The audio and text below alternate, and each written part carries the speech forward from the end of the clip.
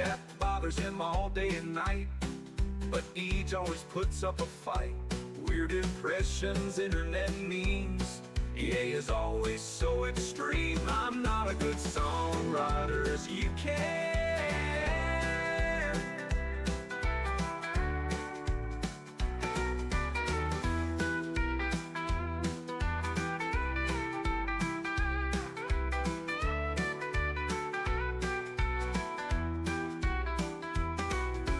Turbo stuck in space, well, you're trying to get to the MSC race.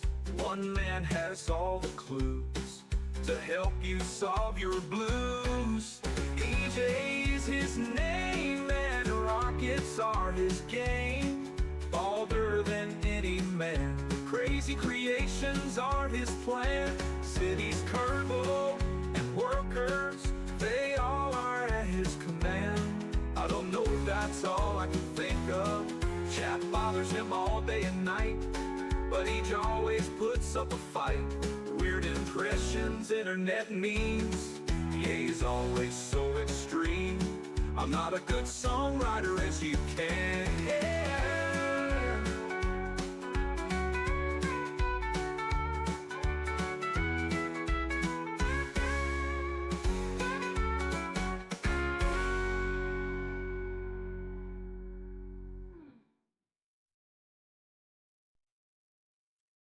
Okay, welcome to part 25. We're already 25 episodes in on working on the car. There's probably gonna be more than, yeah. Over under on getting to part 100. That's probably happening, isn't it? We got a lot to do, man. We got a lot of work to do. Did I get your message from last night on Discord? I did, Geek. Yeah. Here, let's we can play that sucker up on stream here. Welding tips from Mr. Geek. All right. Let's see what your welding tips are. I wanted to show it on stream. Or do you not want me to show it on stream? Should I show it on stream? I think I should show it on stream. It don't matter. Just say Smith. None of this matters. All right, welding tips with Geek. What do we got? All right, EJ. What's up, brother? Out in the garage here doing some welding, and I figured I would take a quick minute. Is that a train? I like trains. I was out here record this. Is that a whale? Some tips. I know you're always busy, and you're doing good. You're learning. You're really starting to pick it up. You know it's an art form, and just take some touch. I got you on the screen. Hey! We're welding and working on Bobcat parts, so I don't know if this is even a frame because apparently you can't start a video and then turn the camera around. At least I don't know how. Anyway, so I just wanted to kind of show you what I'm working on and kind of give you some tips as to what I'm doing. Yeah, so I apologize for the tripod. It sucks, but it's what I got. Anyway, I got this motor mount here, and as you can see, we got a crack. It actually had two cracks in it. I fixed one, and I'm going to show you like how I'm going to weld this. As you can see, it's already blue. I did the back side. Move my light here. You can see the weld here. Pretty flat. Nice. Didn't come out perfect, but pretty good. That's pretty good, dude. Oh, it's better than mine, man. What's up, Paul? This one, again, not too bad over up here on this side. Anyway. Ow, that's hot. Yeah, done that. I ain't got a fancy welding table. Yeah, me neither. So I gotta make do with what I got. Anyway. You said doo-doo. So you can see the crack there. Okay. And how I do this, I'm gonna pull out some wire here. Normally what I do, I'll show you just here on this here. say I need to weld this. I don't weld straight on like this because you're gonna have to go back and forth like this, and it's just not a natural thing. How I weld is on an angle. Yeah. And what I'll do is I'll either, if I'm welding this, I'll either pull it or push it, one way or the other. But I do it on, as you can see, let me see if I can get, like on an angle, like that, not like that. Yeah. That's what I found, dude. You can't really go straight on. You have to kind of turn it. It's way easier doing that. That was a big thing. I also find that like if you're close on an angle like that, it's easier to control the pull than trying to be like, like that's like trying to write something like this, like you're right at an angle. Like that's how you should. Yeah, no, I agree. Yep. Then what I do is you just go, you want to make like a C that is kind of upside down. So you just want to go back and forth, back and forth. Yeah. Just making C's. C-E-A sports. It's in the game. Another thing that I see you doing that will help you is whenever you're spot welding, when you're gonna weld, say I'm trying to weld this hole here. If I'm gonna start welding this hole, I'm just gonna hit this right here, bop, for like a second. Then there's gonna be a bubble there, Then if this is thin metal, I'm gonna work off of that bubble. That's Bop. Work off the bead. You got 2 bubbles, bop, 3 bubbles, and just Bap. keep working off of the spots you have. You got to build up the material. Yep. Bap. So that's really the only 2 things I wanted to say right now. But I'm going to weld this up real quick, and then I'll show you what it looks like. Also, my settings right now. This is pretty thick. This is probably 1/4 inch. So it's thick. So I can throw the heat at it. So right now my settings, I got 1 on the wire speed, 1.5 maybe, and I got the heat cranked up to 8. Yeah. What that does is gives you less material, but it's hot, so it flattens out. So you don't get a bubble. You get a nice flat layer, I guess you could call it. So let me see if I can get this camera set up and see if I can weld this. Like I said, I apologize for the tripod here. It's pretty jank. Most of my stuff is too, man. Don't worry about it. I'd probably be able to give you a good this great framing that's gonna suck. Of the actual weld, but so Geek, this is my plight, dude. Figuring out a good camera angle so people can see what the hell I'm doing, man. That has definitely made some of my welds crappier because, yeah, I've been like, oh, I'll put the camera there. I actually found that the best way, dude, just to reciprocate, right? The best way is to have the camera like right in front of you because you're probably looking at the weld at an angle. So having the camera like dead center, 90 degrees to what you're doing, because you're going to look at it at an angle and the welder's going to be at an angle. So that's actually that actually is what works. Like if I had like a chest mounted camera, like Tony Stark, like arc reactor, that'd be super useful.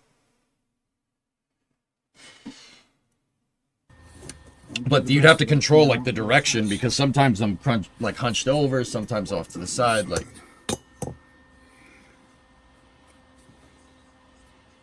it's not too bad. That's pushing it for wire feed. feed. We can do this. Yeah, Farm, I'm sure Geek knows that. The right solution here, guys, would be to buy another motor mount. But you have a welder already, so, use it. It'll probably last a good while, Farm, right? Like, yeah, that's thick steel. You're right. All right, let's see what you got, fool. Yeah. Yeah.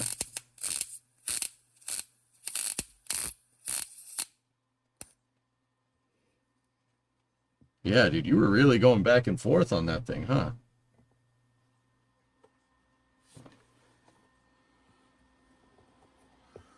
I don't know if you can see that, but Oh, I can see it. see how it's flat, not a bubble. Yeah. That's what you're looking for.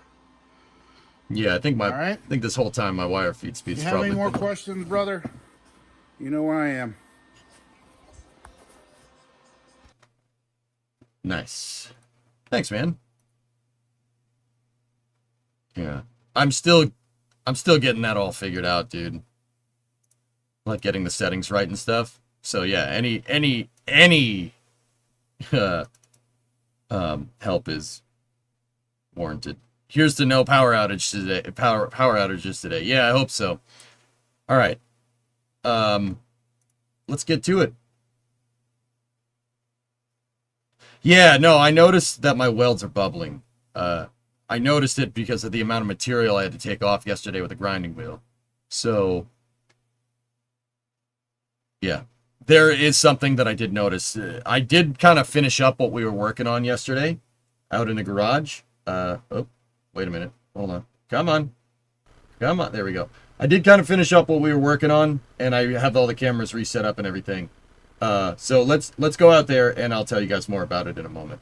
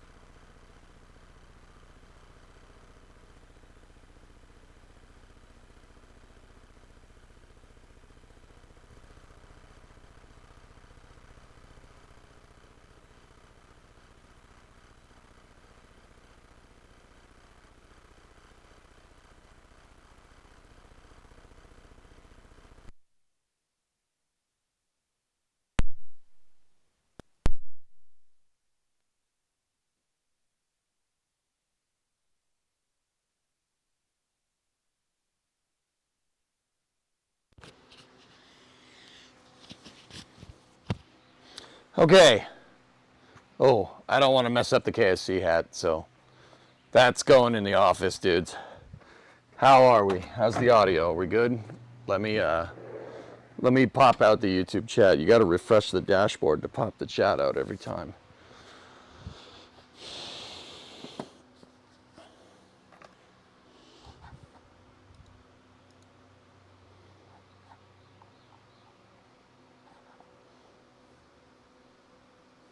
Sound is good? There might be a little bit of delay, dudes. Just a smidge. All right, I'm going to give this a restart while I pop out YouTube. I'll be right back.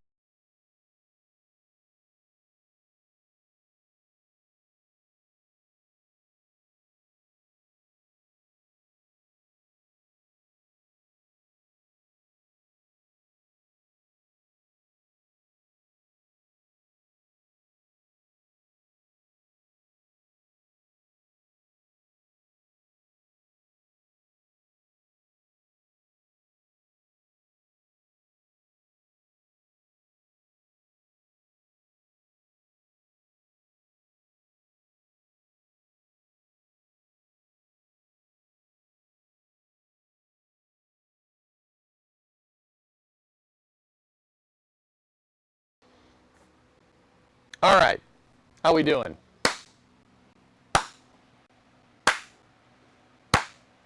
Still a delay. What the heck? It's still delayed. I can see it. I can see it in the OBS audio playback. Huh. Or is it good? You sure? Let me flip to the other. Oh, no, not that camera. This one. Huge mic crackle. You think it's fine. All right, give me 1 sec.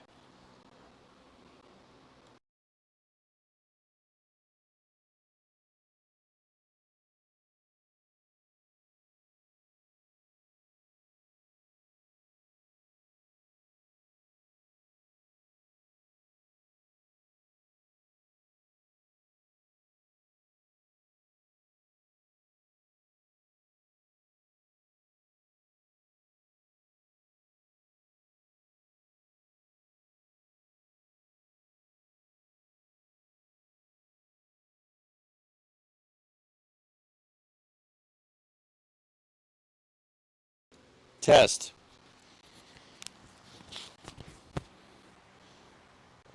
Test.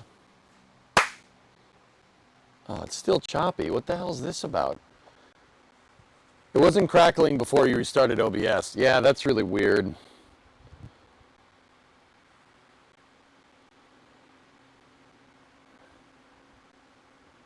Still bad. Yeah, hold on. Let me restart the camera. Crackle is back. What the hell? Well, now the frame rate's good. Hold on. The wire might be a little frayed-arino.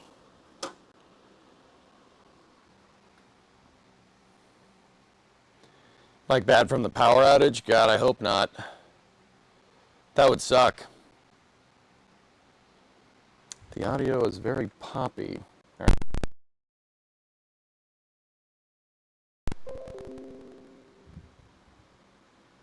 That was Windows noises that I had muted. That just decided a Windows noise.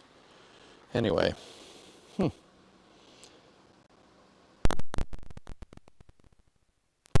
Sorry, I hate troubleshooting audio on stream, guys. That's so annoying. Because no matter what I do, someone's gonna be like, "Oh, my ears." How widespread was the power hit? I don't know, dude. I'm not the power company. It sounds like you're talking into a fan. It might be because the fan is blowing in this direction today, dudes. Give me 1 second. Let me turn the fan around. Did it go away? Cracking on every word. No, still there.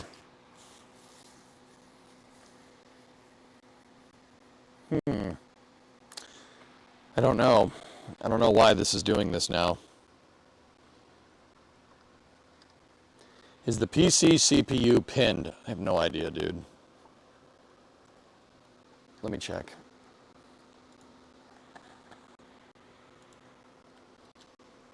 I hope we didn't fry something. 27%. No, I don't think we did. Do I have a wired mic? Not out here.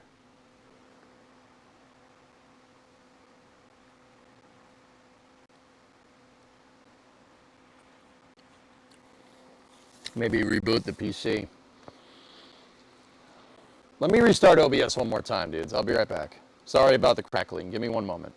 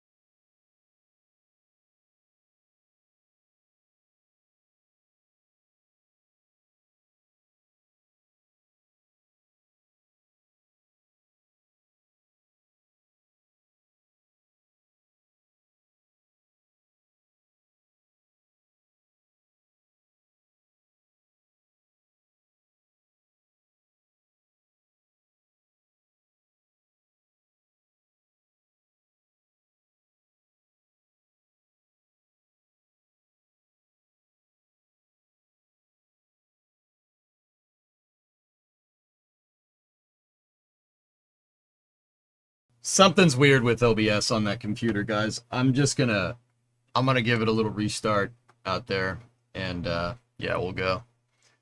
Looks like AX4 is now Friday morning.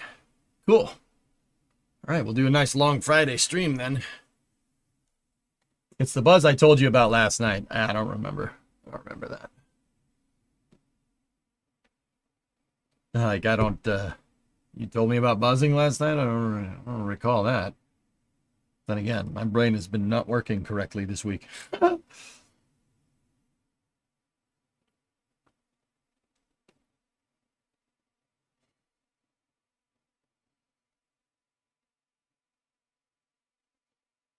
Nah, Farm, you got to get your audio right, dude. If you have any questions or want me to record an example of something, let me know. I'm always down to help. I got you, geek. You should just come up here. Just saying.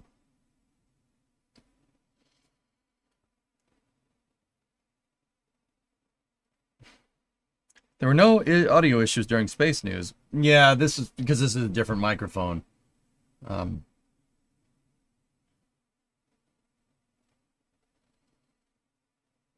Okay. The computer should be restarted. GarageCam should come back up. Give me 1 second. I'm going to mute this and we're going to bring back the regular garage capture.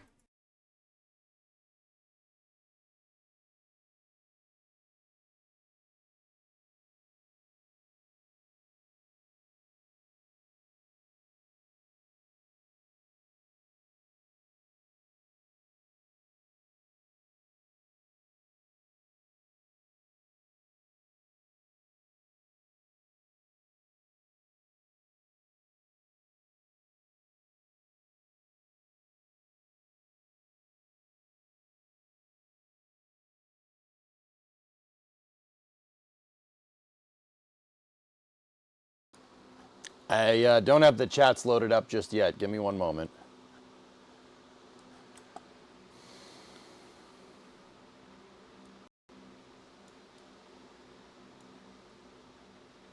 We are so back. Audio is good now. Okay. No crackle. I don't know, dudes. This computer is old. And it's been in a garage for most of its life, so,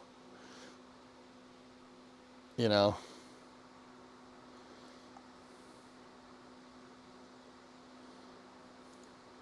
Let me just repop out the chats here so I can see them on the big screen.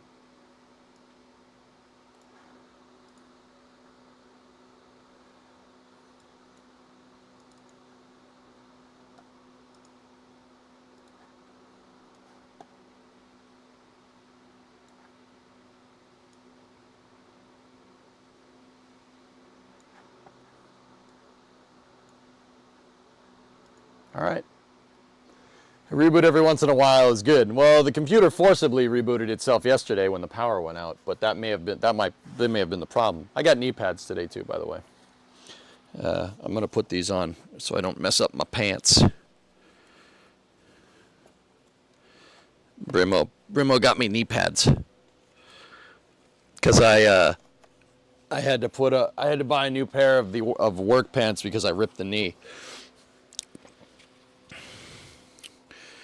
These are upside down. Or are they? Yeah. Whatever. So I think these are like roofing knee pads, but whatever. It's fine. Knee pads are a godsend. Yeah. Yep. Yes, they are.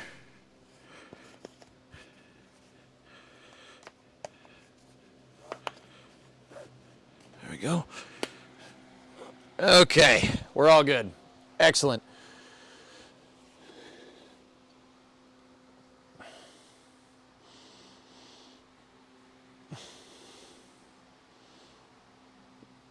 Your pants for your knees, old man. Yeah, okay. All right, so where did we last leave off? We left off with basically cleaning up that metal surface, cleaning up the metal surface over there. It's green because we put the welding plate. I took a welding plate and I taped it to the front of a welding mask and taped it to the front of the camera, but I did steel this up yesterday, and a lot of this came out really good. There's still some porosity here that we should probably address. And then we still have that pitted low point right there. But for the most part, the fitment on the leaf spring perch here, we rebuilt all that material here. You could see where we just took the welder and I just went back and forth and kept rebuilding material. So we rebuilt that part of the frame rail. Rebuilding. I did go over and steel it because I didn't want this to flash rust at all. But you could still see there is some slight imperfections here. That's no big deal. I really need to make sure that this area, really gotta, here, let me zoom out. We gotta make sure that this area is nice and flat and that area is nice and flat. And for the most part, they are. Like, I wouldn't mind welding this all back up. Should probably just fix some of this here, but that's okay.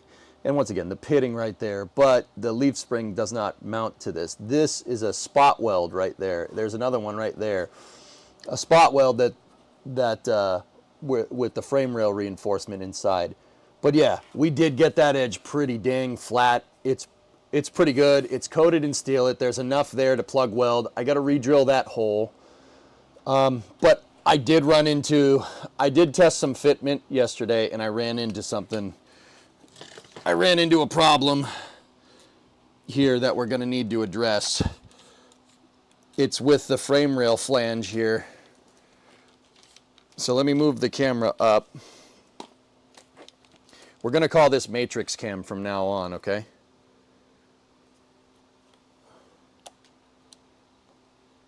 The camera go out?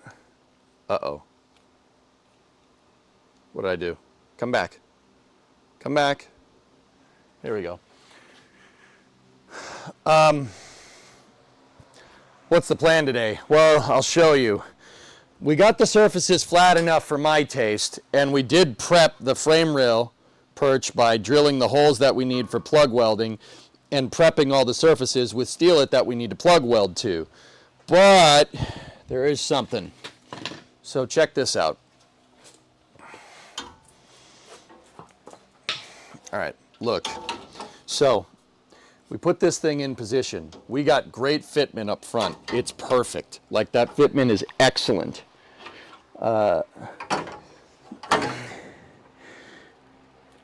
We might need to do some slight modification there, but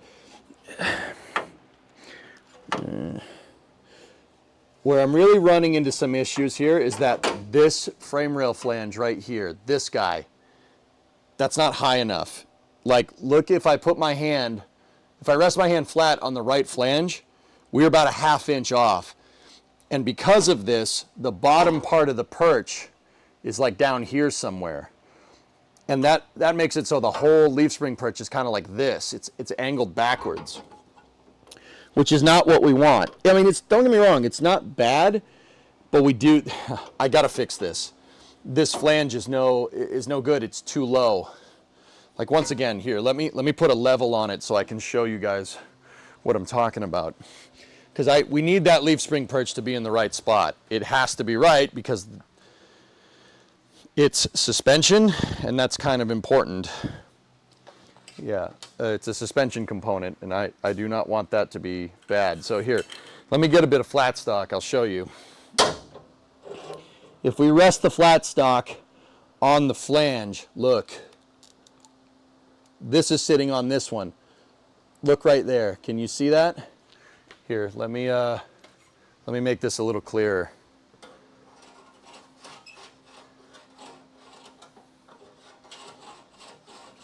That's not good.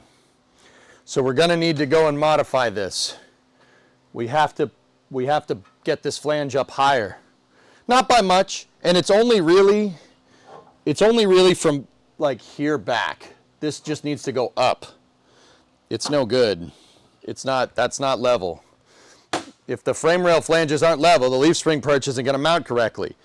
If the leaf spring perch doesn't mount correctly, then the trunk pan won't mount correctly to that. And if the leaf spring perch doesn't mount correctly and the trunk pan doesn't mount correctly, the rear cross member will be crooked if one leaf spring is too low, if the leaf spring perch is too low and the other one's where it should be. I can't have that. Can't do that. We have to modify that piece.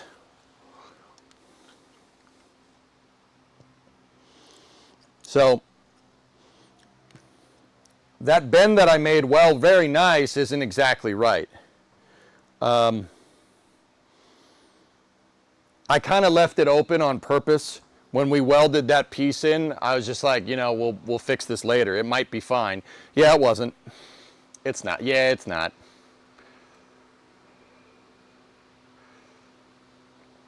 It does go in the square hole. That's right. Yes.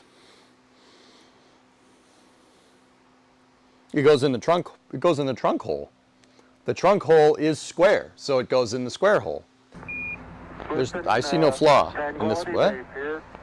What is this? Did you hear about the guy who got hit in the head with a can of soda? Let's just say, he was lucky it was a soft drink.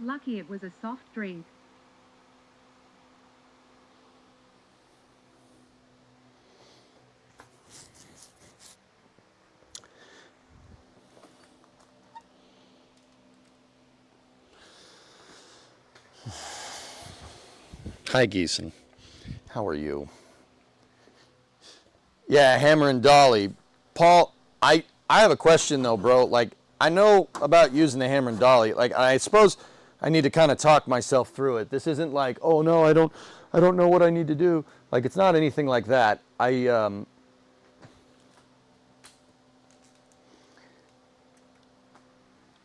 need to figure out like where I need to hammer, I guess, if that makes any sense. Like what, and this is going to be hard for you to like stay through text.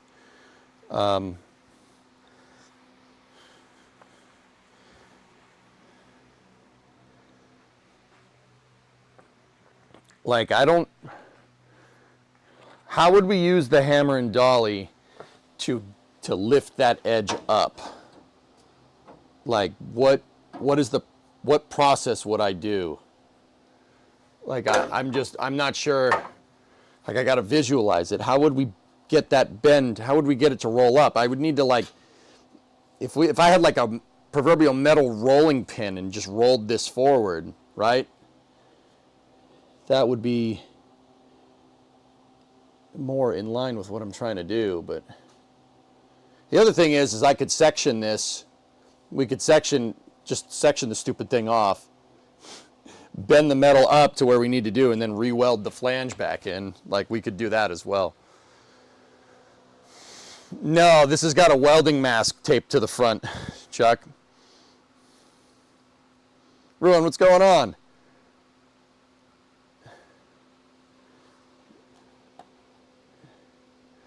You just bought a 97 Ford Conquest motorhome. Looking to go across country for 2 months after getting out of the Army. Dude, all right.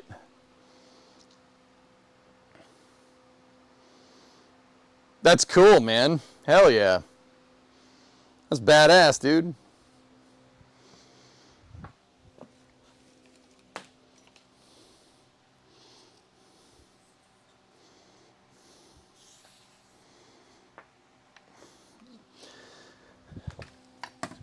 Conquest. I'm not familiar with that, but that's pretty neat.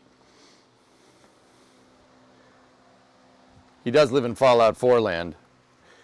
Yeah. I'm pretty sure the South Shore in Fallout 4, though, got absolutely annihilated. I mean, I'm not where the glowing sea is, but... yeah. Well, Quincy's in the game, so if Quincy's in the game, then I'm probably all right.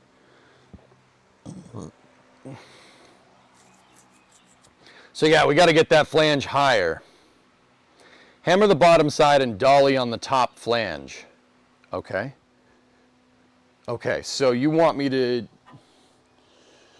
we want to do something like this. Like that. Like, how do you get it to roll, man? Like, that's where I'm really having some trouble. Because I tried doing this before, but... I'm going to put on the earplugs. The earplugs.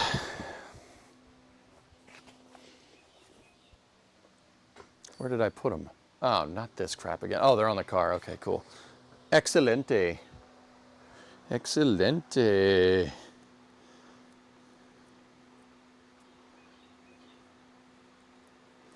Hang on, I'm just cleaning them off real quick.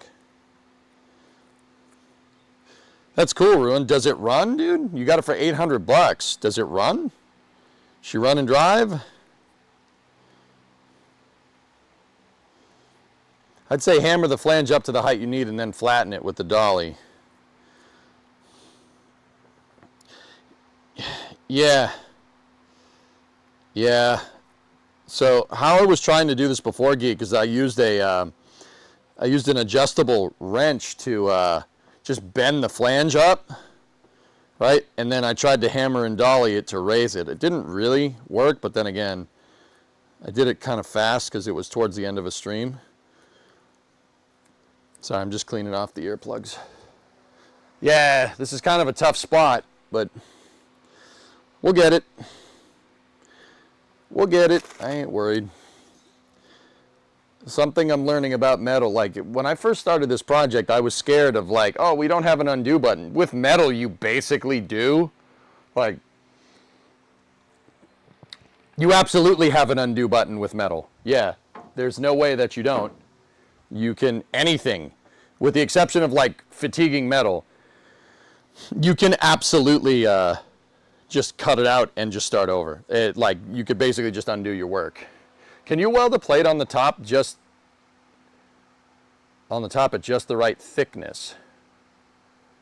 I could weld that flat stock in place, dude. We could weld the flat stock in place. Just zip this onto the frame rail right there. But if we go to hammer this, it's just going to bend it, right? She's just going to bend up. All right. Decisions. Let's think. So what I was thinking about doing is getting the cutting wheel and basically right here. So the frame rail comes up like here. Let me get you guys a better view, looking kind of down at it. So the stock frame rail comes up and then it flattens out right around here. The problem with mine is that I just bent it on one straight angle. So this thing just goes up and then it goes up to here, and that's not even the right height. We need to get the frame rail to go up to here and then flatten out. So what I'm thinking, we find the spot where it starts to flatten. I cut with the grinder right here. We bend this edge back up, bend it straight, hammer and dolly it completely straight, and then rebend it after we straighten it out. I know that'll fatigue the steel a little bit. As long as we heat it up and de-stress it, it should be fine. And then get this part level. And once we got it level, keep that there, and then we work on bending this flange back into position. Or, conversely, we could just cut it, tack it here, tack it there, and then seam the inside of the flange right there to get it right. That's my idea.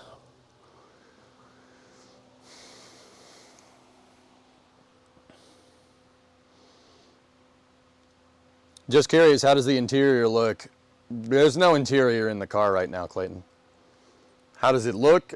When I bought the car, it didn't have a headliner, it didn't have rugs, it didn't have anything. It just had the seats, and the seats are sitting over there. The seats are over there. They need to be reupholstered, if that's what you're asking. The foam is actually in decent condition, but I don't want to screw with it because Mouse has decided to make a house in there, so the seats need to be completely repadded and going. Why is everything green? Weld shielding. I have a secondary welding mask that was basically broken. So I punched out the UV filter and I taped it to the front of the camera. So when I weld, Gamer Boy, you guys can see what I'm welding. You can see the pool. It's way better for people trying to see what I'm doing with the welder. And it's way easier to give feedback that way. But yeah, it's just got a green filter on it, and it also protects the camera lens. Did you lock the white balance on the matrix cam? No, I didn't. I don't remember anybody telling me to do that, Martin.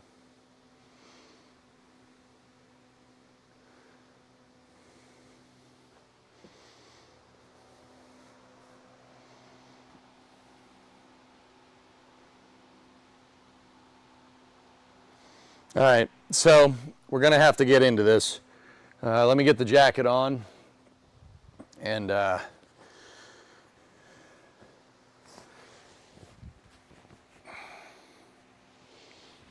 we could sit here with the hammer and dolly and zap it, just get it right, but I have to bend basically the whole stupid flange up because I didn't do the bend right. I didn't get the bend in the right spot. It was close, but it's not exact. I shouldn't have burned that. We shouldn't have burned the left side frame rail wall in. Should have waited, but that's okay. Why are we green? Welding camera. I put a UV filter. I taped it to the front of the camera so you guys can see the weld better.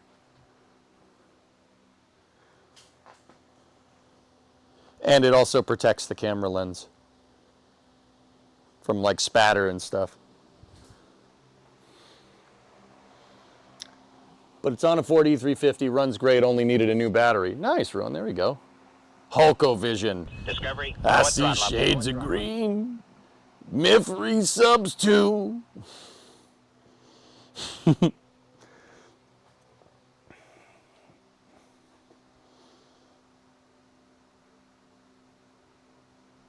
You know what? Before we go zipping this thing off with a cutting wheel, let's just get some pliers and see if we can bend this thing back. See if we can bend it into position.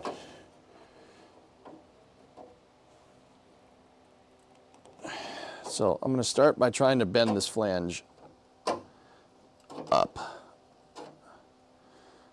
We'll try to bend the sucker straight.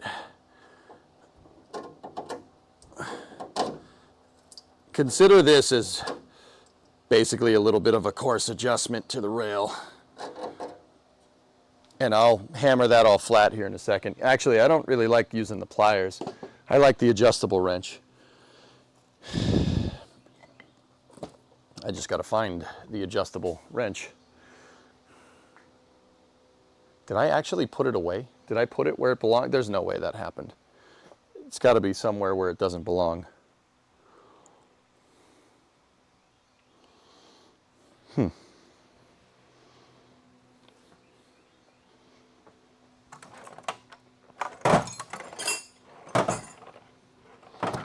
I like using the wrench, the adjustable wrenches, because they're flat edge. Depends on how many times EJ will have to explain the green camera. It's probably going to happen, Diabetic Kid, every 5 minutes for probably till the end of this stream. Yeah. So do the math. I don't know where the adjustable wrench went. I had a big adjustable wrench that I was using before. Couldn't have gone far. Maybe it's up on the front of the car. Let me check. I don't know why I'd put it over there, but maybe we did. Nope, just a pry bar. Oh, there it is. It's over by the vise. I got it. Nice.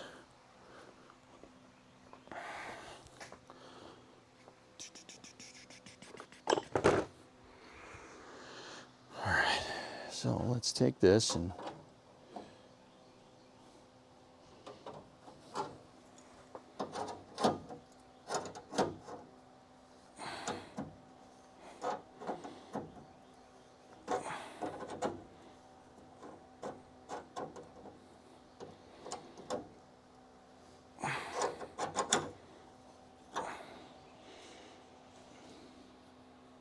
all right, now I'm going to take the hammer and dolly and we'll get that flat.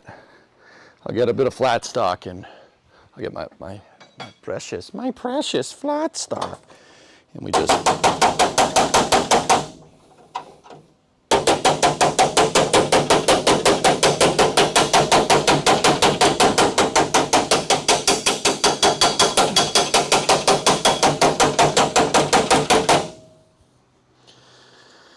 All right, it's still a little bit wavy around where it bends down, but that's okay. It's fine. All right, so now I have to take this and I'm going to try to put it exactly where I think the bend needs to be. All right, so we start here, and then I need something to hold up against this. See if we can get it right.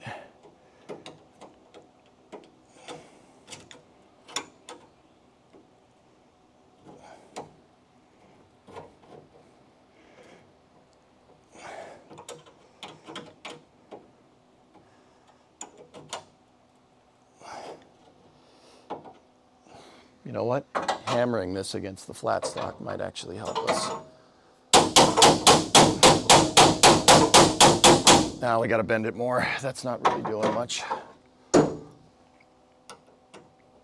You know, and if we screw it up, we cut it out and make a new one. No problem.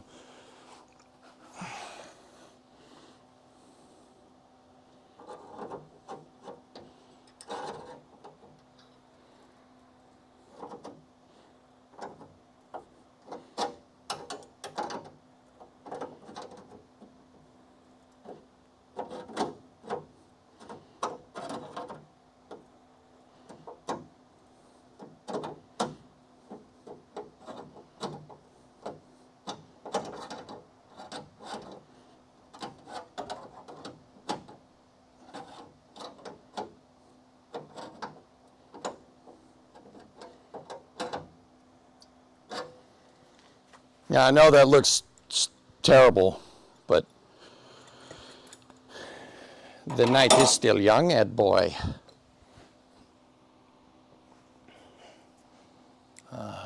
Where's my dolly? There we go.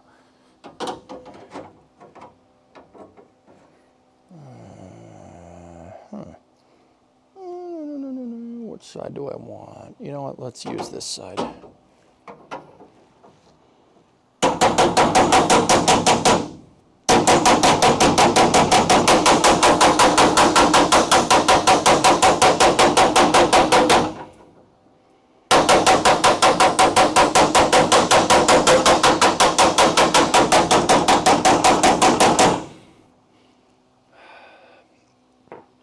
Problem is that the radius of that bend is no good.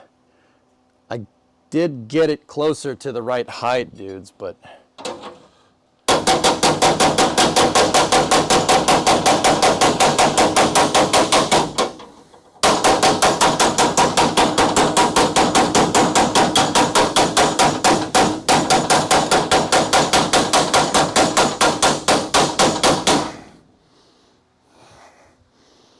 see, I kinked that part of the metal inward, which is not what I wanted.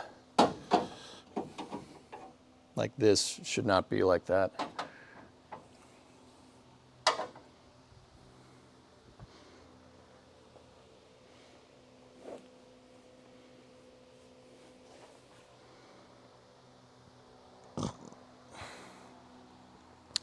Put a brace on the lip.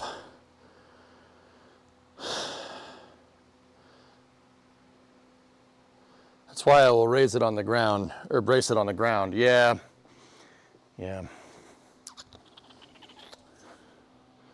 See, I just gotta, if I could get this whole thing to move in a little bit, that would be useful. I'm not 100% sure that this will do it, but if I brace against the back here, right, and hang on.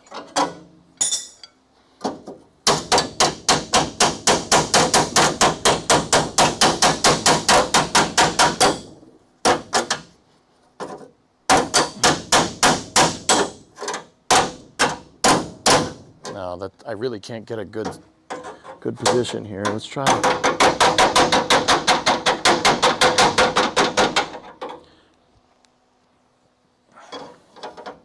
Here, maybe if we do this up top, we can grease the edge.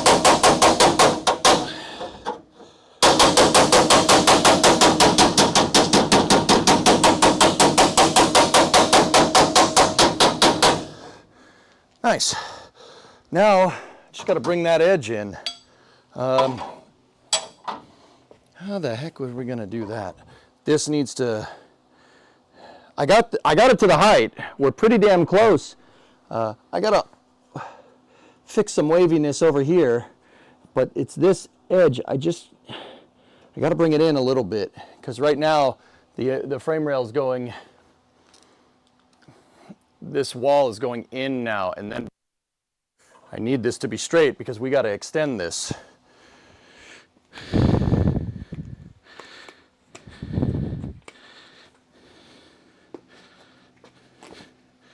Hang on. I'm not down on knees right now, so I'm taking the knee pads off for a second.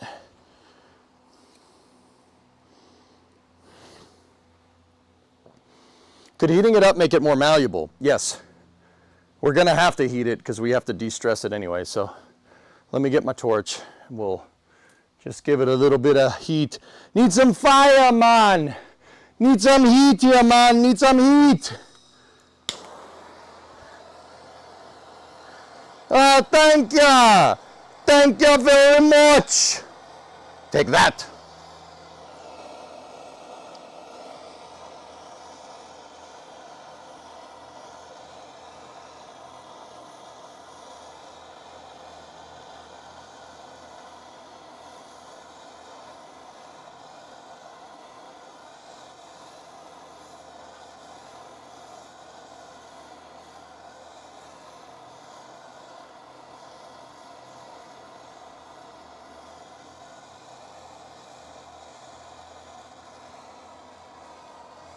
There we go.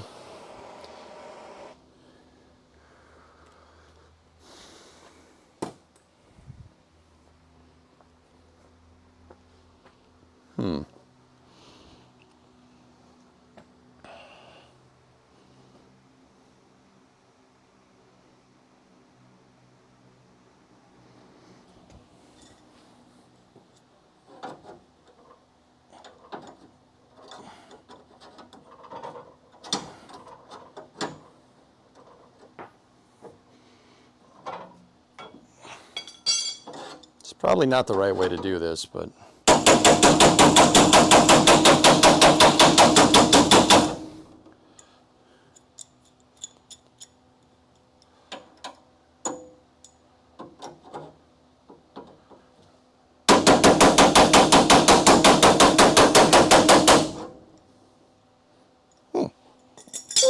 Pepper! Nice.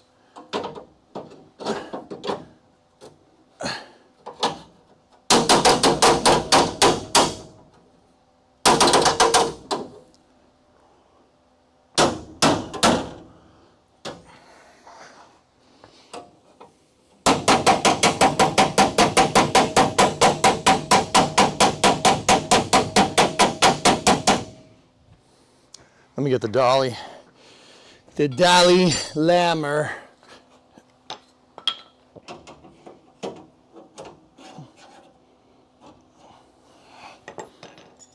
Gotta bend it a little bit more.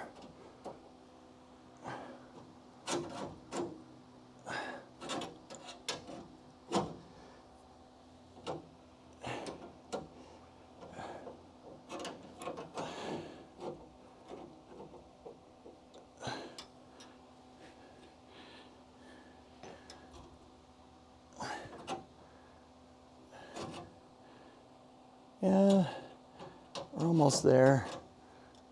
Let me just bend more of this back up and then back this out a little bit. And then bend it down.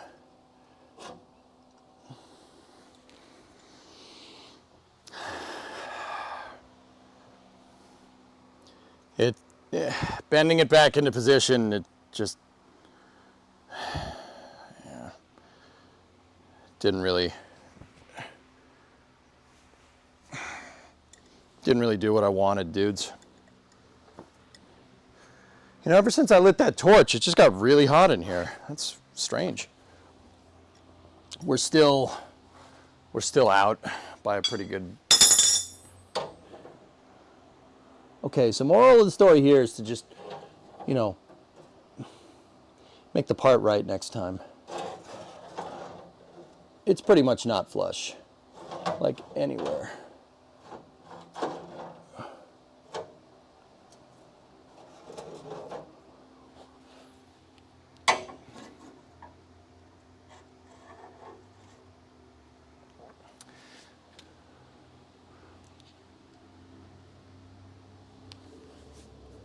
Yeah. Yeah, this is, it's got to go up, dudes.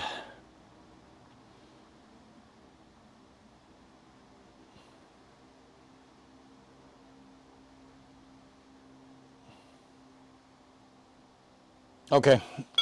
All right, I know what I want to do.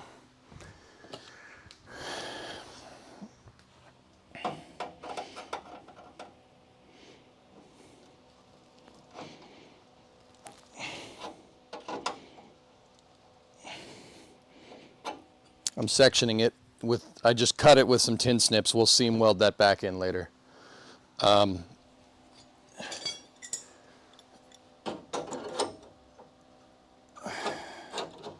While the metal's still warm, we'll take this tab and just move it up. And then, I know this is some gore right here. I should probably just replace it at this point.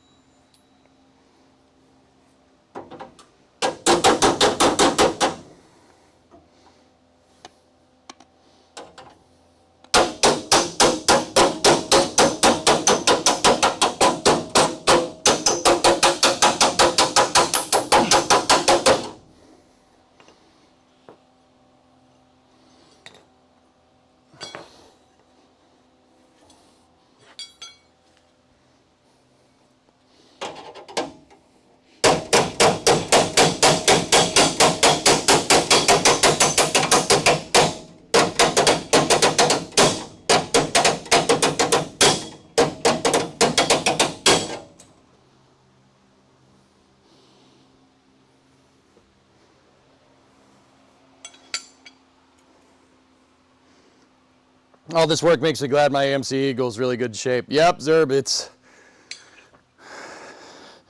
pretty much chose the worst car ever to learn this on, but you know, it's fine. All right, so we got to go making sure that our flange is perfect. Now, the right way to do this would probably just be to cut this out.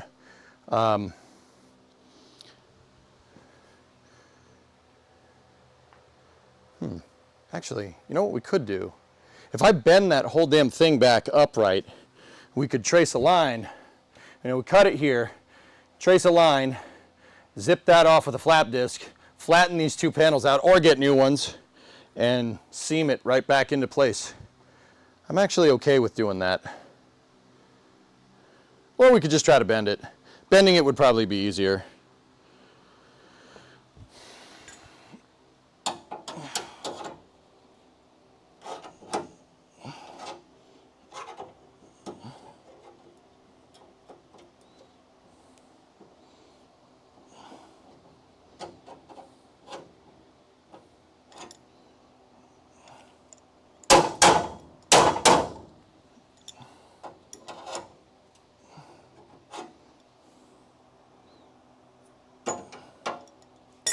All right, where's my flat stock?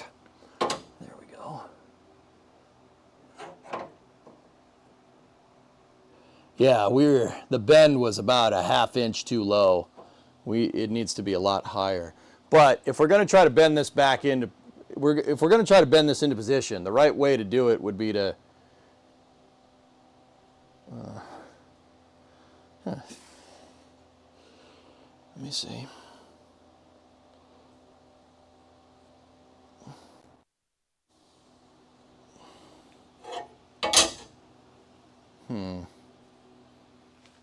Right way to do it would be to just cut it out and start again.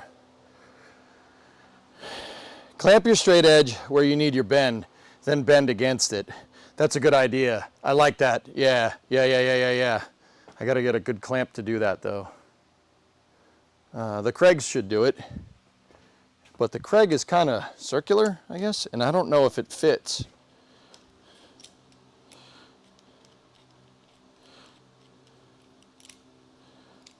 I don't know if that, yeah, that one don't fit in there.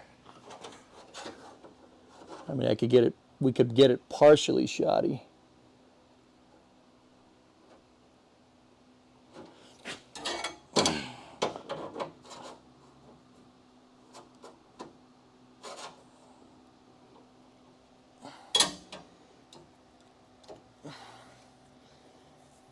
Let me think. Oh, Shoddy, you give me an idea.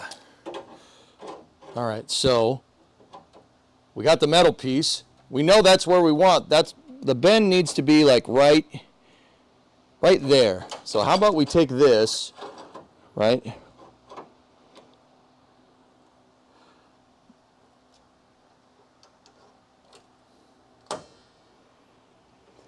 Clamp the flat stock in place and go from there. And then we could hammer around that. How's that? Or attack the straight stock in. I mean, clamping it can do it too. I don't see why clamping it wouldn't hurt. Wouldn't give me a problem. Hold on, let me fix something real quick. I got to snip a little bit more of that off.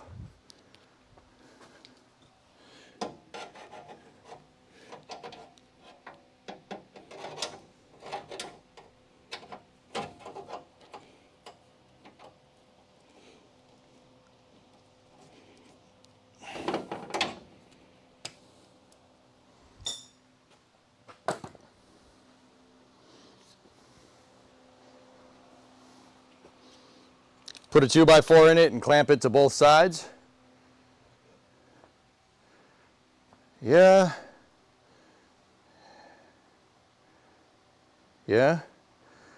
I like the flat stock idea. That's also a good one though, but there's the frame rail holders. Let me place this where it needs to be. And then, yeah, you know what, clamping it from the bottom is probably better.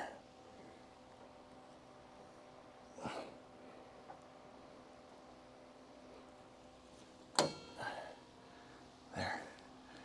All right. Now,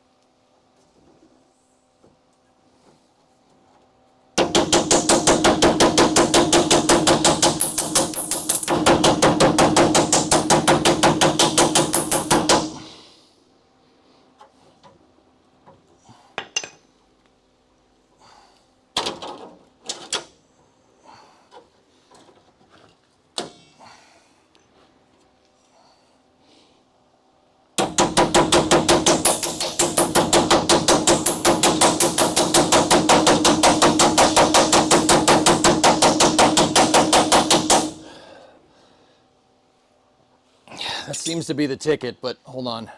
The clamp got in the way a little bit, so I gotta try to clamp it low so I can hammer up against that.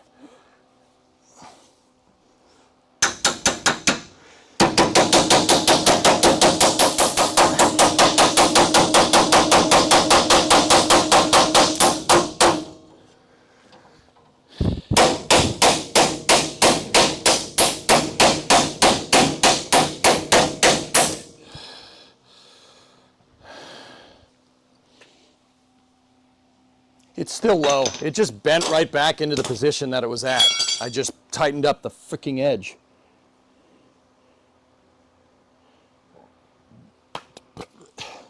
Yeah, it always just wants to bend right back into the position. That's really goddamn annoying.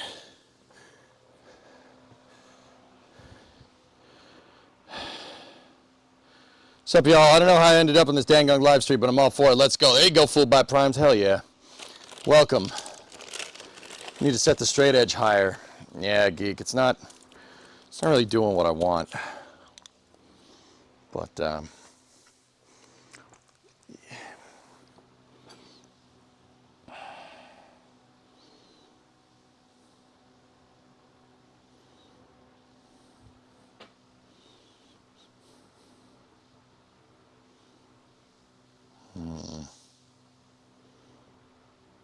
let me think. I mean, we tightened up the edge for sure, but it's still, it's still low, dude. We've fatigued this metal so much, man. I might just cut it out and place a new one. What I'm thinking is bend all this back up straight, and then like bend the whole thing straight, and then just measure it. Like put the flat stock here, scribe a line in, cut on that line, and then just make a new strip, and then just use your welding tips and just seam down that. It's probably what we'll do. Once again, the reason this flange is too low. This one is where it should be, and there's a gap there. There's a pretty big gap, probably about 1/4 inch. Yeah, that's no good, man. It's a shame because that was a good bend, but it doesn't seem like I got the angle exactly right.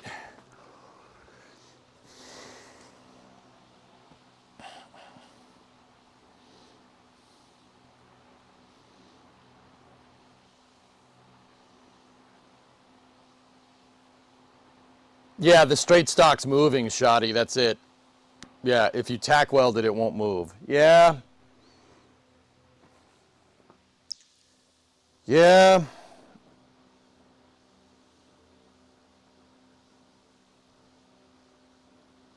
There's a lesson here. The lesson is make the bracket right the first time. Don't burn it in unless it's absolutely perfect. That's the lesson, but yeah, you guys are not wrong.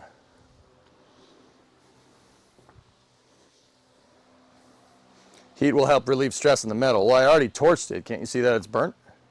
I did torch the damn thing.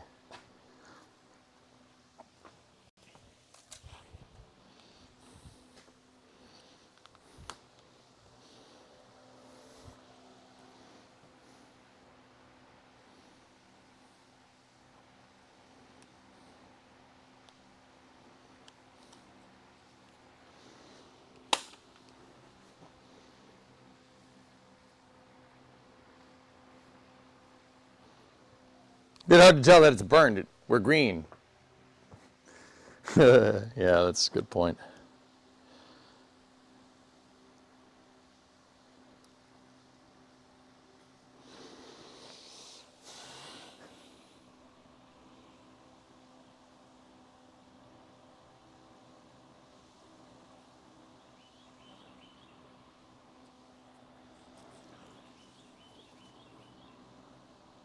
Guys, I'm thinking I beat the snot out of this thing so much we might replace it. Probably is better to replace it at this point. You know? I mean, we could heat it to alleviate the stress on the metal, but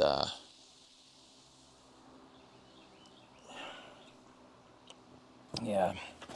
Also, I noticed that this side is not entirely flat. There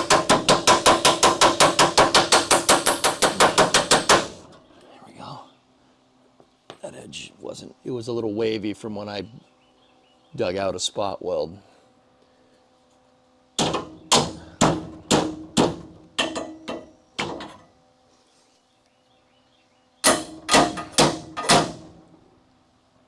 Yeah, there we go. Now she's nice and flat.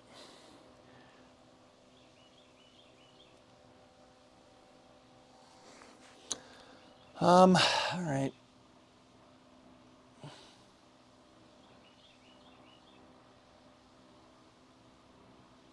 Okay.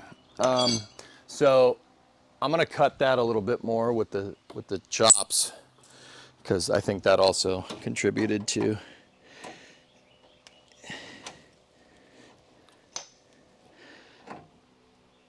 that not bending properly. There we go. All right, we chopped out enough there. I'll zip that back in together in a second.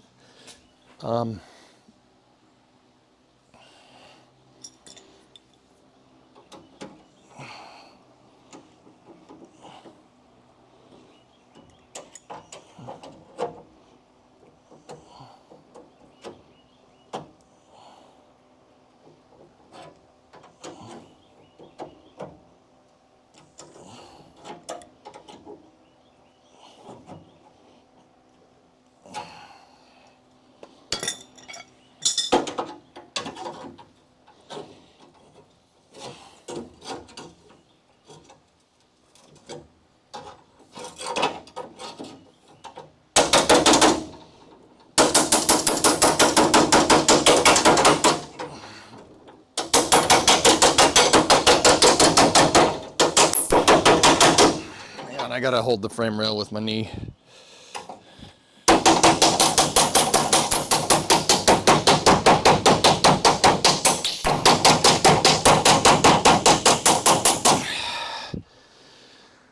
Torch, torch, torch, torch.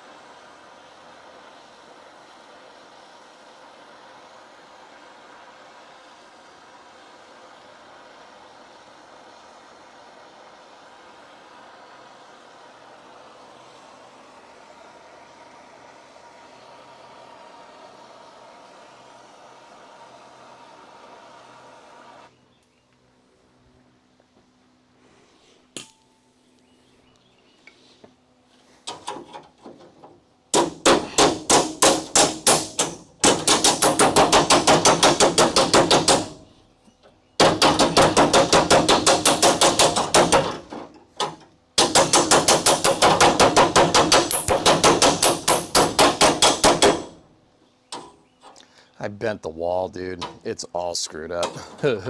That is, Mike, that thing is all fricked up. Dead people can't talk, Mike.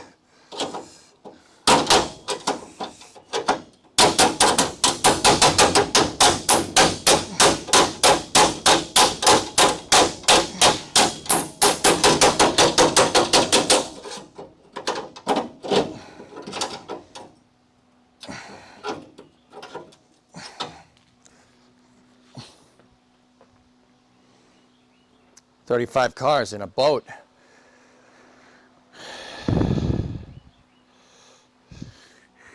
How did you wreck a boat? DEA? Where?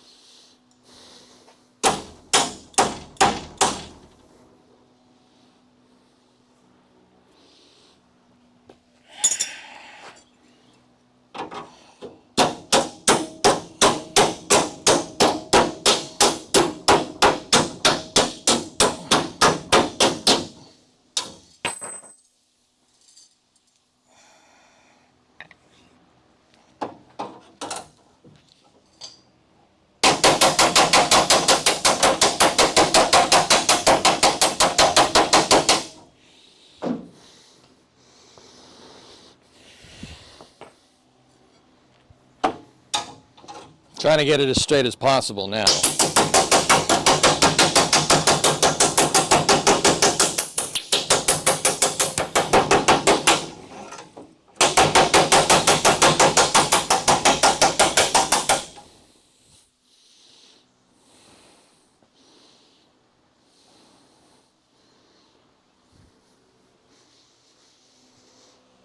This looks like a very precise and surgical procedure. Yeah. Hey Mark, what's going on? Yeah, it's fine. It's good.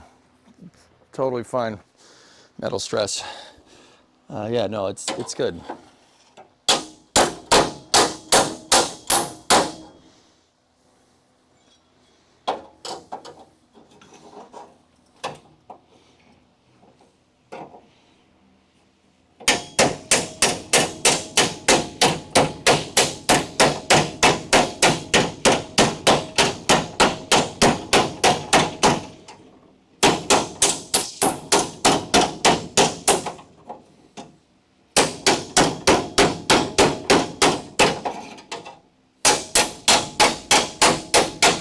There we go. That's pretty damn straight again.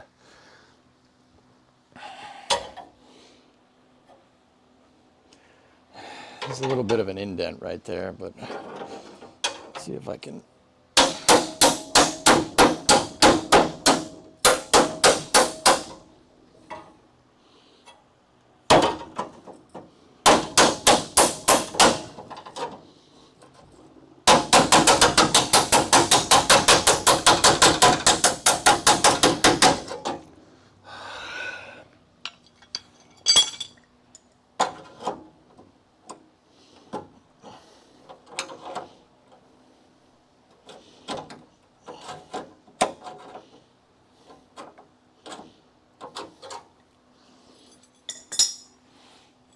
Like I said, the lesson here is just make the part right the first time.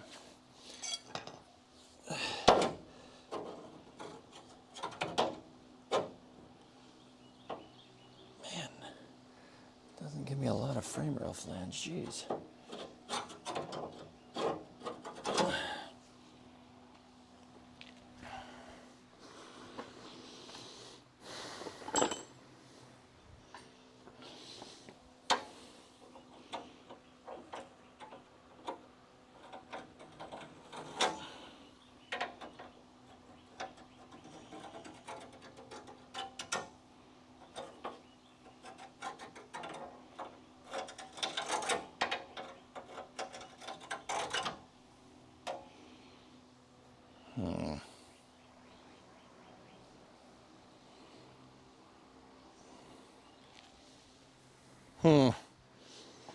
I scribed a line on where it needs to be bent this time, but yeah, man.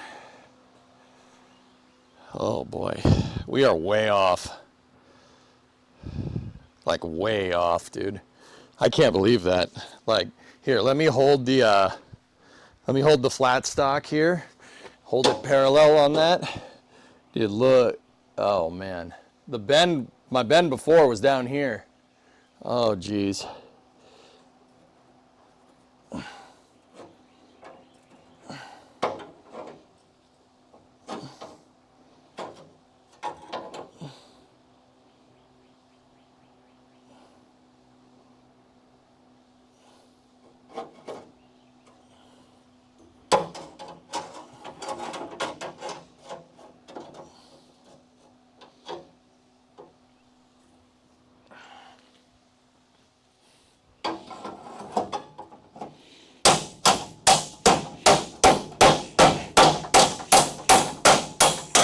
There's a little ripple up here that I'm trying to iron out so we can get this pretty much flush.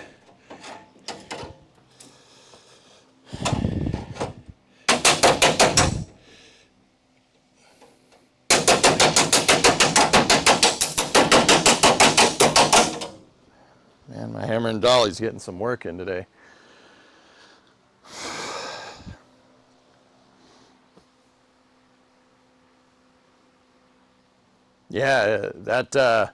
Yeah, this piece, our bend was super good, but we were way off. It moved when we welded it in, I'm pretty sure.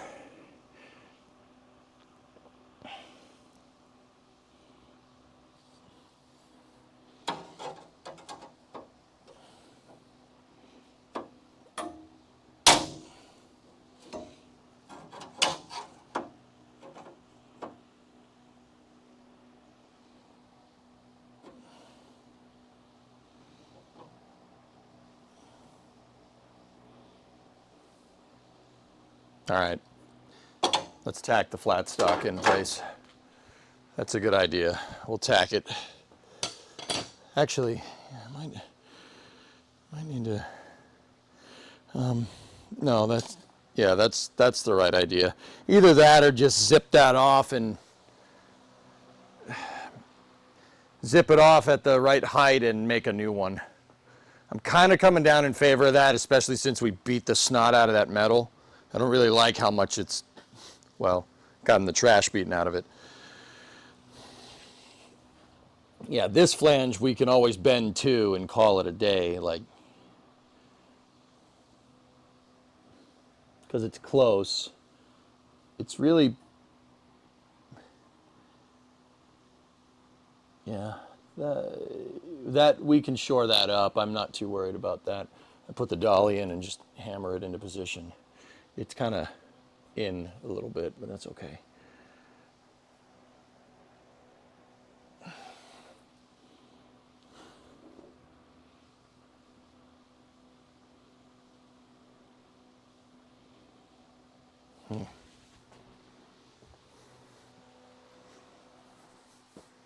Any games in mind that you're looking to play soon? I don't know, Danimal. I don't know, dude. I don't know. Kitten Space Agency probably would be at the top of the list there. Whenever they release that.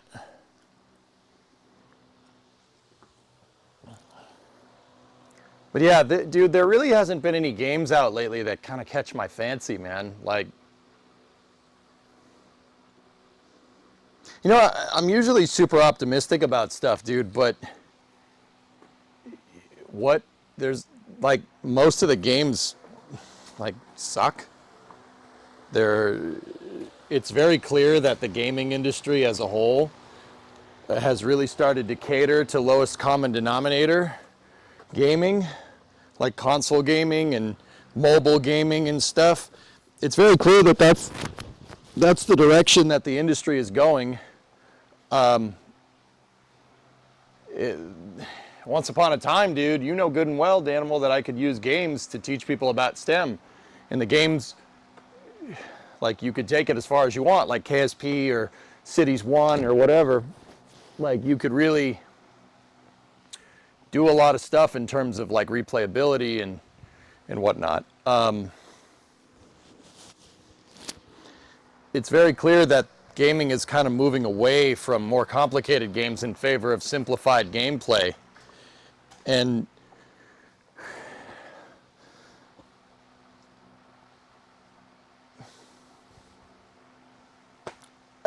there's just really no games that catch my fancy too much, dude. Like, there's a bunch of games out there with potential, but they're all, it seems like every review that I do nowadays, damn, every new game that I play, it happened with Kerbal 2, happened with Cities 2, it happened with Roadcraft. Every game that I play, I end up getting into a conversation with chat that's very familiar, and I'm noticing a pattern. It usually ends with chat saying, oh, well, this game isn't for you. It's not for the hardcore player. So what is? You know, and don't get me wrong, I'm not saying the entire gaming industry has to tailor to me. It's just, I need a game that has a lot of longevity, right? Because I need to sell, I need to trade on that game, right? Like Kerbal, for instance. You know, I have to be able to stretch the content out and make good content with it and basically have different ways of playing the game that, you know, is my own style. And you just, there's not really a lot of room for, you know, playing games in a different way nowadays. Because they're trying to sell as many games as possible, they force a common denominator and you have to play a certain way, and that's it.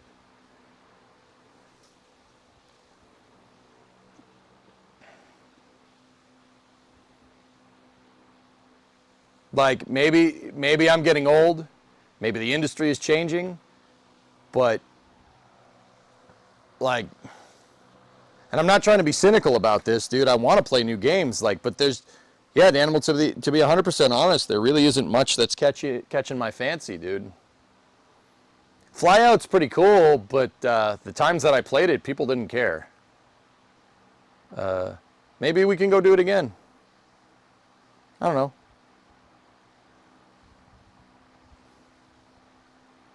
They're definitely catering to short-term TikTok brains nowadays. Yeah, it doesn't leave much in the room for long-format content, dude. And ever since Kerbal went down the drain, like, I've been trying to find other forms of long-format content that I would like and I think you guys would like. Like this. This is a cool project. This is a really cool project because we're actually going to be able to drive this around. We'll be able to... How cool would it be, like, when we finish this, to do a road trip stream in the car? Right? Wouldn't that be cool? Like, oh, this is the car that you built. Oh, I remember when you made this frame rail part. I remember when you had trouble bending that flange back into position, or we had trouble repairing the rust, or, oh, I remember when you put the steering wheel in this car. Like, I'm trying to find I've been trying to find other ways to do more long format content. Space news obviously is great because that's fine, because that's just whatever's going on. Commentating on rocket launches, that hasn't gone anywhere. That's pretty much the same as it was back in the day. I mean, I don't cover every launch because nowadays there's too many of them. I would be up 24 hours a day. That would be kind of fun, but if there were two of me, I could probably get it done. Hearts of Iron 4 achievement hunting can take a lot of time. But, Kinder, that's what I'm talking about. Achievement hunting is just playing the game to get achievements. There's no, like, you have to do it a certain way to get the achievement. Like,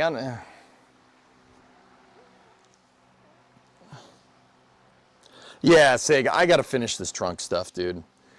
Game developers become Robinhood is now purposely done for maximizing profits. Yeah, and once again, I'm not trying to hate on, like, modern gaming. You know, if that's cool that gaming has become a casual part of life, you know, but, like, I can't help but feel kind of homeless in that regard because, dude, like, gaming is just some thing that people do every once in a while. Like, it's just part of, like, hey, I'm gonna go play some video games, then I'll go outside and run or something. Like, dude, my life growing up was just video games. Video games, all the time. Nothing else. Nothing else mattered, right? I don't know. Like, I just kind of feel like there's no... Unless you guys want to watch me play Counter-Strike all day, Counter-Strike hasn't changed, too much. I mean, there's the whole skins thing, but I'm not doing that on stream. If there were two of you, EJ... Would it be Spicy EJ and Cool EJ? What would the other EJ be like? I just need another me, Outdoorsman. Just need another me. Just an exact copy. That'd be great. I want to learn how to drive a semi. Have you played Juno? Juno does not light my fire, Peace Boy, in any way, shape, or form. It feels like you're playing CAD. It does not feel like... It doesn't capture the fun that KSP does in my, like... I'm not going to say it's soulless, because that would be a slap in the face to the people that developed it, but it feels like you're playing CAD.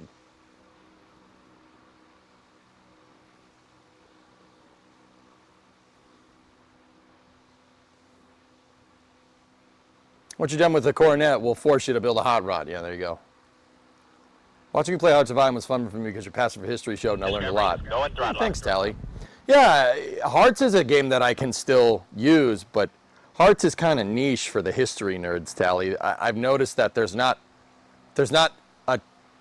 too incredible big crossover between, like, military history nerds and space program nerds. Just from my playing Hearts, like, I don't should play Aurora 4X. Sig, you're missing the point. I don't want to play a game like that. I don't want to play a game that's full simulation because that's boring. I want to play a game that's good enough, that's open-ended enough where you can have some fun with it, but not full spreadsheet simulator. You have to find the balance between, hardcore, like super hardcore, like Eve, right?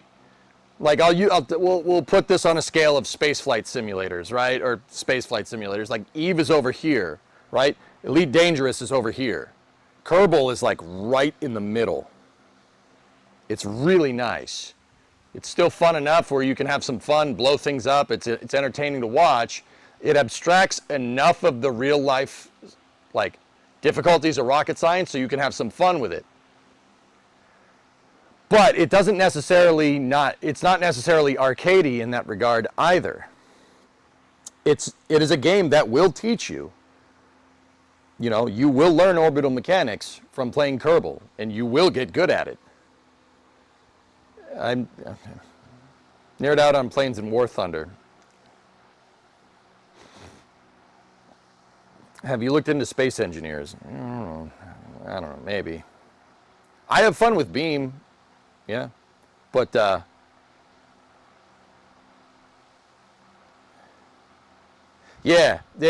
Like Danimal, is there, you know, to answer your question, is there any games that I'm looking forward to playing? No, not really. Roadcraft was one that I thought we would put a lot of time into, and once again, it's just dumbed down SnowRunner. It's dumbed down SnowRunner with that you can make roads with no road making equipment. You made a game called Roadcraft that has no road grader in it and no bulldozer. Two pieces of equipment that are vital in modern road manufacturing or modern road construction. Like, you're not building, no one builds roads without bulldozers and road graders.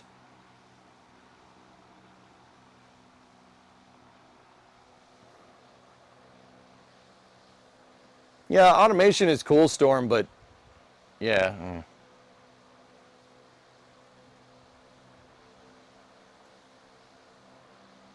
No, make AJ do a square body Chevy or rebuild a military John Deere tractor or something. And no ability to scoop up material. Yeah, how you gonna make a game about building roads and not put a bulldozer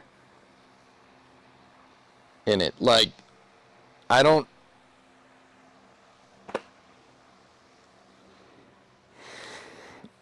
get it. I don't understand what that game is trying to do or what it's trying to be. But yeah, that just seems to be stuff that just keeps happening over and over and over again. These games have these awesome promise. I go to play it and it's got potential.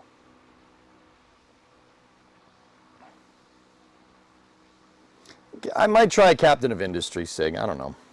Like, I'm sick of playing a game that releases into 1.0, right?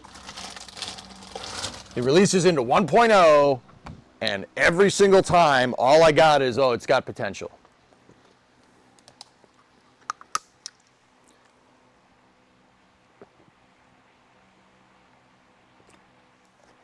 Derail content is kind of dry at this point. Derail is awesome, dude, but once you get a bunch of DE6s, you can just haul everything all at once, make tons of money, and that's it. Like, I didn't really get into, like, modifying your own locomotives and stuff, but I don't know. That doesn't, I'm not going to say that doesn't catch my fancy, right? But I just don't really understand why you have that type of locomotive customization in the game. Right? Like, not really sure what you were trying to, like, what does it add? So it makes doing the task that you are already doing easier. Okay, great. Now you can do more stuff quicker, and now you make more money. What are you spending all that money on once you buy all the demo locomotives?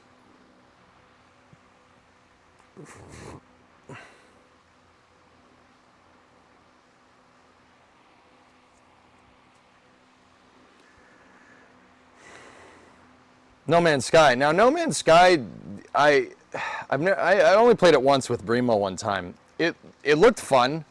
I heard about the debacle that happened during release, and they did fix it. You never did a lot of RTS on stream, right? No, not really. Out of War seems pretty good, but I've watched a couple playthroughs, Arc Blue. It doesn't really look like it has much longevity right now. It does have potential, though. There's another one. How many games have we played? I'm sick of playing a game that has potential. I just want to play a game. I want to play a game that I can use to teach people about STEM and science and education, and none of these fit that bill. None of them. Like,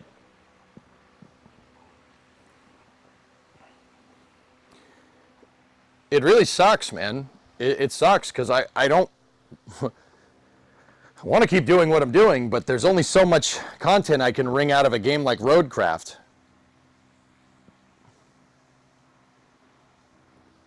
You know?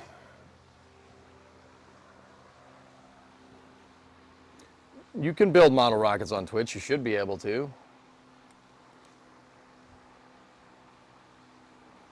That space truck one was pretty cool. It was a pretty cool game. I did enjoy it. But once again, very limited in gameplay. Like, okay, it's just like Derail. You're just moving stuff around and you get the challenge. But, like,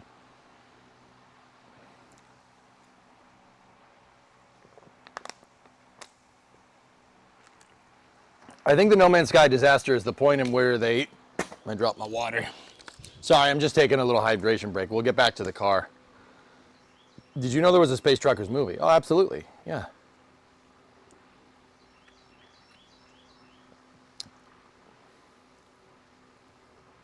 If Derail added rail building to design and engineer new lines in another map or an expanded map, that's Red 8, that's when I'd have some fun. That would be a teachable moment, you know what I mean? We could really have some fun with that, dude. Is it time to get into Factorio then?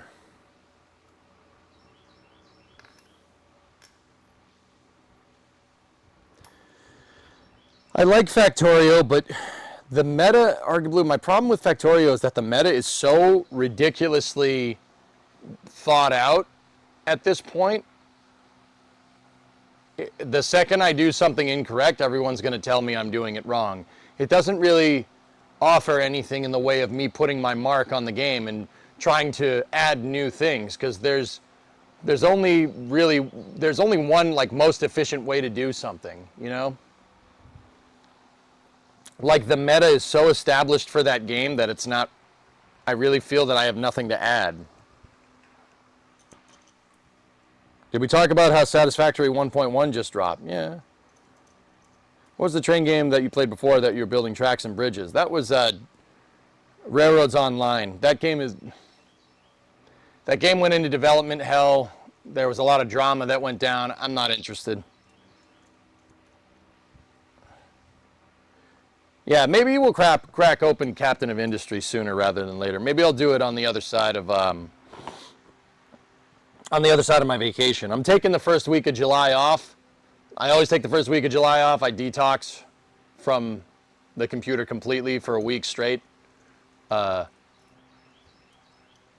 yeah, I'm trying to stream. I've been trying to do Locked In June and stream more for this month. Like a lot of the streams have gone 12, 13, 14 hours, which is cool.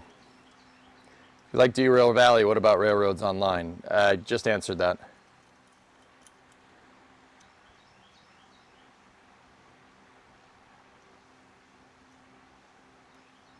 I know about Children of the Dead Earth. The problem with Children of the Dead Earth, Lloyd, is that it's such an old game, it doesn't really capture people's attention. I don't know. Maybe we'll just go back to playing KSP1. Maybe we'll just go back to doing that. I don't know.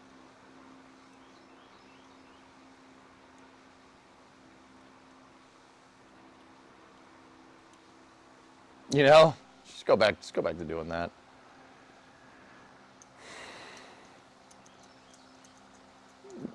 It might be fun to see how you'd engineer in a theme park like Planet Coaster. Yeah. Well, yeah, we got to finish our Red Dead playthrough. Yeah. KSP1 with KRPC. Yep. Like, yeah, we'll just go back to playing mission mode, dude.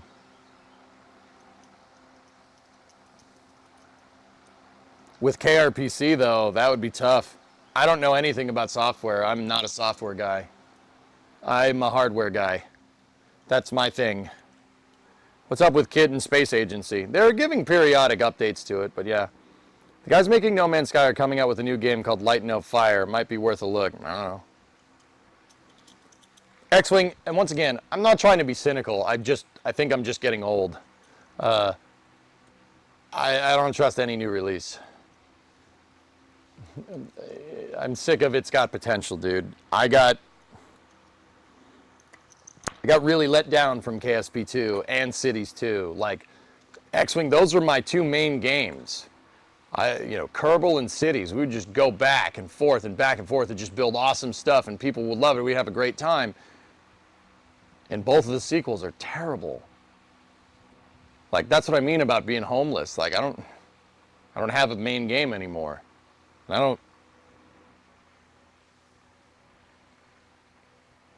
Yeah. Thankfully, the NSF came along, dude, because, and Flame Trench and stuff, that kind of saved me. I was, in 2023, early 2024, I was considering just, all right, that's enough, I was considering calling it, but Twitch Partner Plus and NSF saved me. And then they allow dual stream with YouTube, which is great. And that kind of filled in the blanks from basically Kerbal and Cities flopping. I mean, I'm not going to sit here and say that. I mean, you can't predict the future, right? Obviously. But Kerbal 2 going under really screwed my bottom line. Let's just say that.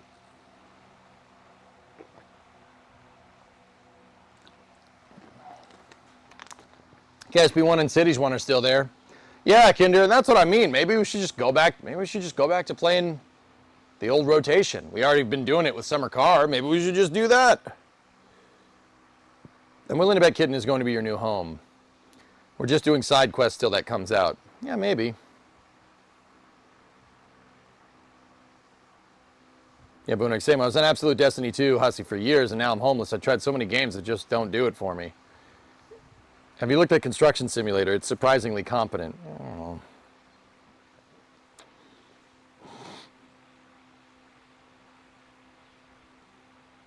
Yeah, dude, I've been kind of main game homeless for a long time now, dude. We just play whatever. And I know it, I can only appreciate as to hell, like, the people that have been here. Because, guys, a lot of people left. A lot of people left after I stopped playing Kerbal. Like, the numbers don't lie. And that's fine. Like,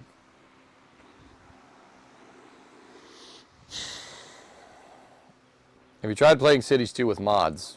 No. Trying to get mods to work in that game sucks. Because they decided to have their own proprietary mod pack thing because they wanted to make the game work on console. A city simulator working on console.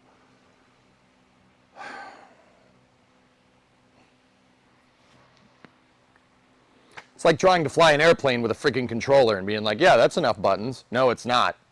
It's not even enough buttons for a frigging Cessna, let alone a 737 or something. Like, who thought that was a good idea? I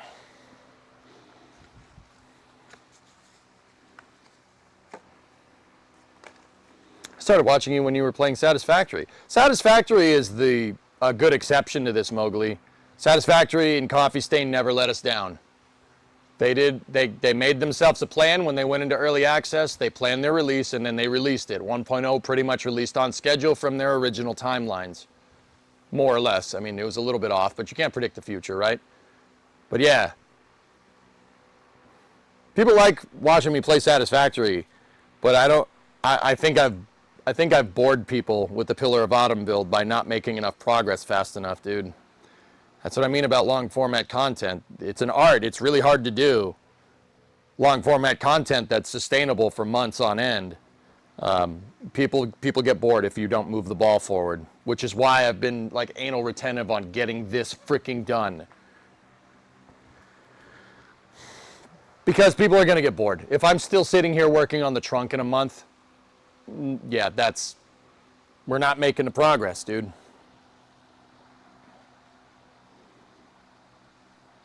Have you seen the new Kerbal Colonies mod? Yeah, the mod creator reached out to me, Blue Flare, back in the when it released.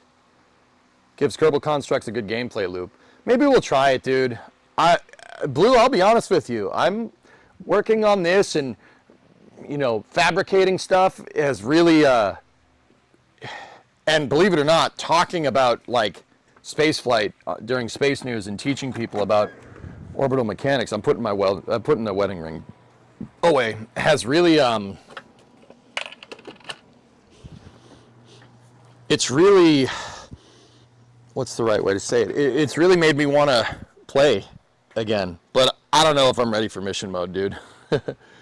Maybe we'll just play it and have some fun.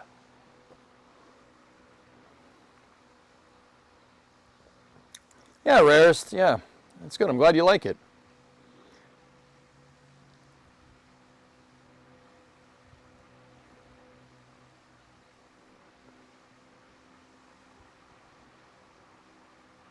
Anyway, let's get back to work. But yeah, Danimal, that's why I really haven't been playing a lot of games lately, dude. We haven't sat down and played much.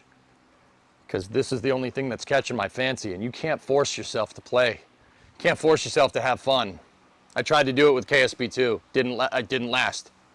If you try to force yourself to have fun in a game, you will burn out. And I did KSP2 pretty much every day, every stream for like 4 months straight, and by the end I'm just like, I hate everything about this game. I hate it a lot, actually.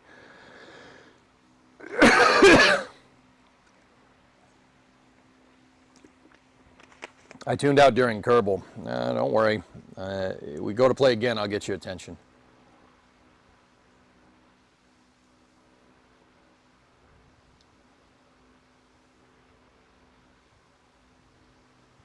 We went to Eve in KSP2. Yeah.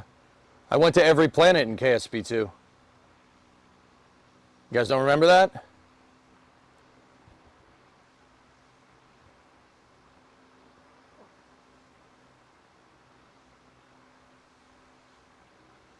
Yeah, Blue Flare, I got you. Hey, Urban, thanks for the raid, man.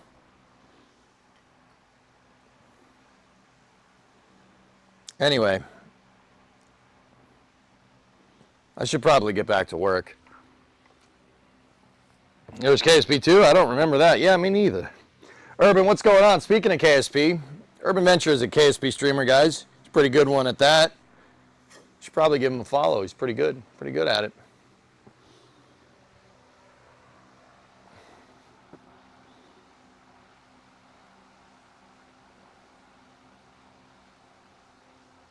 I don't know, Erudite. I haven't put much thought into it.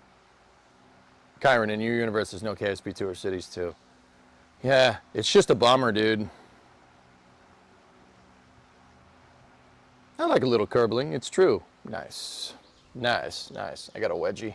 Not gonna lie. I got a wedgie. All right, cool. We're good. So yeah, that's why I've been kind of just exploring doing hardcore car content, and I'm not gonna lie, it's not for everybody. I think people are sick of it, but I gotta finish this, dudes. I really can't. We gotta finish this. I can't leave a car in pieces in my garage. I've done that before. It didn't end well.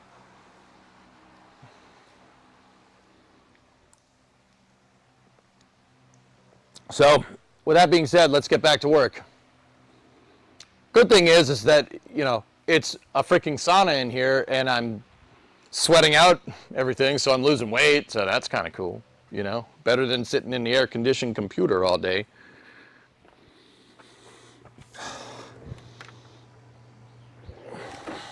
All right, shut that. Let's roll.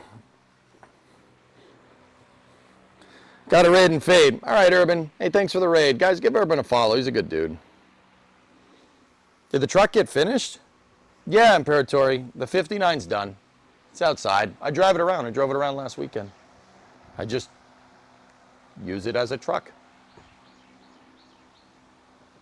Yeah. Everything else runs except for the Coronet, dude. Mustang's running. 59's running. The 97 runs great from Route 154. Everything runs except for this.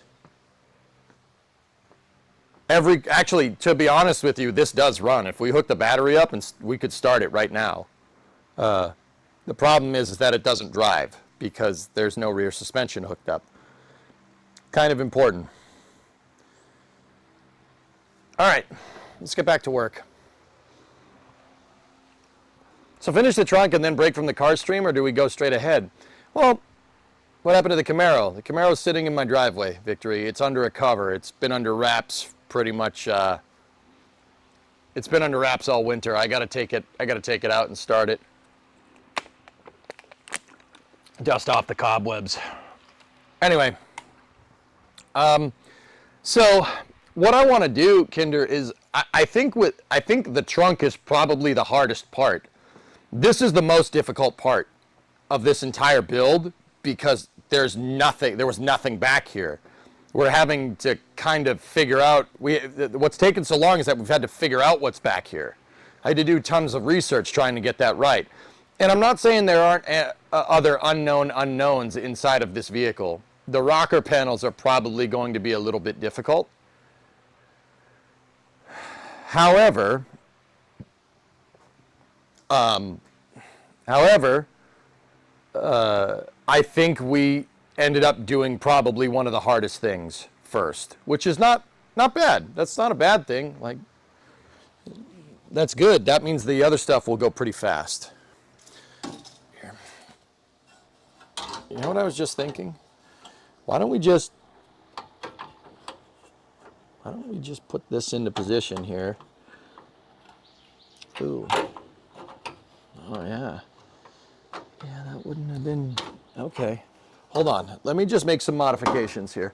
Anyway, I don't want to talk about playing games, dudes, to be honest. Like, and I never thought I would say that on stream, but I don't really want to talk about it right now. I'm... Like, it's just kind of depressing. Like, sorry, I don't mean to be a buzzkill. Anyway, headphone users, don't worry. Like, space news and stuff ain't going nowhere. I'm still here, and between this, NSF, and streaming on YouTube, we're good. That's kind of cool because it kind of gives me free rein to explore different types of content like this.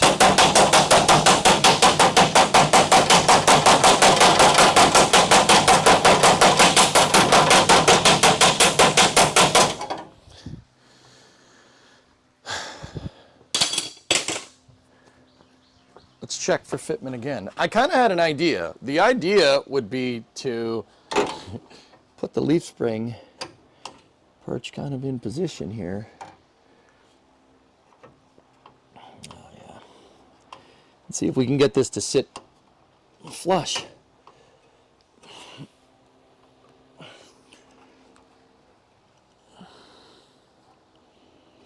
Yeah, there's a little ripple in the metal right there that I gotta fix. Here, let me get the Craig clamps and see if we can just kind of stamp that out.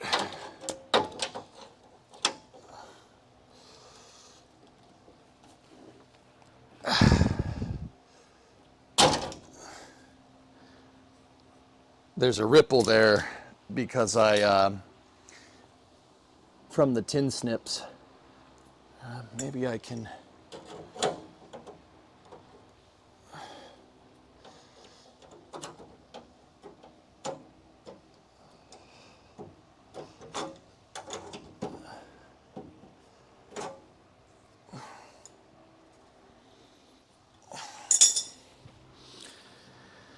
How am I gonna bend that out? So, see right there, there's a high spot, and that's preventing the leaf spring from being flush. I probably shouldn't have cut it right there, but that's okay. We can get at it. What can I use? What can we use? What can we use? Give me my sledge. Want to hand me that wrench, Jimbo? Now the bigger one, the sledge.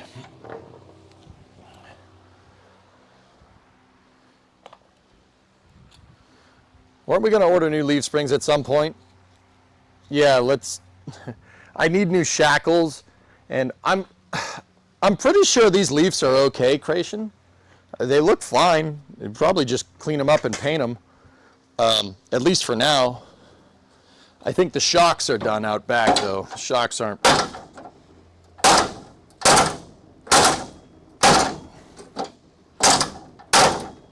The shocks are struggling.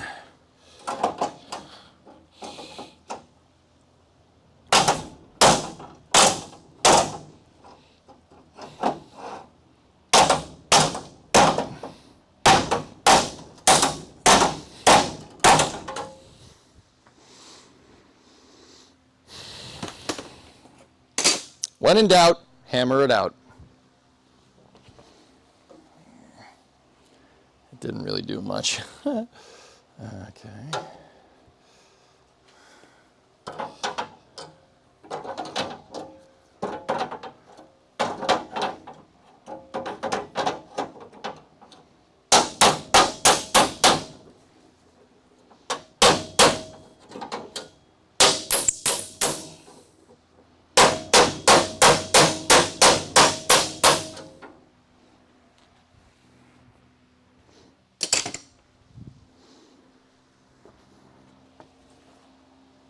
All right, let's check for fit again.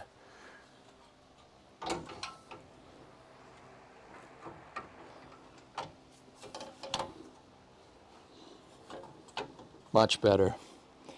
I really got to bend that ripple. See that? See that little guy right there? We got to bend that thing. So bend on that thing. Wait, is that still funny? I don't know. Yeah. So what I'm thinking is, you know, we're preoccupied with trying to make that fit with the leaf spring flange. Why don't we just keep that thing bent up like that, weld the stupid leaf spring perch in position, get it all nice and flush, weld the thing into position, and then just bend it back over. We'll bend it back over the top and it'll come out perfect. I just got to get rid of that little snip right there.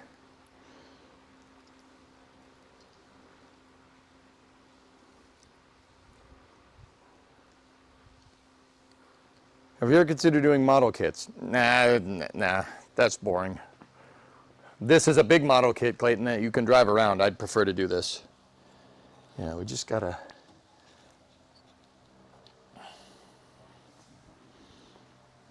We got flies.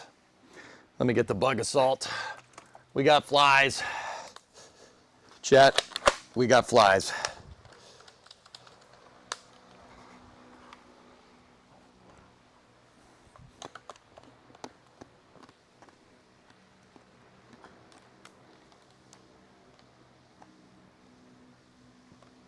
Come on, flies. Every time I get down in here, they fly between me and what I'm working on.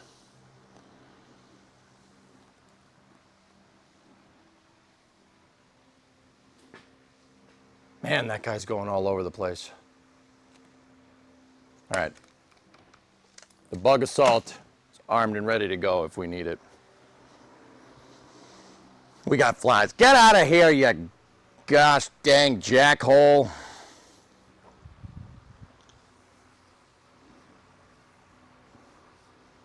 You'll never believe the idea that chat just came up with for the leaf spring perch. Not gonna lie, I'm liking that plan. Call of Duty soundtrack. .jpeg. Wait, no. All right, how are we going to flatten this freaking piece of metal? How are we going to do that?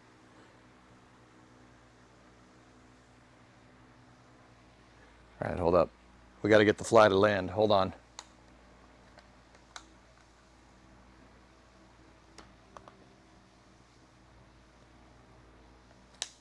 Where are you, Mr. Fly?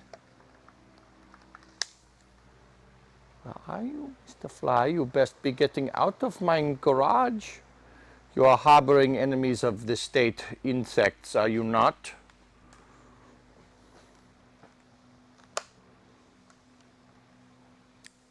I think it flew out the door, but the second I put this down, he's going to fly right back. That mother fricker.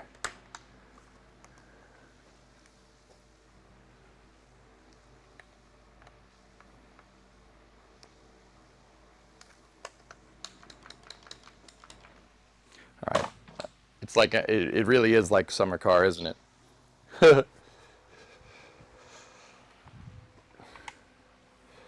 This is restricted airspace. For real, man.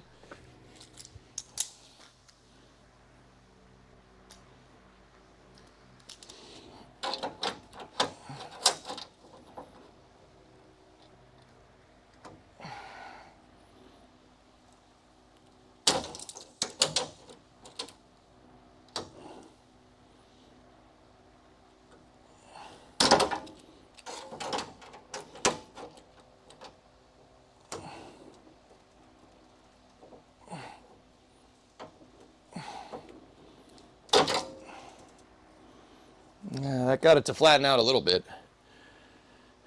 It's just where I snipped it, it kind of kinked the metal a little bit. Heating it should probably get it to flatten out pretty easily.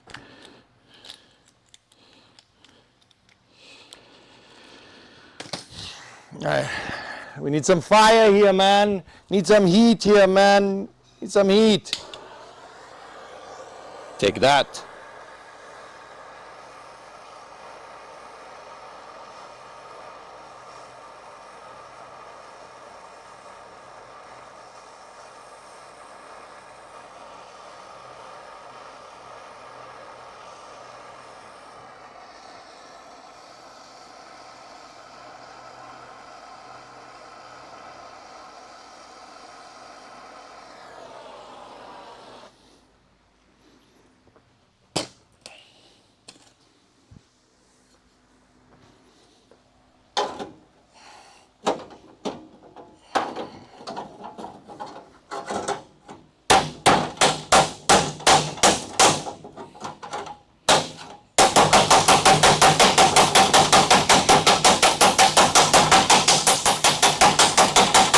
There we go.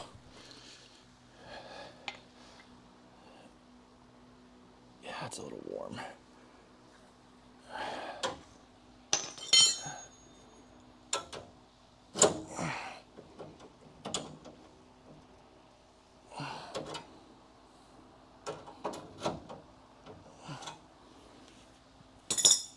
All right, let's check the spring again. I don't want one leaf spring position. I want all leaf spring positions.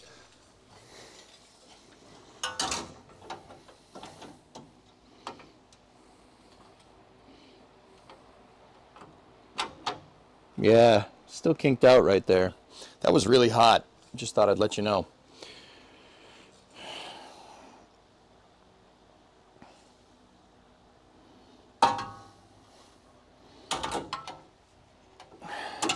So once again, the front fits amazing.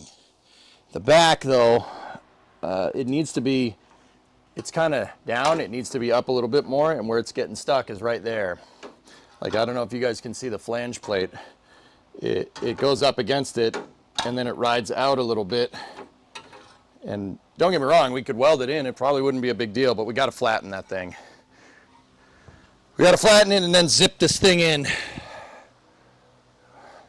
Why are we green? Because you're super green. I put a welding filter on the, I taped the welding filter to the front of this 010. Yeah.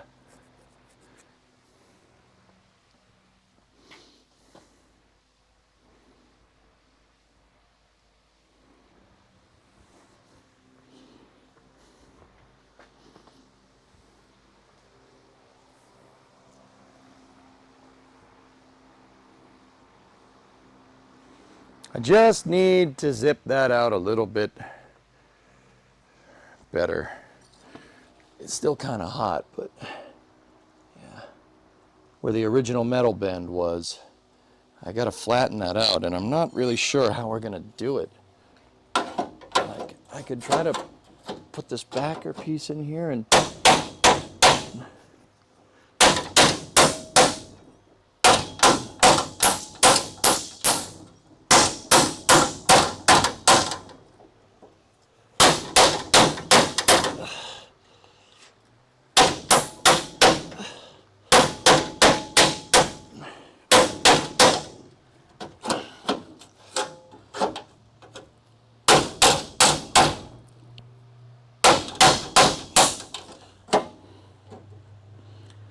that's definitely getting it out, but it's got to go a little bit more. There's a ripple in the metal right here that I'm trying to fix it.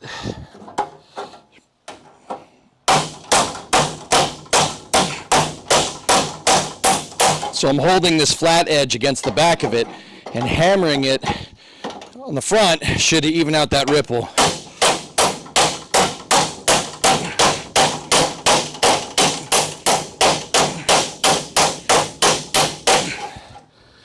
Okay, I think I flattened it.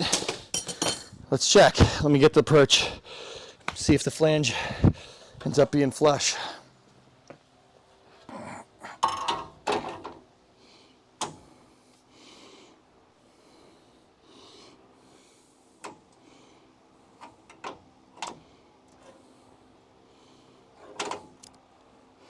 Definitely closer, but there's a gap between the metal here. Me beating the snot out of this stupid thing has made it kind of bent. Go figure. How would we bend it straight again? Or was it ever straight? I don't know.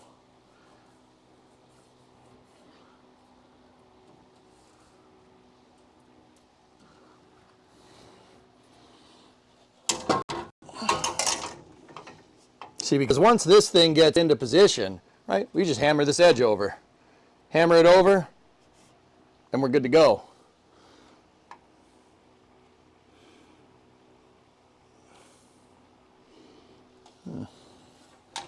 It's actually pretty freaking close.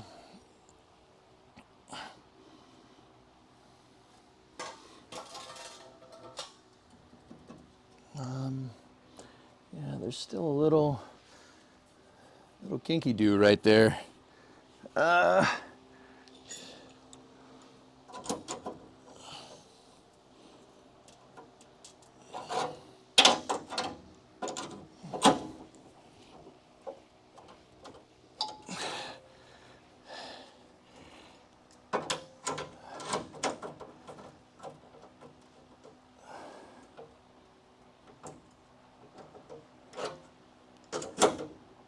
I kinked it again.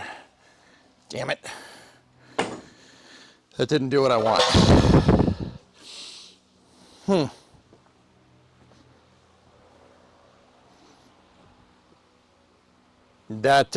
I'd need a combination wrench that can reach down there a little bit more and get it to flatten. Or we could get the hammer and the dolly again and just go for it.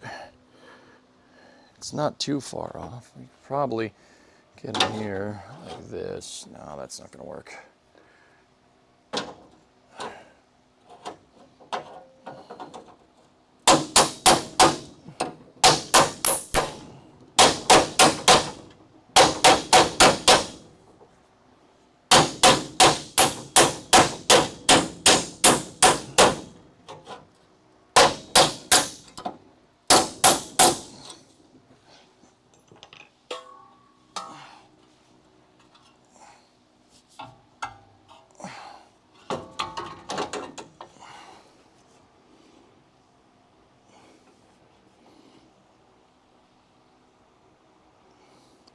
Okay, it's pretty flat. It's a little low right in this area right here.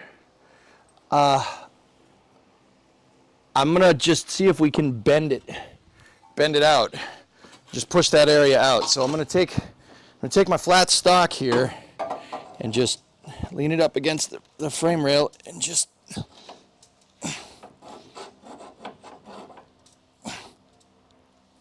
see if we can just push out on that edge a little bit. There we go. See if that does it.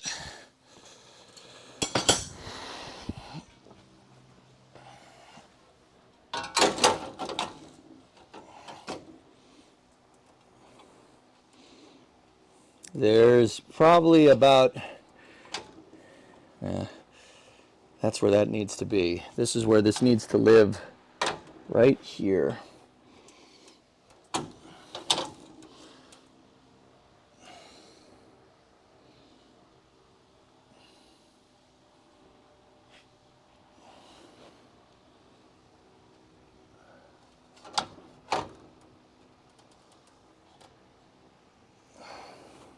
It's close, guys. We're close to getting this right.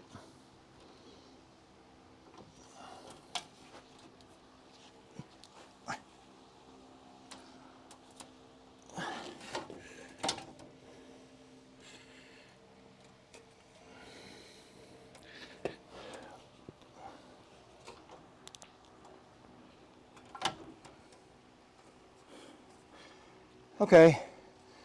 It's pretty damn close, dudes. Like, if you guys can, I can move the camera and I just zoom in. Right there, see, there's still a little bit of a gap, but if we, when we go to clamp this, or we go to weld this, if we sandwich these two suckers together with a clamp, see what I'm talking about? This is the edge that I've been kind of trying to flatten. If we sandwich it together, when we plug weld it, then we're good. See what I mean? All right, dudes. I'm satisfied with this. Let's start taking measurements for burning this thing in. I like the idea of taking that edge and once the leaf spring thing is in, hammering it back over. I like that idea. Why is everything green? Because we're in the matrix. Are you going to be able to get the welder close enough to that? Yeah. Jim, see those two holes right there? That's, there's a big hole on the other side of the frame where I can stick the welding nozzle in.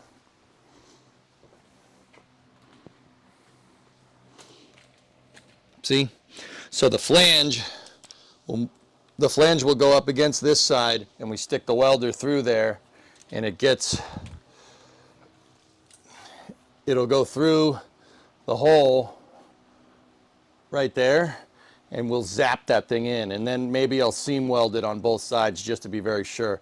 But if we clamp it all up, right, clamp it, zap that thing into place, then I have something to bend this back down to, and because that's welded in place, it'll bend around it. I got the idea from people saying, you know, weld the flat stock in so you can get the bend right. We can take time welding the flat stock in, or you could just weld the perch in and make sure it's right. And then we're good to go.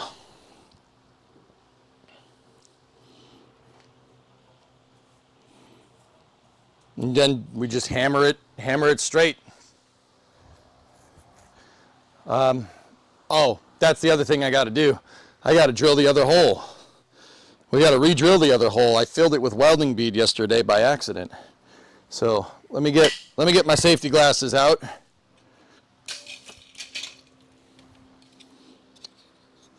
There should be 4, and you guys can only see 3.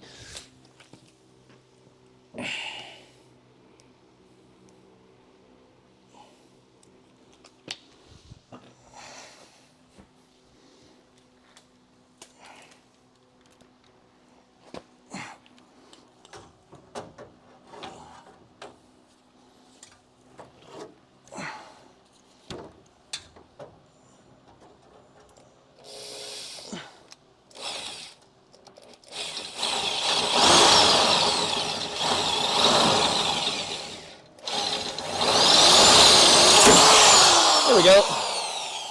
That's all. I just needed to get the welding bead out of the way. Some of the welding pool when I was welding yesterday fell down in there. Excellent.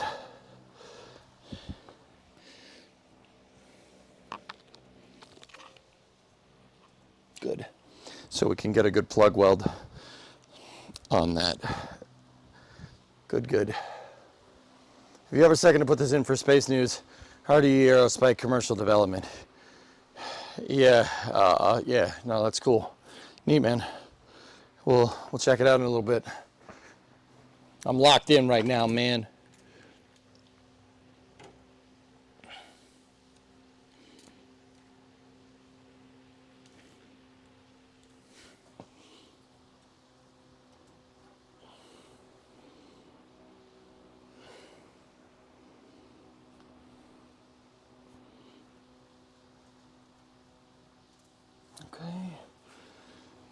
Okay.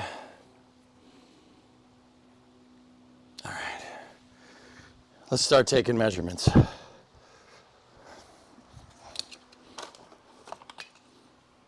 Oh boy, the Vivitar. Decided to just put the numbers up on the screen again. Even though every time I tell it to, not do that, it just puts them back up on the screen. So mode, settings. So stupid. This camera's such a piece of snot. Icon display, close. All right, we good.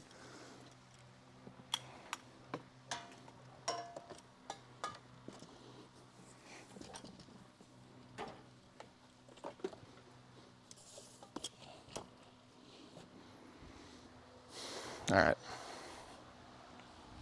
Okay, so now I got to take measurements.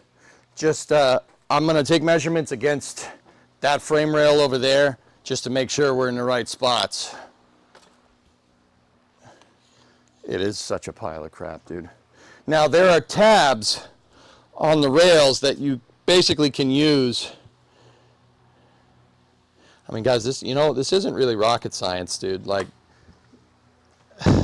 look, here, I'll show you not with the Vivitar. Well, actually, you know what? It might be easier to see it when it's overexposed. So we will get the Vivitar. Here, come here.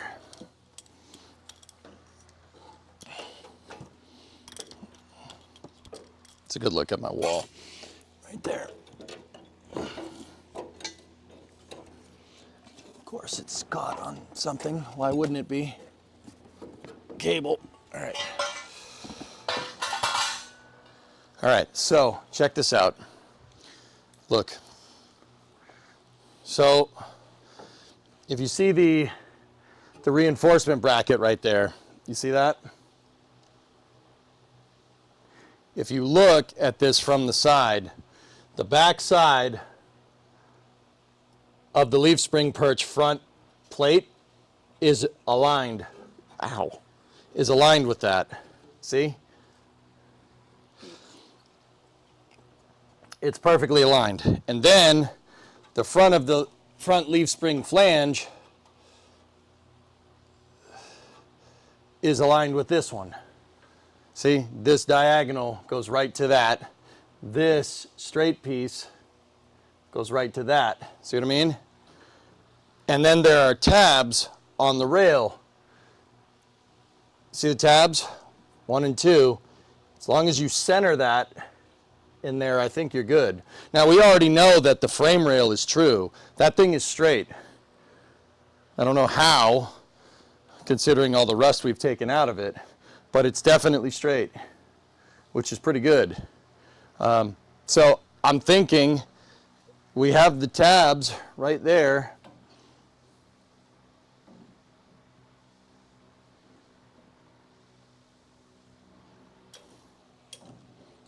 We have the tabs right there. As long as I center it on the tab, make sure the back wall, the back of the front mount for the leaf spring perch is perfectly parallel with that. I think we're good. I don't think we're going to have an issue here. Any objections, dudes? Trains. I like trains.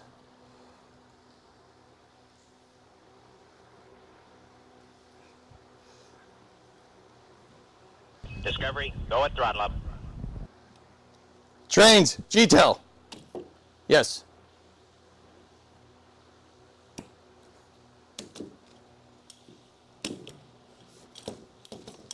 Trains. So I'm going to put the little tripod with the Vivitar in a position where you guys can see this from the side.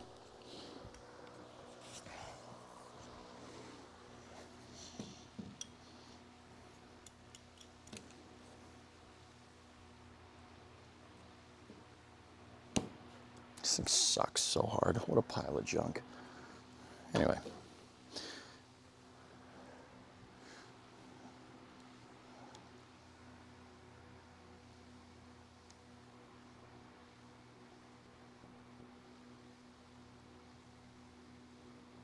Come on, tripod.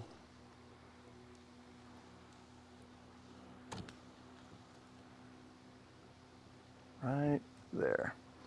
There it is.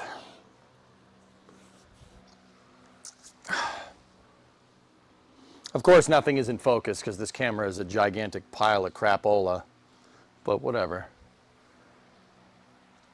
That's good enough to get the point across. So here, let's look. Let's get that leaf spring perch. Here's what I'm talking about. We know that the frame rail is straight. So as long as I put that basically right around there, actually that's pretty much it. Right there, we're set, dude. Yeah, we're set. That's where it needs to be, right there. And then we just flatten this sucker out, flatten that, bend this piece, you know, flatten this to the leaf spring perch, and then we got it made in the shade, man.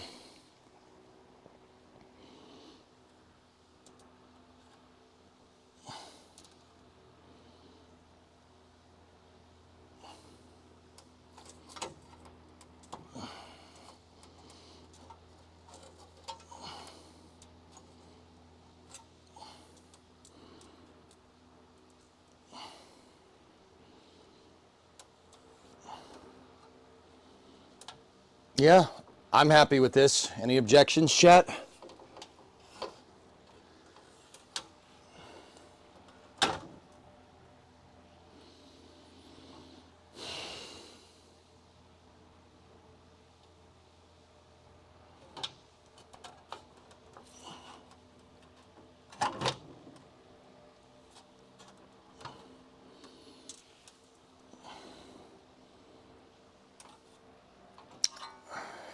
Let me check.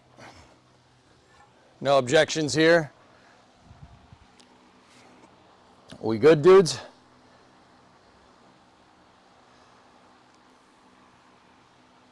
Was that a real pew-pew? No. This building isn't climate controlled. I don't keep real steel in a non-climate controlled environment. That's really not great for it. That's a pellet gun. Go. No objections. All right, now we got to figure out a way to brace this thing. We got to figure out a way to hold it.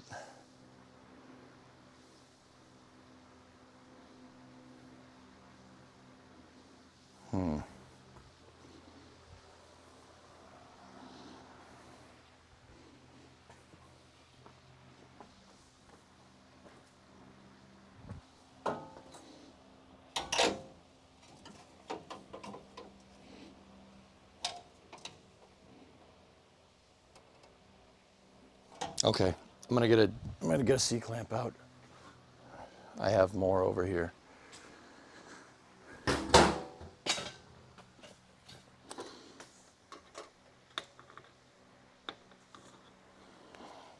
That might be enough.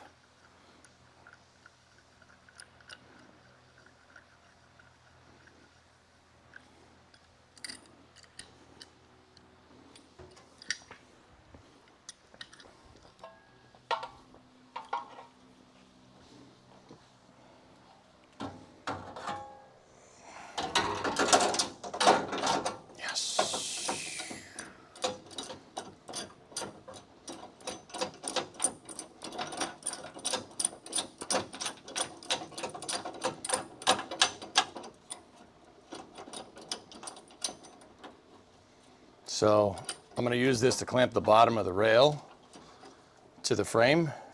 Let's just, before we send this, let's make sure it's in the right spot. There we go.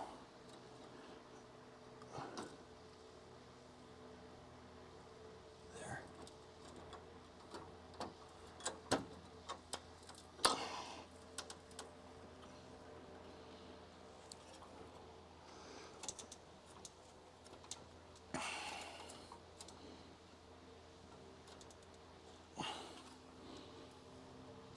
All right. Okay.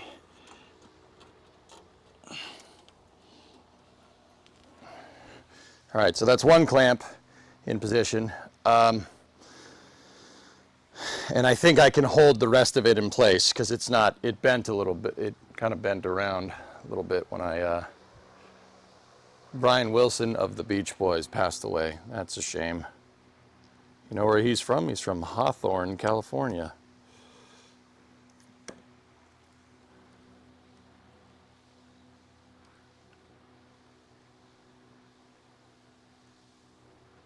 Is that blocking the weld holes? Yeah, on the bottom, dude. Yeah, it's blocking it on the bottom, but I'm going to get at it from the top first. I'm going to tack it. We're going to tack the sucker in right here. You can't see it because of the clamp. I'm going to tack it in from the top of the frame rail first. And then I can do the plugs back here, plugs up there, and then the 2 plug welds on the bottom last. That was my idea.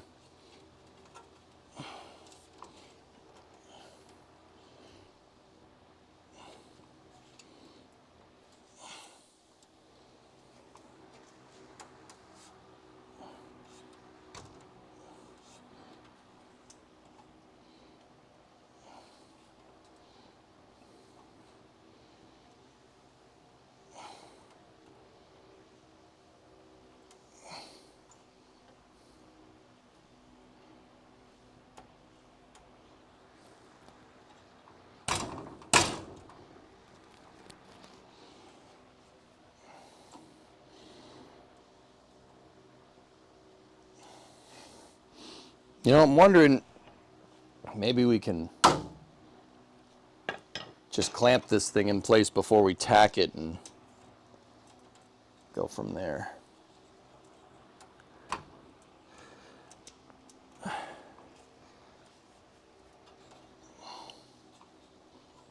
Like maybe self-tapper the damn thing in place.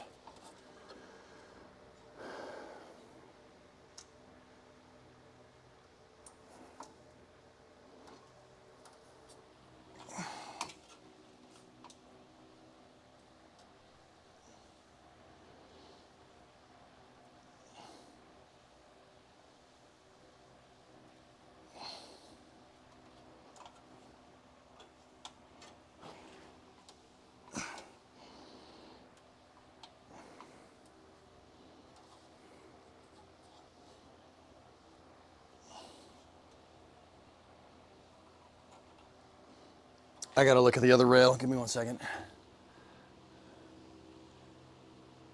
Yeah.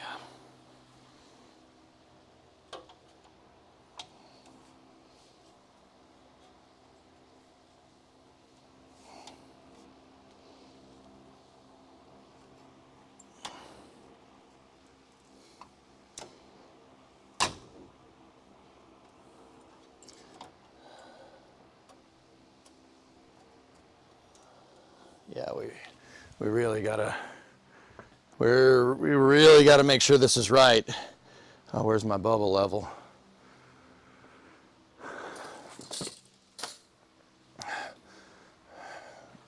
I'm gonna put a level on the rail, on the front part of the rail, to see if we can, to see how we can, see if we can get it right. Goddamn flies! We got flies. Seriously, they're buzzing her. It's freaking my summer car. There's my bubble level. Sweet.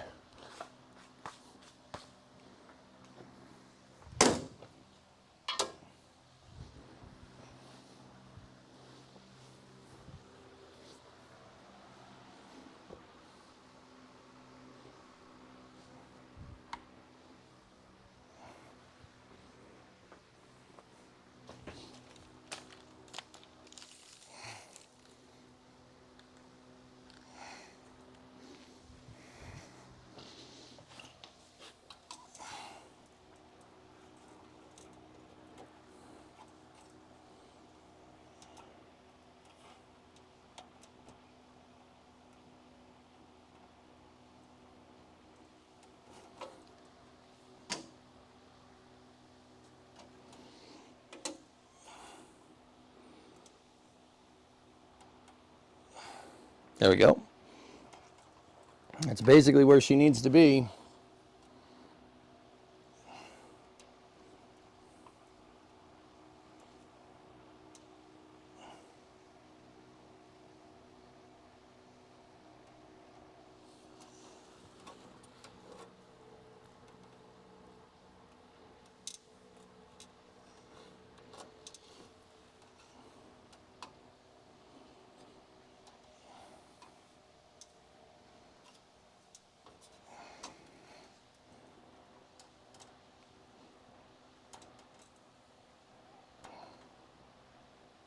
Okay, so what I'm gonna do, I'm gonna get a floor jack in a 2x4, and I'm gonna support the rail, or the perch, from the bottom here.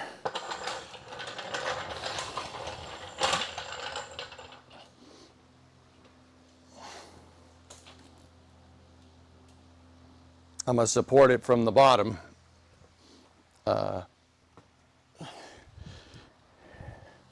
Is this too much? Is this too big? Yeah, it's too big. I always have a little bit of 2x4 lying around. Or you could just drop it, you know, that works too.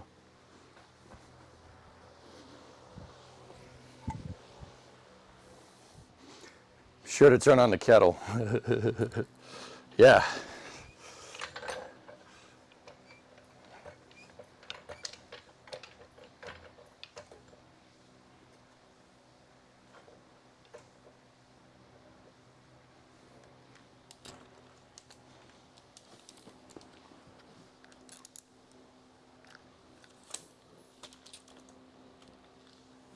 Discovery, go at throttle up.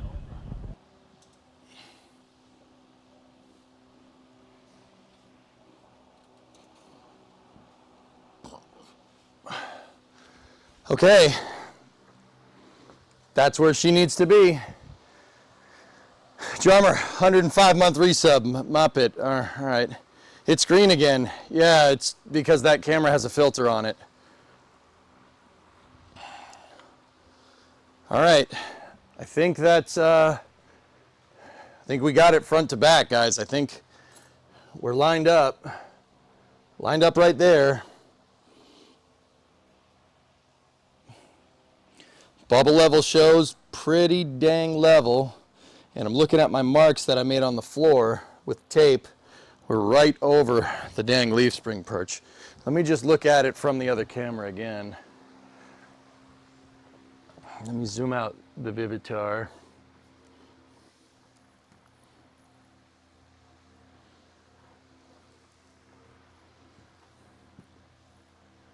I'm going to see if we're straight to the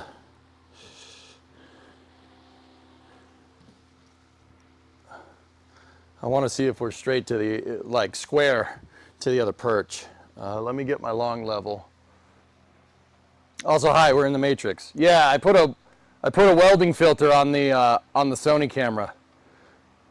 One, so it wouldn't wreck it. Two, so you could see what I was welding. All right, let me get my big level. And what I'm gonna do is basically put this over, put this on center on these, and then I'm gonna see if we're square to the frame rails with the T-square.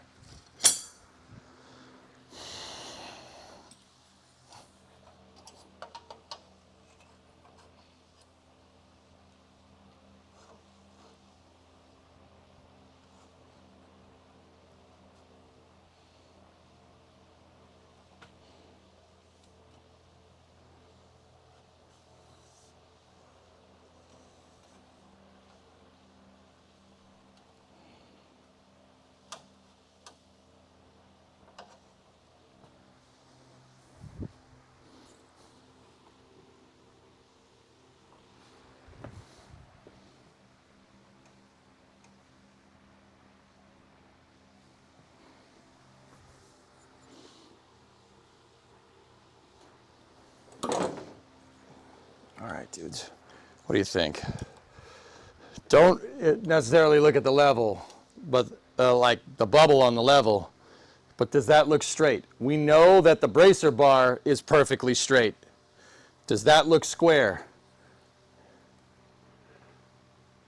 It looks pretty damn close to me, dudes.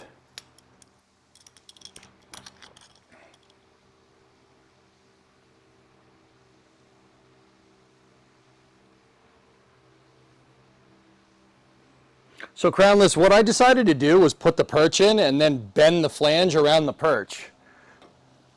Because that'll basically give me a guide on exactly where to do it.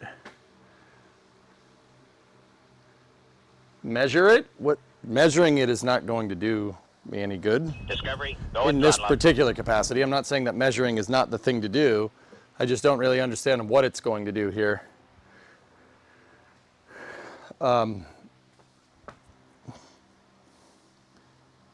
Actually, you know what?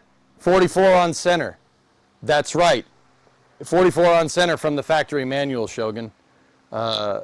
So the center of this leaf, actually ours is 43 and 7/8. That's what we did. That's what it was when we measured it. So you put that in the center of the leaf spring. Dude, it's 44 dead on. Like maybe a 16th out. That's good enough for me, dudes. I'm good. I like what I see. I could just do one last test to see if we're level.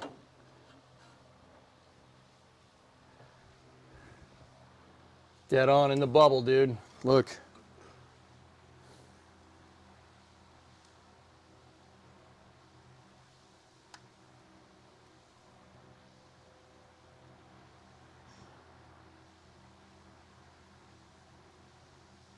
Good. Good. Good. I'm happy with this. All right. And this is just what you got to do when you're burning structural parts in like this. You really have to make sure it's right. I think we've done this adequately.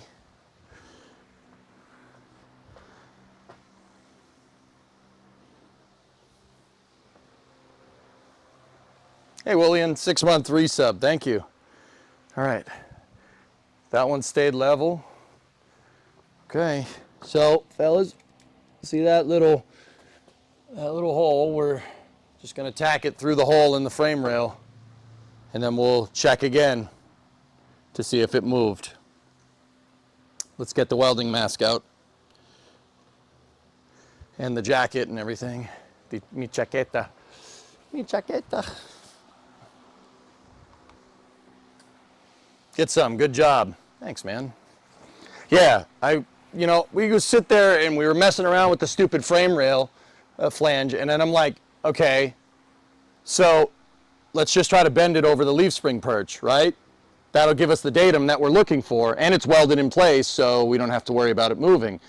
Second part of that, if it doesn't work, I weld a new flange in. We cut it out, we zip it out, weld a new one in. I don't want to do that. That's going to take some time, but whatever. It's okay.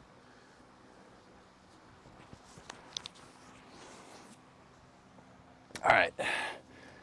Time to get my knee pads that Brimo gave me.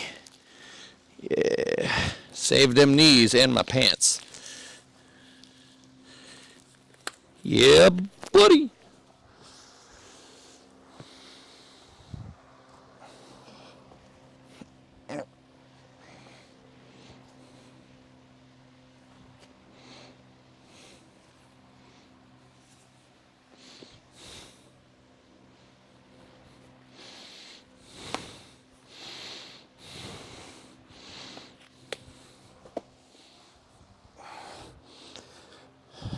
Okay, gloves, steering wheel, gloves and steering wheel.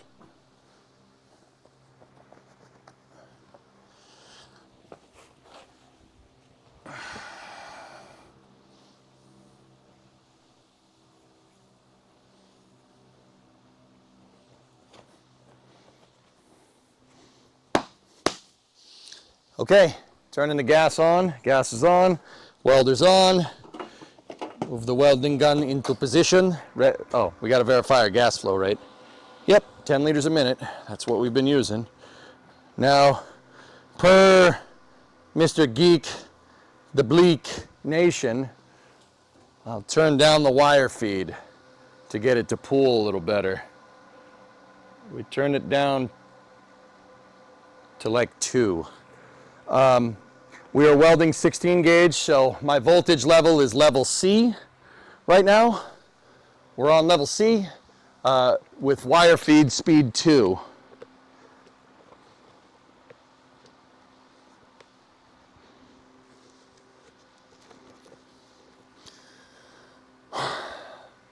Big moment. Let's do this. So we're going to do the first tack right there.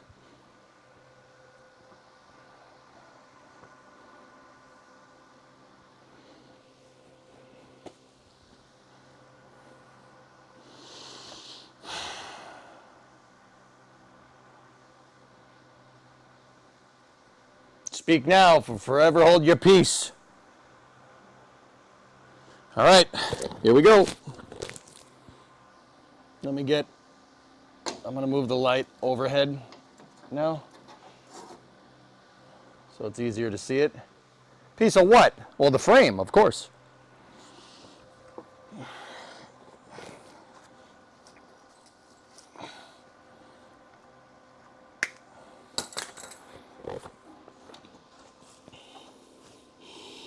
Okay, so we're going to fill this up right here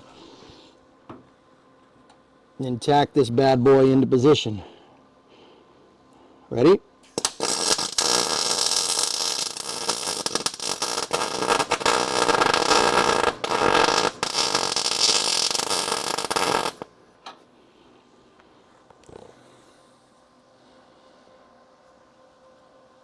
There it goes. That's a little more than a tack. I full on plug welded it, but I'm confident. Let's check. We're good. Still level.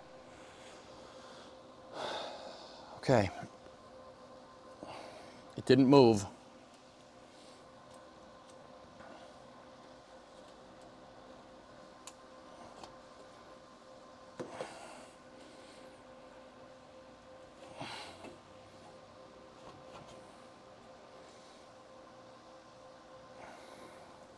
Okay.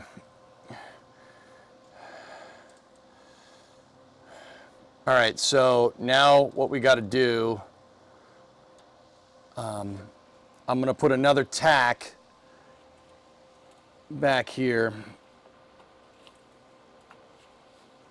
on the back of the frame rail.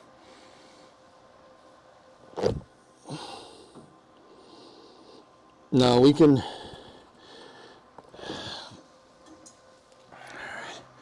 Well, we didn't move. That plug weld came out really nice. I should probably fill it a little bit more, but yeah.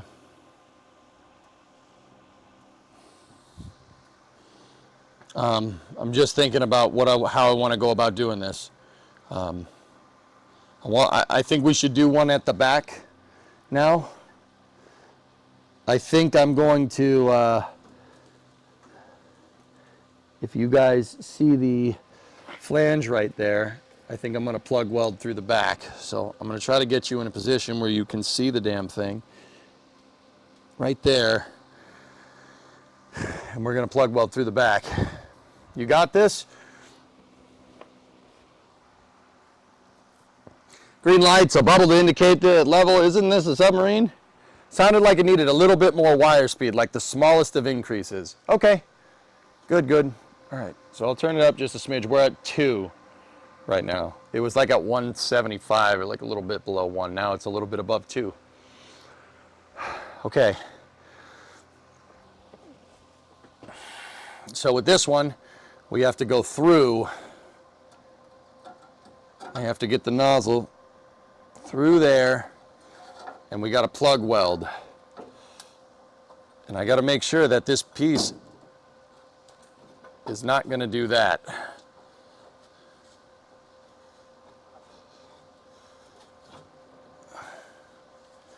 The 2x4 is moving around. Okay.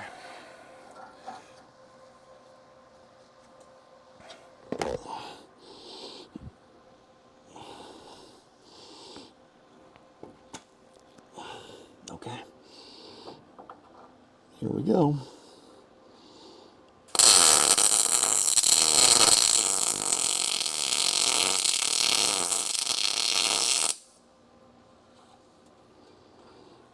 Okay, did we pen? Oh yeah, yeah baby. Good. Those hills are a little bit forward of where I really wanted to be, but that's where the spot weld would have been. So might want to just seam it in there, but we'll wait on that.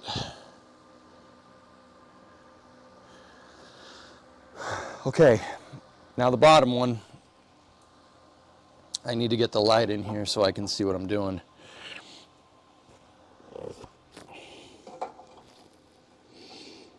Okay, ready?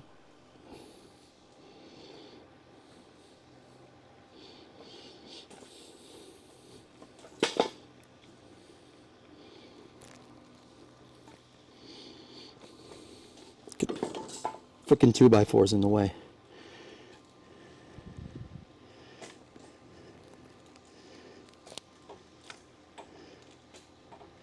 Hi, I'm Mr. Tripod.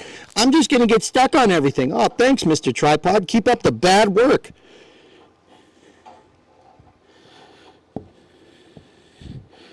Okay, ready?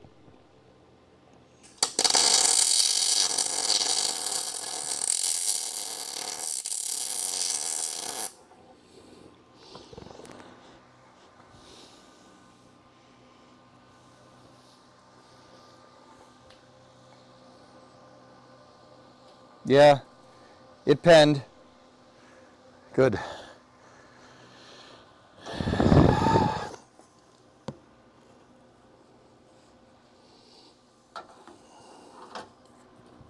I didn't get all of the plug weld on top, so just gonna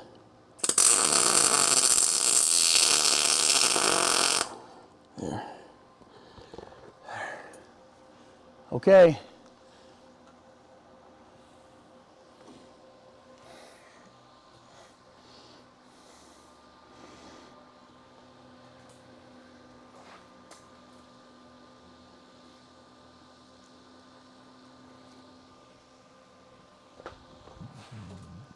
Still level. All right, taking the level off. Taking that out of the way for a second. I'm going to move the floor jack out of the way.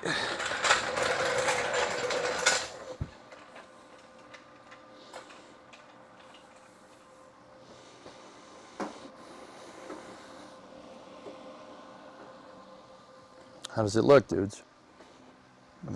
And then we should be able to get the clamp out of the way.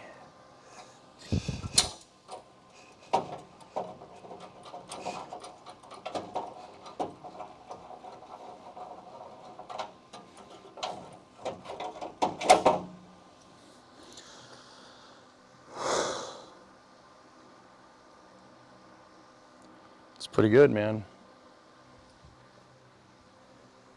Having the welding filter on the camera is awesome. It's Dean's idea in YouTube chat, and then a couple of people had it in. A couple people had that idea in Twitch chat too.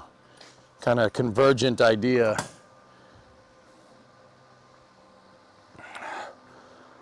Oh.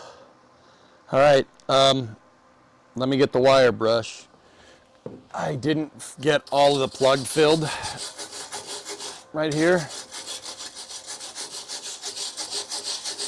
So I'm getting the doo-doo caca-poo-poo out of there. And you guys, because the floor jack's not there anymore, you guys can look. I didn't fill it all the way.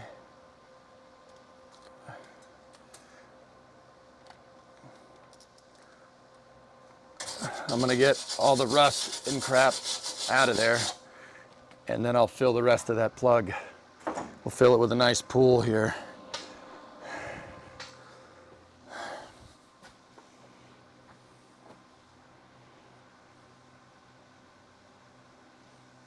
Wait, how are you gonna weld the end of the rail on with the perch in the way? Same way we did the other way, make a plate and plug weld it. There's a way we can do it. I'm not worried. You can get the welder in there. We'll just do it the same way that we did before, dude. I'm not worried. I'm really not. Okay. Let me get the light on this.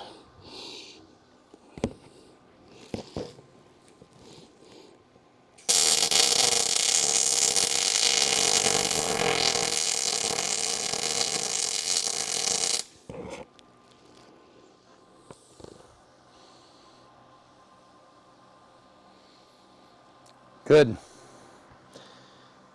Now we do have to grind that flat. That's why I built up a lot of material again.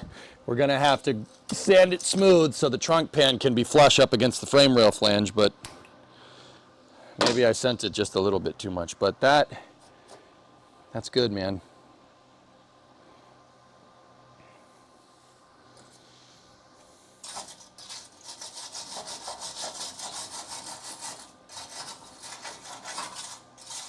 Good, nice pull. All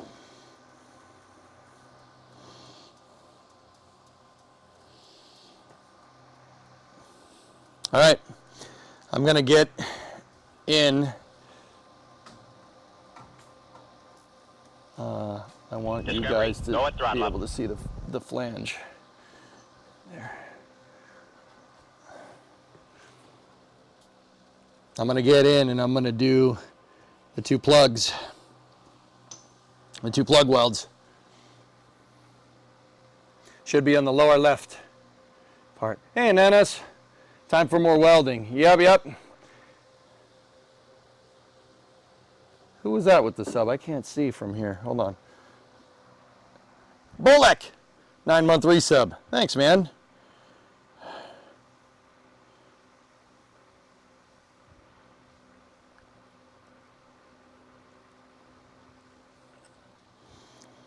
Making good progress, dudes.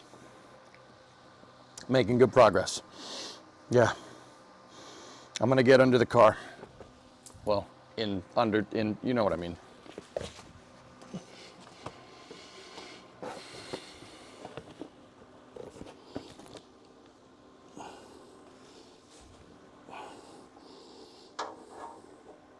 Okay, so watch right here.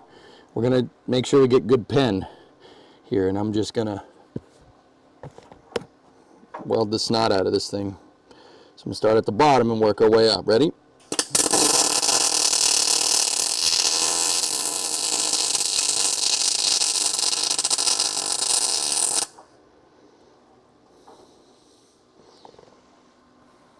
How's it look? Did we pen?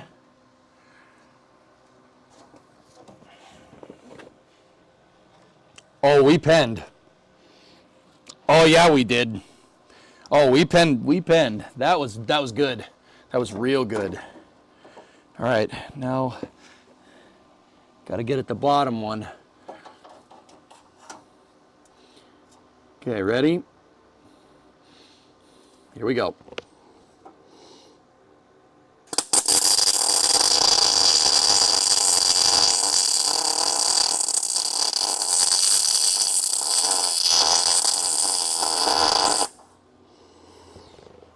How about that one? We get it? Oh yeah, we did. This melon farmer ain't going nowhere. Good. Great. Excellent. Perfect.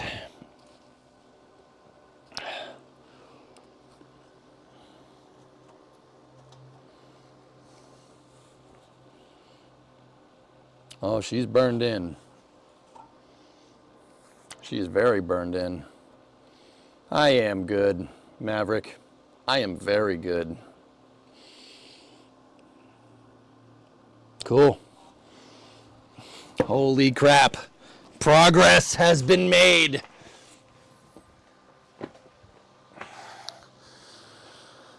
All right, let me check the level again. Just make sure this thing didn't move around.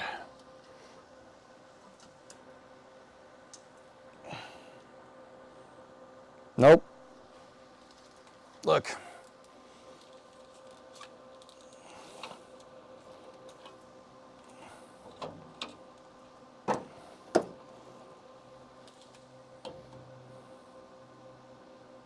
Perfect. It didn't move.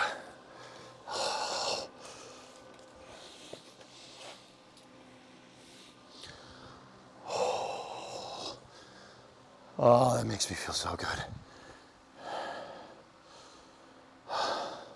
This guy pens. That's right. Oh man, does that feel good.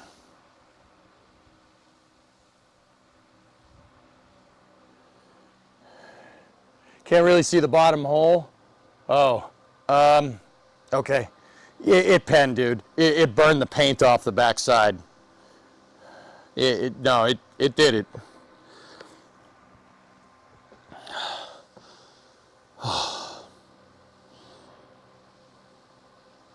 We still got to do the bottom rosette welds, but yeah. Here.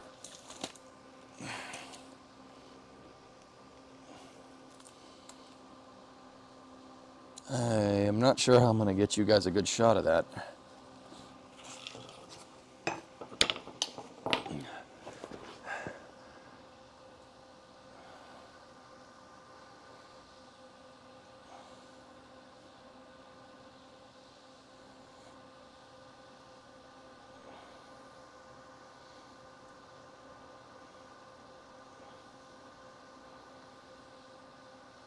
Okay.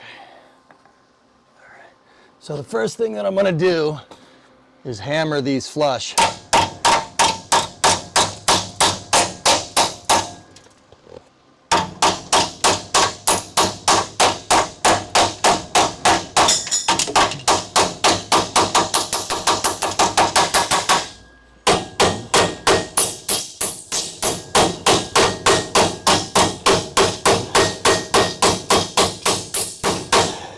Make sure they're as flush to the frame rail as I can get them.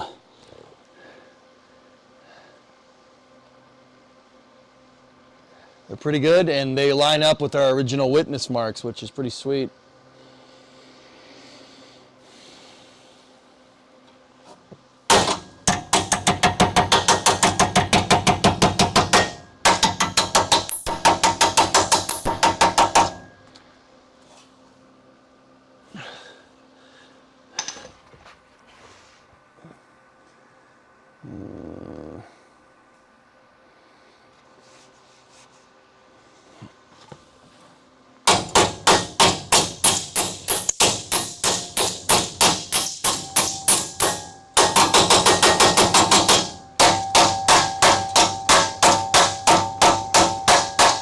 You don't want a seam here because this is going to be exposed to road grime and stuff. So I might back seam this because they're close to flush, but this isn't because I didn't get it right. This thing is in the right spot. This is more just the part isn't bent like it is from the factory. So I'm going to need to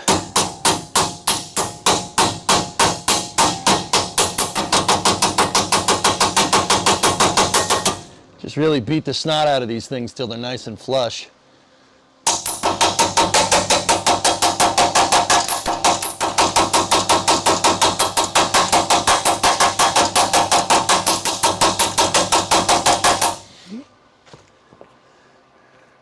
They're getting there.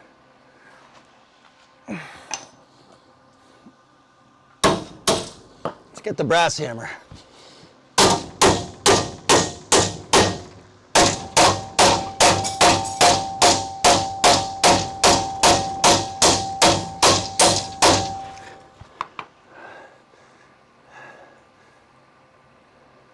I should be able to plug that. Those are pretty damn close. There.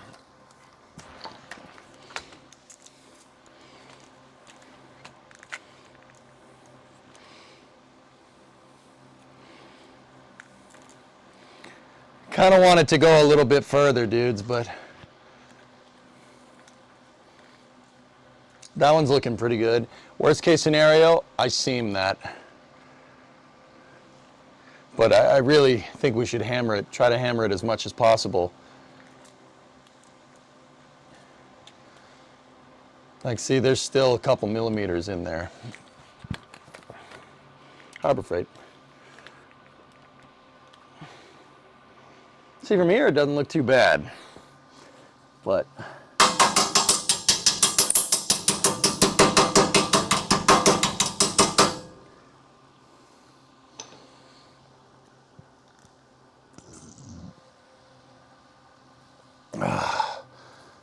oh, okay. What do you guys think? Have you got a big clamp? big C-clamp, then plug weld it. Okay. Yes, I do. I had one holding this thing in position. That's not a bad idea, bros. Good call. That's why I like you, chat.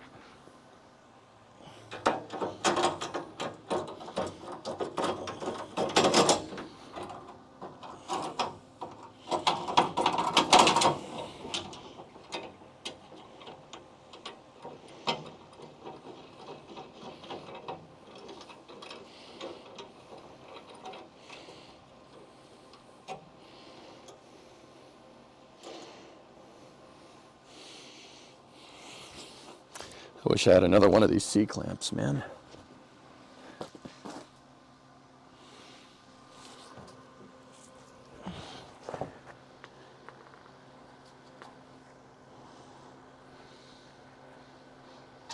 What the?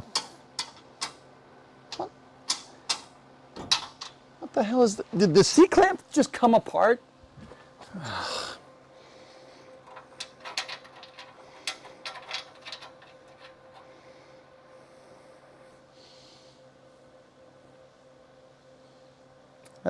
That's good. That's, yeah, no, yeah, that's fine.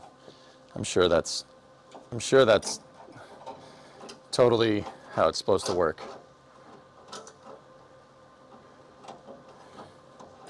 Yeah, you're not Jarvis, chat, you're Chattis. Chattis. Chattis, weld this. Chatana. You are Chat GPT. Yeah, that thing just came apart. That's, yeah. That's what that's supposed to do. Sure. Why not?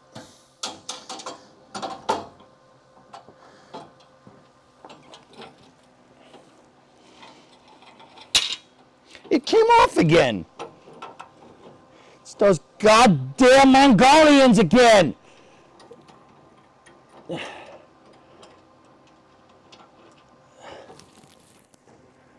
Okay, we piloted it in, and now just there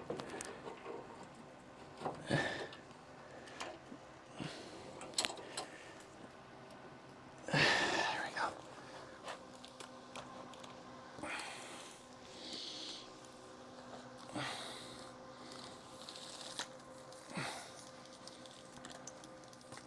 You guys are gonna get brought around town.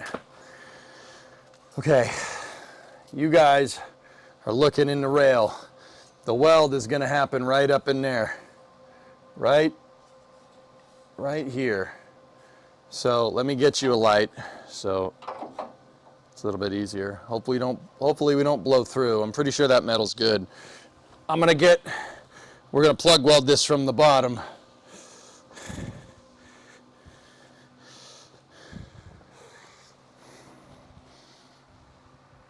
It's a porous nightmare in there. I'm gonna undercoat the inside of these frame rails because, yeah.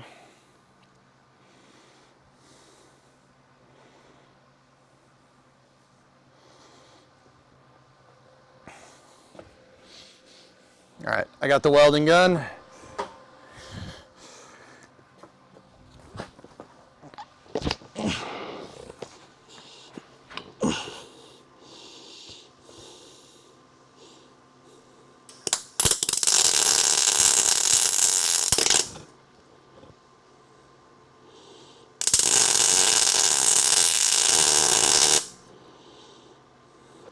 You gotta kind of do it in segments or else the pool is gonna fall.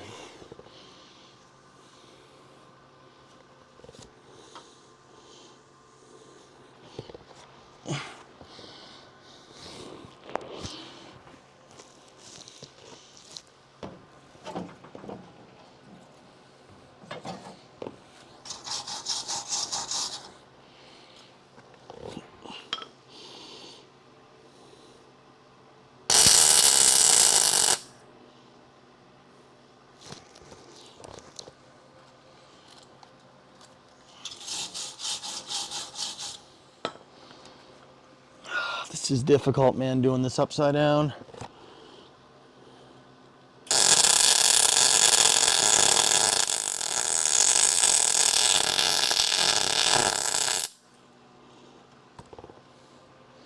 Oh, that's plugged. That's not going anywhere. Did it pen, dudes? Can you see it?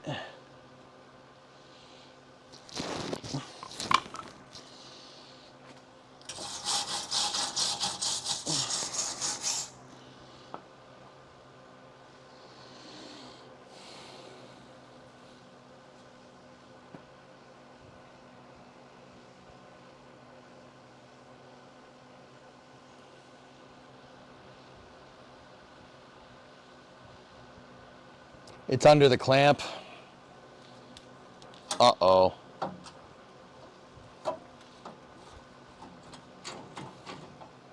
Uh-oh.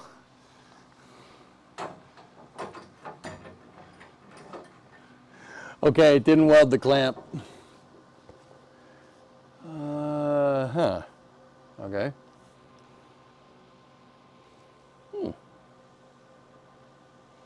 The clamp's definitely burned, but I don't see any pen there.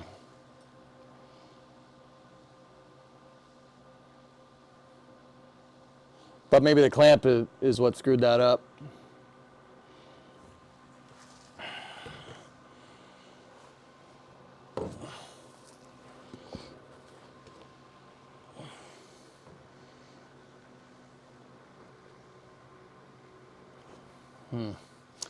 Okay, well, it's definitely plugged, and it's definitely not going anywhere. If we want to do additional seams on certain sides, we can. Yeah, she's definitely not moving. Now, right now though, I'm noticing pinholes in the frame, but that's okay. I'll zap them up soon here.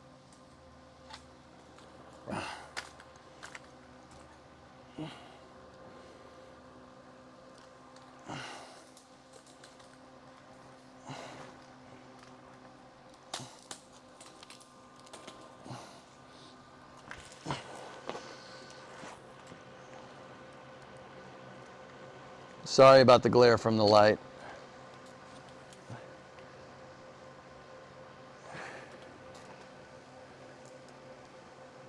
How's that?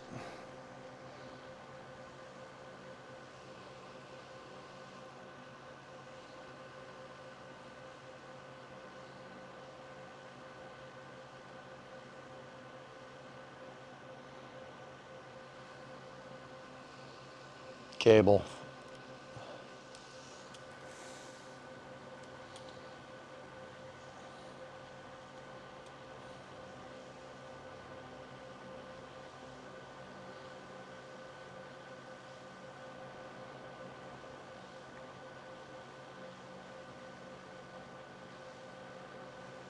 Look good?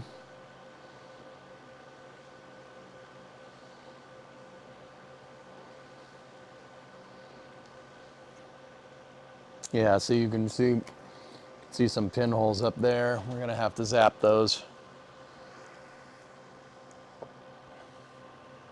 Problem is, it's gonna be hard to do, or harder to do now, but okay.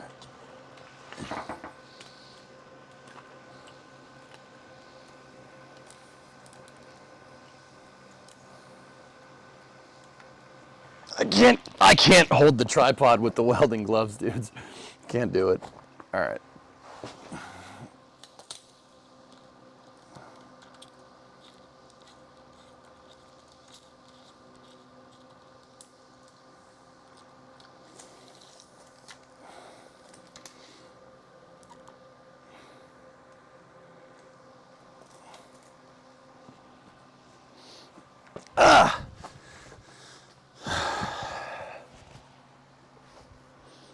I think we can all agree that's some good pen. All right, well, that's good pen.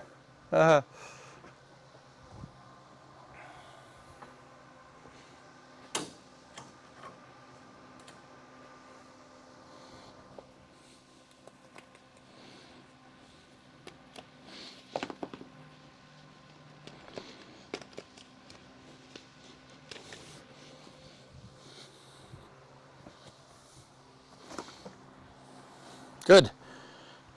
Let's check it out. How does it look from the other camera? All right. We are making progress.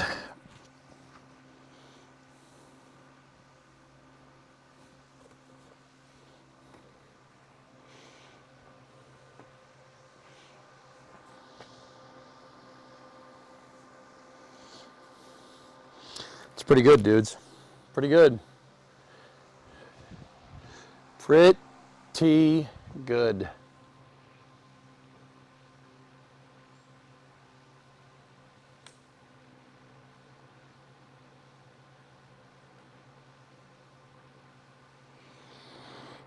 Dude, we've added a significant piece to the vehicle.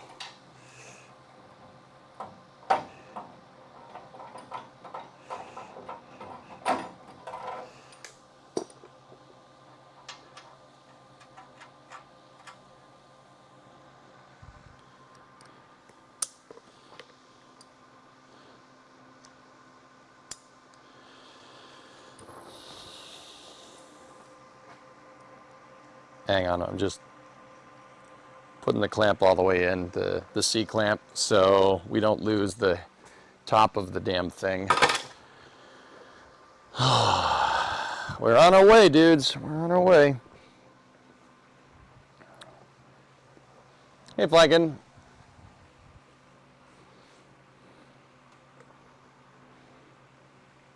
Hey, Flankin, look. You ready? Look, you're in the Matrix. Look at that. Look at you, Neo. You are in the Matrix. Neo! Give up your daily life and come live with us and eat slop in a cave, Neo, please.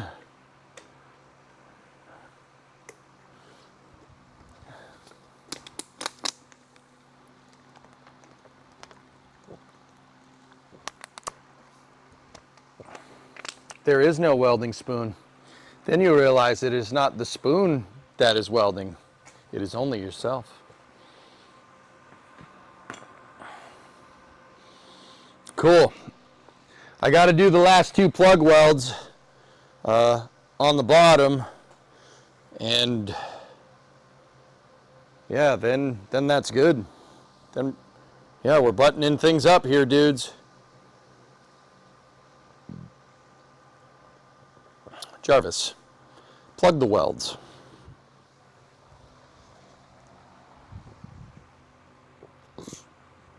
They've been meaning to ask that extra side bit, the black part. Does that bolt on or do you have to weld it on? Weld. I just welded it on. It would have been spot welded from the factory, but I just plug welded it, which is, if you don't have a spot welder, that's the closest weld that's analogous to the original factory stuff. It's not exact, but it's good enough. And then we're going to bend this plate down to be flush with that, and then I probably will seam that as well.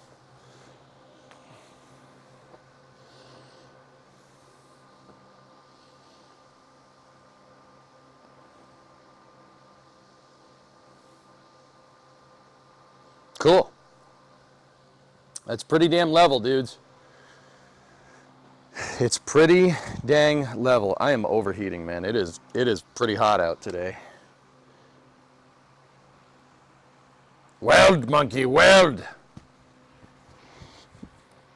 All right, let me just air it out. We gotta just air everything out. Okay, all right, now I'll weld. Dance, monkey, dance.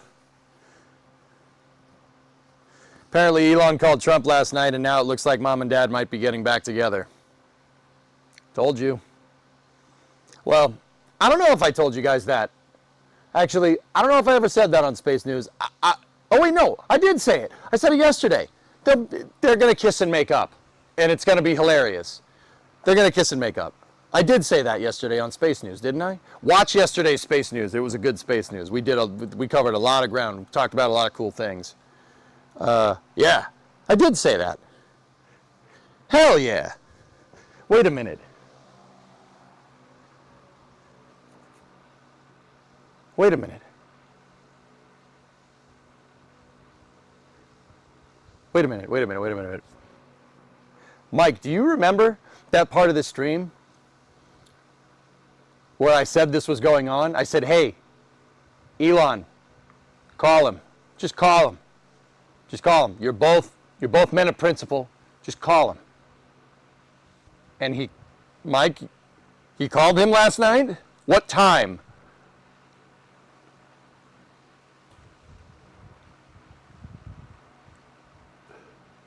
What time did this happen? This is important. No, wait a minute. Yeah, but 2 Christmases.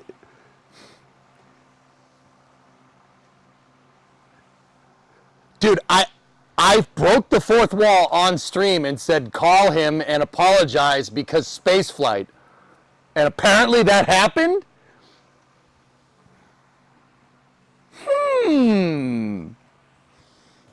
He's watching, bro. That's a little strange. Probably highly unlikely. But also, wait a minute. I definitely said to do that last night. I'm like, yo, call him. It's good. Call him. It's good. He'll pick up the phone. Yo, where's Doogie? Yo, Doogie! Pick up the phone. What's up? What's that? Trump and Elon, probably. Bro. And actually, dudes, one more thing. Just to put the tinfoil hat back on. I will talk about this during Space News again, but, Newell, I'm watching you. What? Yeah, a lot of people are. One more thing. Do you guys notice how Rook, Jared Isaacman, on Twitter is talking about the stuff that he would do as NASA administrator? Do you guys notice that? It was like, oh, I would have done this. Well, but no, he said, he's not saying I would have done this. He's saying I would do this. This is what needs to be done. This is the plan. This is what we're going to do. That's very curious.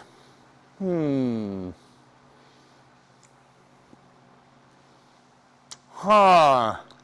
What's up? Did you notice that? Rook's been talking about all the stuff he's going to do as administrator, saying it like he's still getting the position. So is all the frame rail work finished? Close, dude.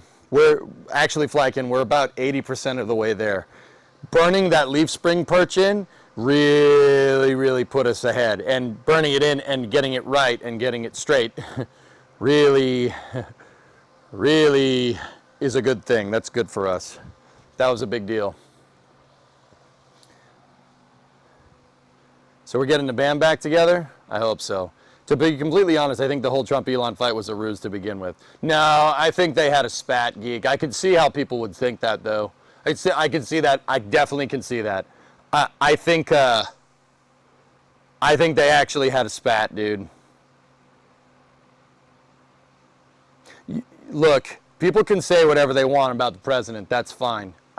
You know, some people like him, some people hate him. I get it. But a couple of things I noticed. He never, you know, to say that the guy is a little bit emotional at times would be a little bit of an understatement, right? You can just tell by the way he was talking about after that whole thing went down last week. The way he was talking about it, you could tell his feelings got hurt. He's like, I wish him the best, I guess. Like, bro, dude, they got into a spat. Either that or they're really good frigging actors. Like, I don't know. I don't know at this point. 2025 doesn't disappoint, I guess. Very big egos, man.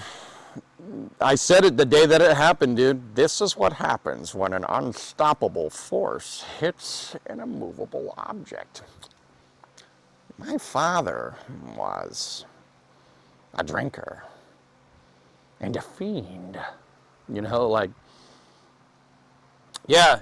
So, Geek, I mean, once again, highly speculative on my highly speculative on my part. I think Trump will give Rook the nomination again. If he doesn't, I mean, that would suck.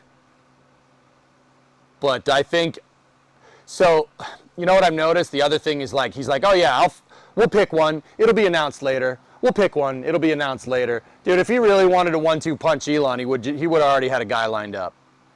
He would have already been like, yo, this is the guy, frick that guy, this is the guy, he's aligned with my vision, blah, blah, blah, blah, blah, blah, blah. You know that's what he would do.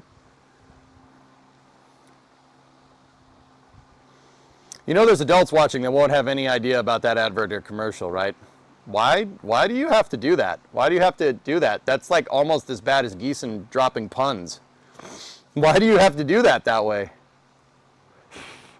You're right, he wasn't talking past tense. He's using present tense wording. Yeah, Rarest, go look at that. Because I was checking my DMs this morning, and people link me Isaacman stuff all the time. Like, people link me current events. Like, the Space News links and stuff get linked like 4 or 5 times a day throughout the day. That's fine. I don't care. It's cool. I reply to everybody on Discord, right? I noticed it when somebody linked me up the thread of him talking about what he was going to do again. And I'm like, that thread with Chris Combs, the UTSA hypersonics endowed professor. I was like, kind of hit me this morning. And I'll admit, I was on the toilet when I was thinking about this, but hey, whatever. It's taking a dump, man.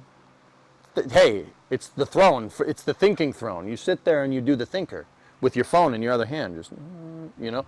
No, I don't know why that information's pertinent. It makes it funny at my expense, but whatever. I was sitting there and I'm like, he's talking about all this like he's still going to be NASA administrator. What the hell's that about?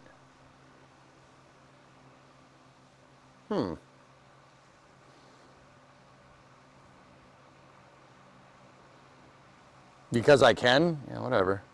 I hope welding is going better for me today. Holy moly, it's going pretty good, dude. Check this out. Let's go to the Vivitar. Look, we got the leaf spring perch burned in. Look at that. We still have work to do here, but I got to do a couple more plug welds, and we got to bang the frame rail flange into position. But yeah, pretty good, man.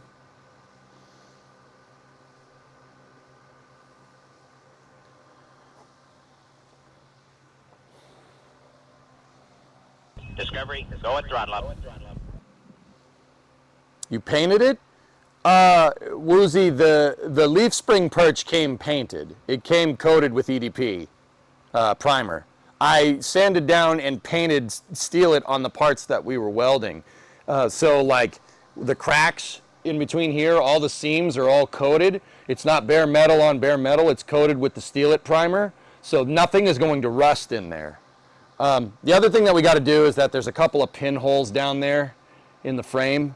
We'll chase a couple more, plug weld it. We know how to do that. I'm just going to plug weld it. We'll sand it over and call it a day. I'm not going to grind it. Whatever. No one's going to see up in there. The leaf spring's going to be in the way anyway. Will that other leaf spring perch be the last 20%? Well, Flykin, I don't know if you noticed, but look at the left side. We're missing part of the frame rail. I still got to seam in the rest of the rail here. The reason why I did the perch first is because now I have this flange right here. Can you see that on camera? I have this flange over here, the backing plate. See it? The backing plate gives me a good rule of thumb about where that rear cross member is going to go. So the rear cross member is going to go somewhere like right here, right? It's going to go somewhere right here, and that'll tell me exactly what I need to do. From there, it's just making the end of the frame rail piece, the frame rail ears, the tabs, and then I got to do the tabs on the other side, and then make sure everything is nice and straight, and then we burn the rear cross member in. Like, that was a huge deal, dude. That was a lot of work getting that thing right.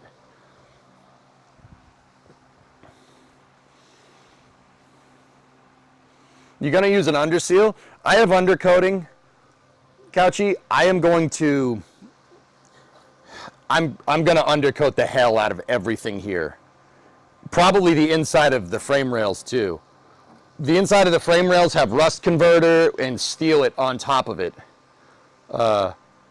Yeah, it's caked in there. And then once we get that rear cross member tacked in, actually the next thing we should probably do is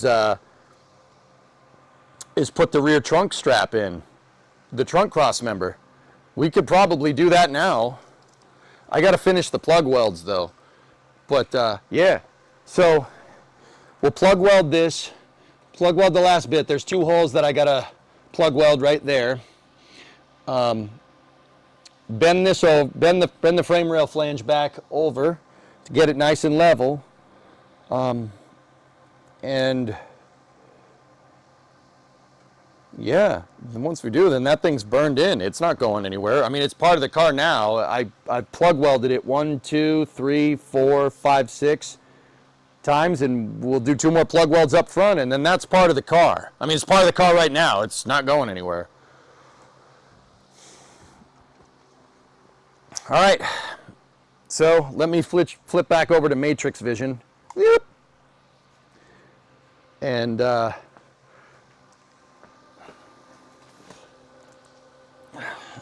don't know if you guys, how well you guys can see, because this shot is horribly backlit. But right here, we got to do 2 of the plug welds.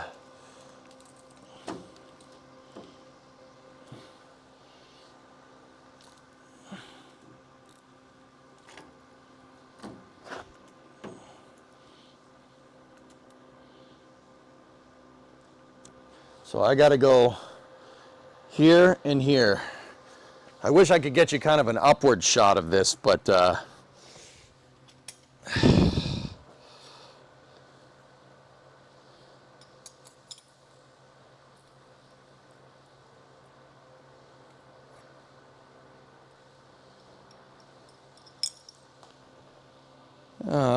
my T-square broke.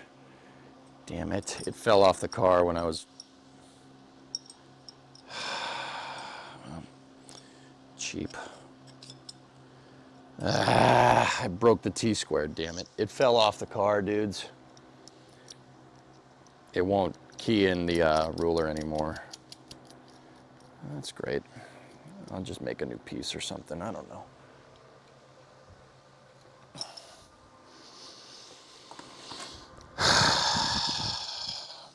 Stupid freaking pot metal. Clamp it.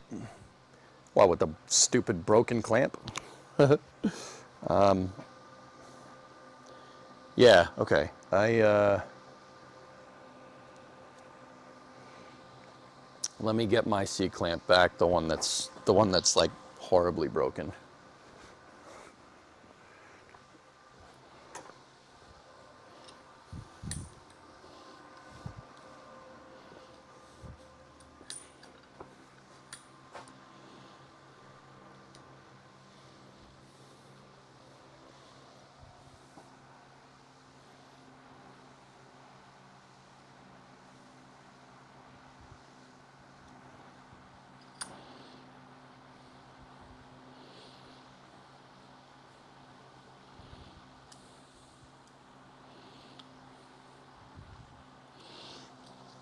Okay.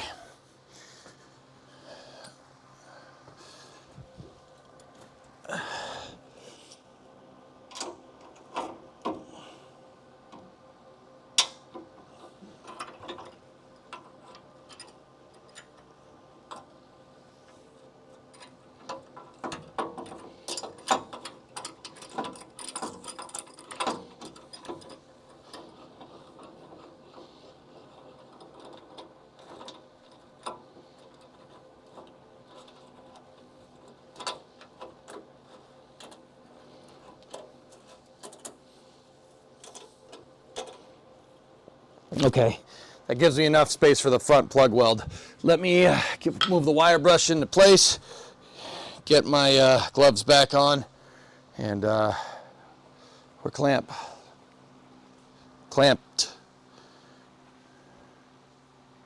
Can't believe I broke my stupid T-square. I'm pissed off about that, but it's okay. The leaf spring perch being there and burned in is a gigantic W for me, so.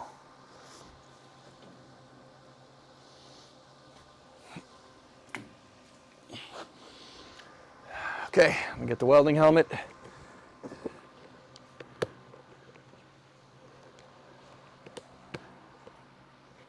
No, the key that holds the ruler into the square is broken. It chipped off because it's made out of doo-doo metal.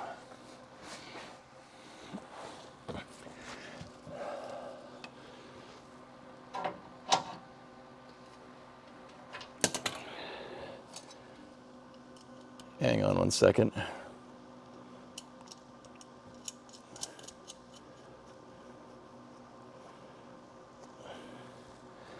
Just needed to adjust the grounding strap. Okay. All right.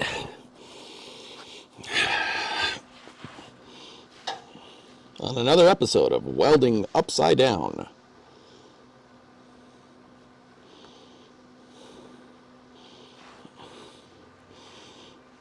Okay, ready?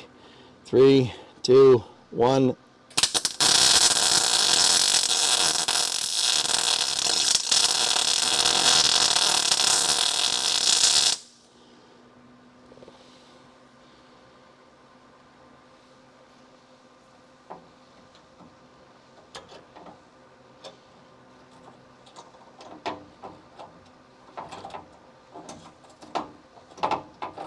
Well,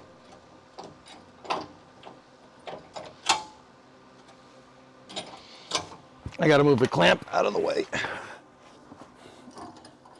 to get at the other plug weld.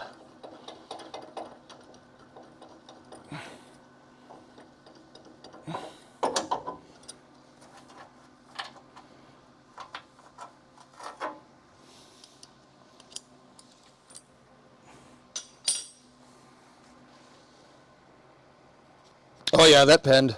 We're good. All right, last one.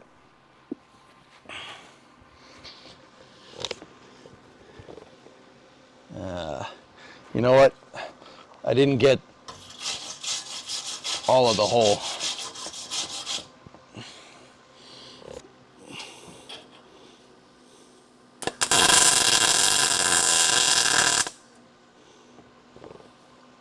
There we go. Okay, second one.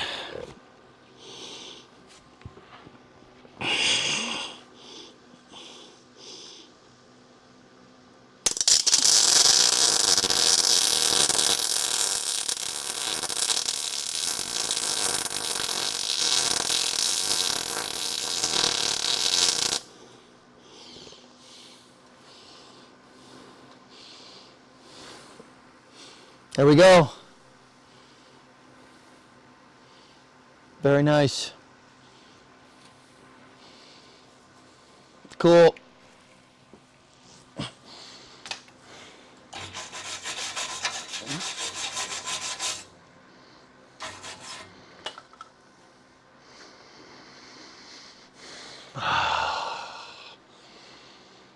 The perch is in.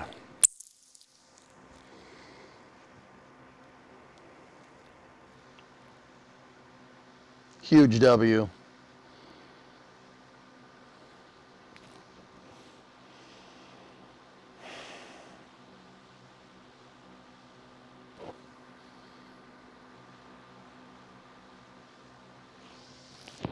Oh. All right. Killer. Huge, huge W right there. All right. A perch, you've been fishing? A little bit.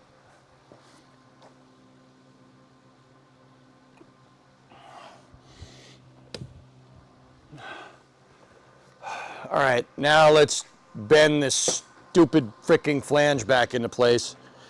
It's been the bane of my freaking existence here.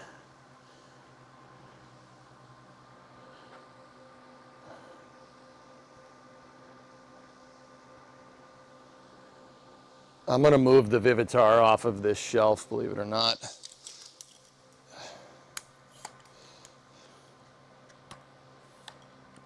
Because if I'm banging that thing, I don't want it to move.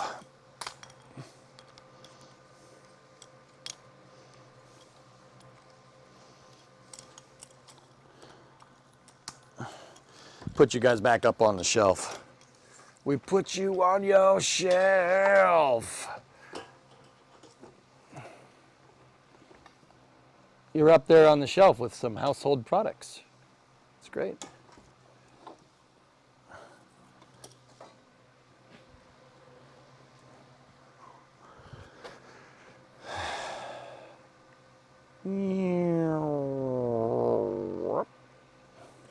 Skirt. Chat's on a shelf. That's right. That's one less part you need to replace, and it was a major one. Yeah, man. That's a big W right there. But now I gotta get the flange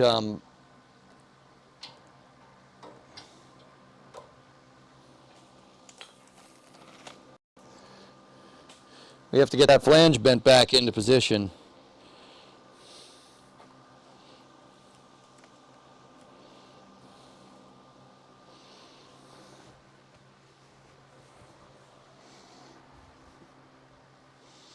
Dude, so clutch.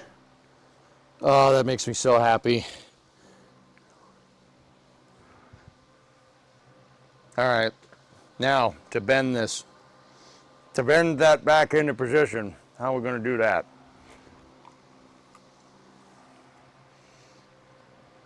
Because once we do, I got to zip it back in.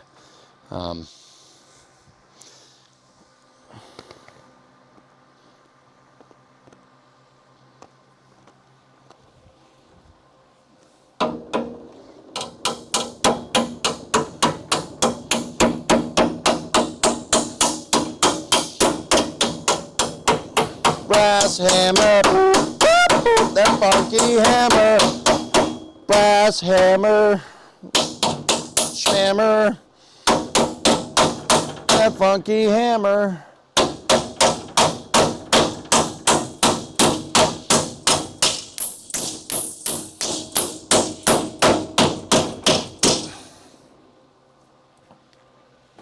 Okay, let's get a dolly from here on out. Boop, boop, boop, boop. Oop, the welding shield fell. It's okay.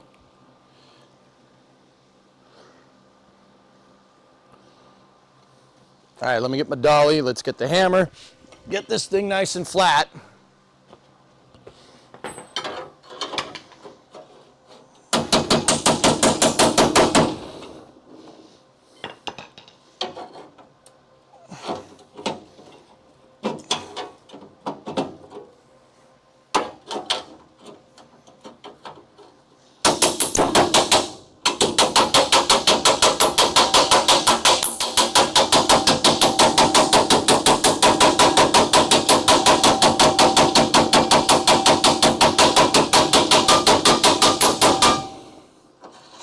Wow, that looks awful, actually. Yeah, that looks really bad.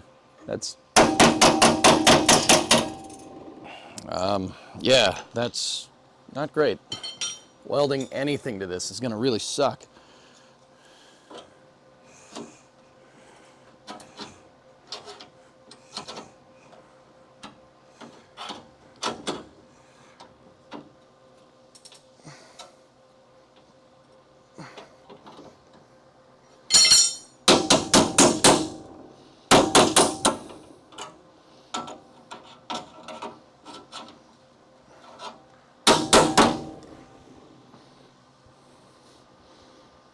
Yeah, that should be all right. That actually, I bent it back into position. It's still a little wavy, but that'll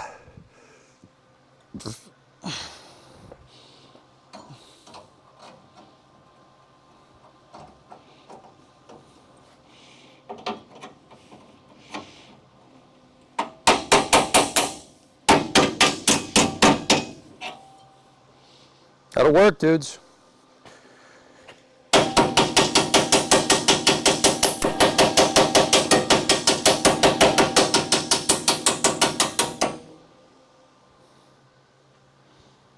Yeah.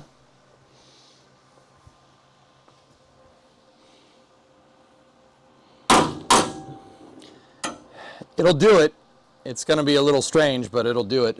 As long as this side is kind of straight, that's all I really care about.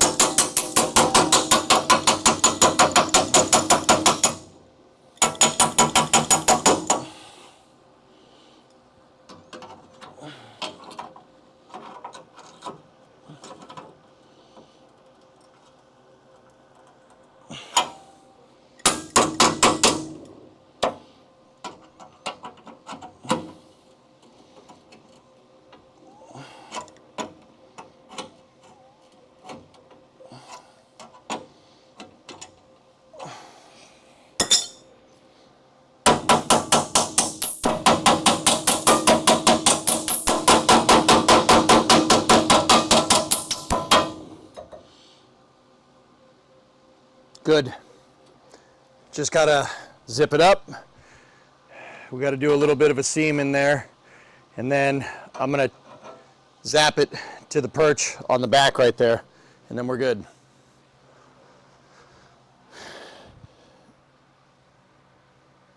Zip it in and zip it out. Yeah, all right, geek, zippity doo dah.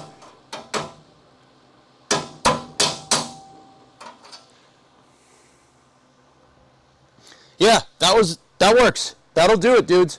It's good enough. It's definitely a lot more flush than it was. Look, see what I mean? Way more flush. Oh yeah. Oh yeah, bent it all right into position. Look at that. I mean, we're still a little low right there, but we can plug weld to it, and as long as everything is coated up with steel, we are good to go.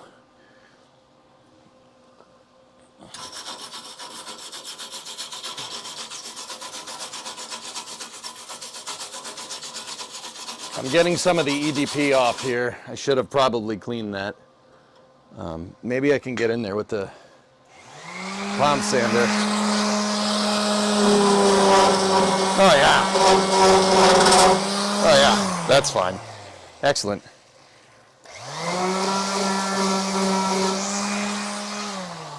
Now, let me get the hammer and dolly again. I'm gonna stick this up.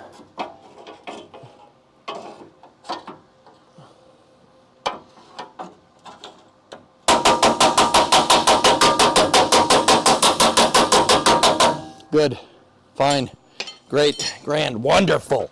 No yelling on the bus! EJ hung the leaf perch. Oh, what a glorious day! Oh, hang and leaf perch, the Eric Johnson way. Yeah! Rock on! Yes!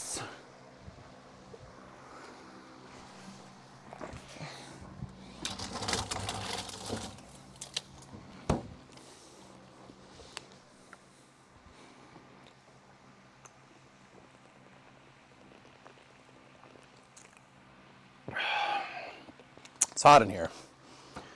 Didn't I see you on America's Got Talent? I don't know.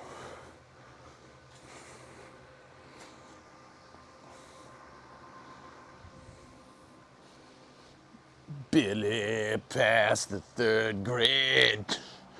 Oh, what a glorious day. Oh, passing 3rd grade. The Billy Madison way. Yeah. Rock on. Titan can hear me and he's barking like crazy. All right. Just put a little tack in there. A little something something over here. And then we move on to the trunk pan. Trunk pan cross member.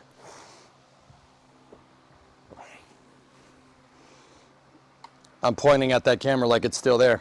Like this camera's on. We got to get in there, a little something in there, and we're good. I'm keeping the settings that we've been using, dudes. They have been working pretty good for us.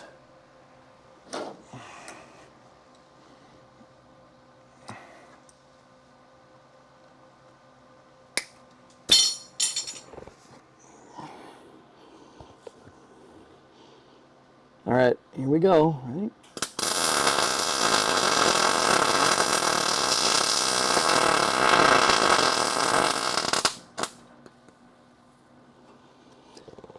Do not tell me that I just blew through that. Yeah, of course we did. Okay. All right. It's like that, huh?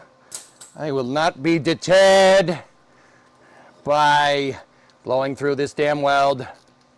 I believe before this stream is out, we will not blow through this weld.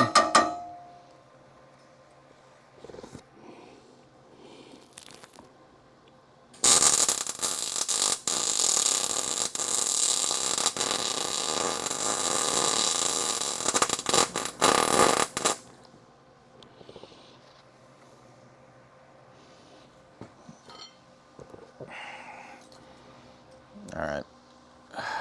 I just, Geek, I kind of did what you told me to do there. I just moved it around. I know that's not exactly what you said to do, but... Ready?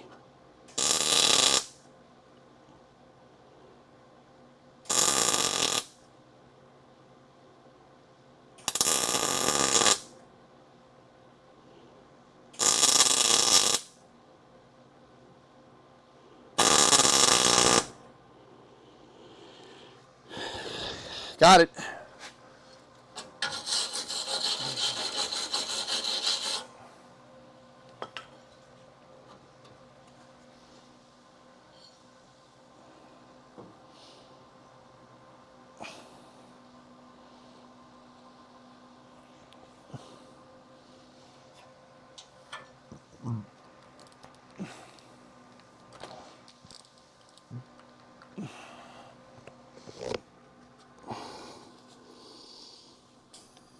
All right, we're gonna seam this up.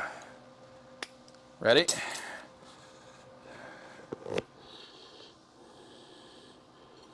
Gotta get the light on.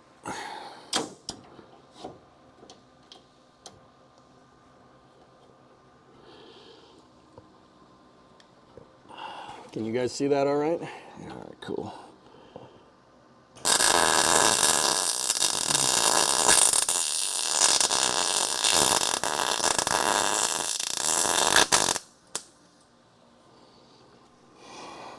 I think I was going a little too fast.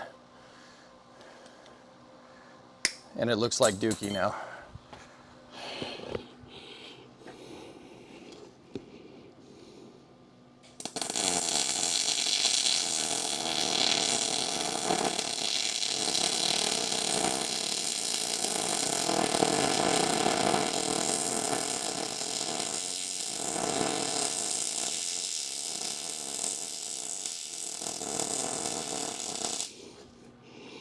There we go.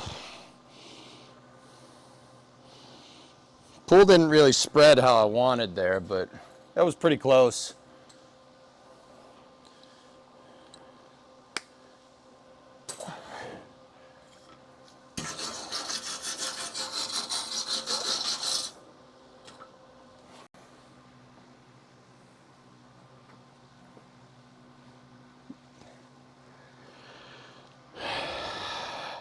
That second pass through was pretty good. The first one sucked because I didn't like the angle. But we good now. She ain't going nowhere.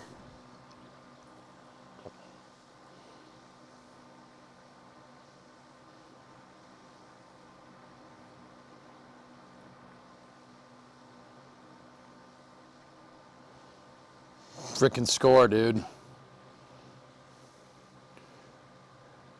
Now that thing is, there should be a spot weld here. We could have just drilled a hole and plug welded it, but I like that way.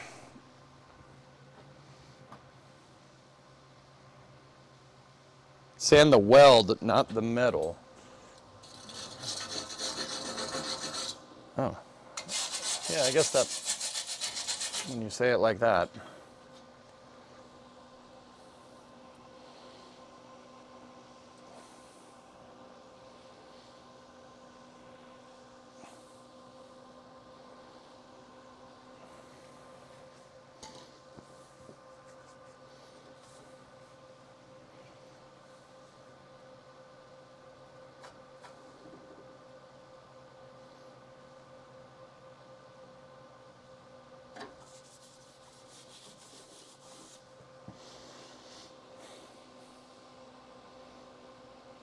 Cool.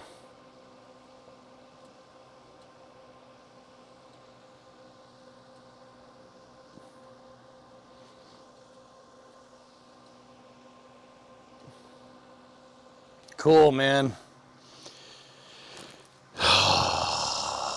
Yeah, Geek, thank you. Thank you for the tips. Sorry I have not called. You'll be welding for SpaceX in no time. Yeah, that one came out pretty good, dude. I see what you're saying. You really, like, you got to move that thing back to get the pool to spread out. You really got to move it back and forth. So Yeah, that's what I'm doing. You've come a long way in a short amount of time. Dude, Rarest, if I get in my mind that I want to learn how to do something, I will learn it. Yeah, I will. There's no doubts. Don't drop the light, idiot.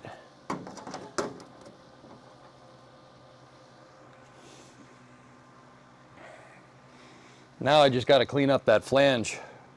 Got to clean up the flange a little bit, but we need to take progress pictures. That's what we need to do. Huh, Twitch told me you can answer on mobile now. I have no idea what that means, Nils. Answer on mobile?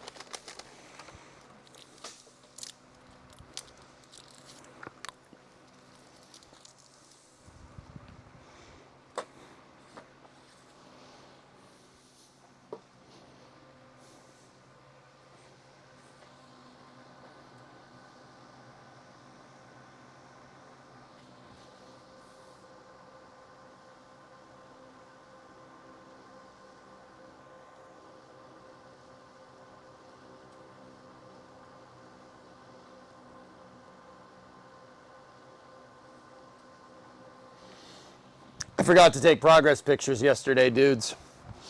So we don't really have a picture of the repaired frame rail, but whatever.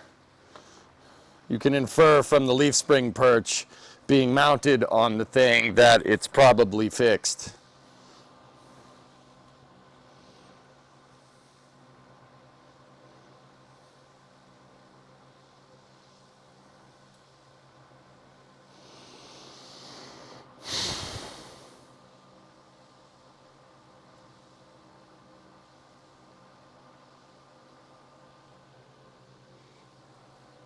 Pretty happy with that, man.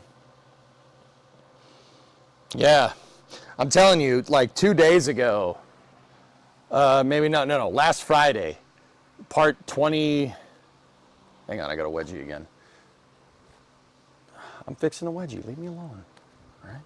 Part, what are we on, part 25? Part 22, last Friday's stream, that's when it clicked. That's when it really clicked in my head, like how to do this. Like, yeah. Yeah, of course there's going to be space news. How you feel, the confidence with the welding? Honestly, Couchy, where I'm at right now is that I kind of want to just go over all the seams that I have, that I've done already. I want to just go over them to make sure that they're all filled up. Like just do a nice seam weld like on the sides. Like there's a couple of pinholes on the lower side of the driver's side frame rail that it's not rust, it's pinholes from where I didn't fill the weld correctly. I kind of want to just go over that and just seam it all up and seal it all up, you know? That way you'll be able to judge the temperature spot you're in and try not to blow through. That will come in time with practice. Just pay attention to how bright the weld is. If you see it getting the house, stop, let it cool. You don't have to keep the bead going all at once. Yep. Yeah. Yeah, man.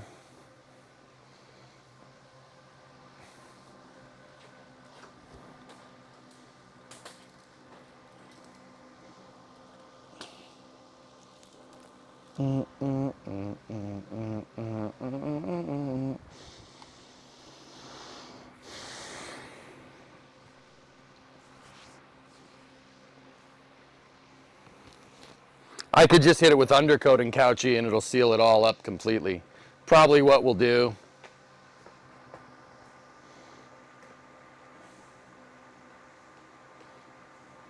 What a freaking ride, man.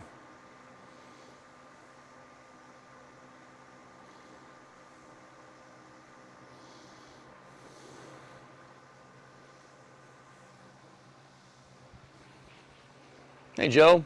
Hey, was on an assignment covering Rule 8 yesterday. What kind of progress did you make? You're looking at it on the screen, dude. Earlier you mentioned that people would get sick of car content. Personally, I really wouldn't. Streams are background for me when I work on other stuff, but problem solving and troubleshooting is my whole life. I love getting someone else's perspective and ideas on different problems. It kind of makes my life easier. Well, that's good, Moonex. Yeah, what I meant by that is that if I stay working on these damn frame rails for another month, no one's going to care. you gotta switch it up, or else people will you'll lose attention. You know what I mean? But yeah, no, don't worry. Car content is not going anywhere on this stream.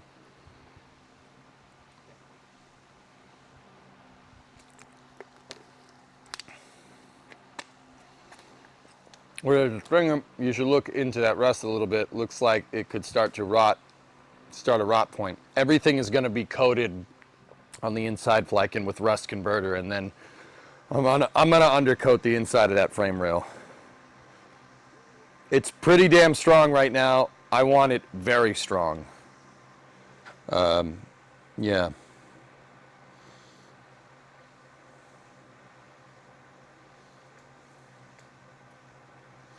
No, I might be able to get at the back of my filler piece right there.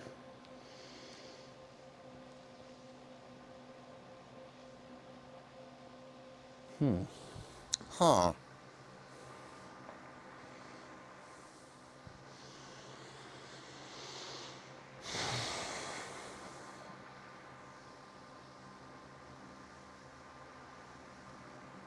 Yeah, how much time do we have?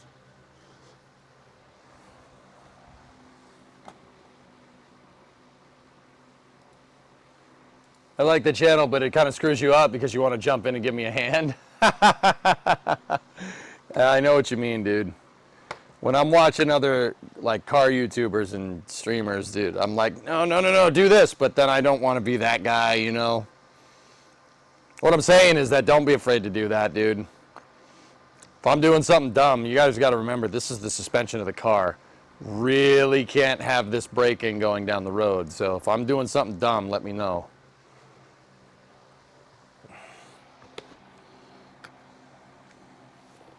Why is there a green tint? There's a green tint, Chevelle, because I duct taped well, not duct tape, I taped a welding mask UV filter to the front of this. That's so when I do weld, you can see it. You guys can see the weld. I even kept the adjuster so I can adjust it so you can see the pool.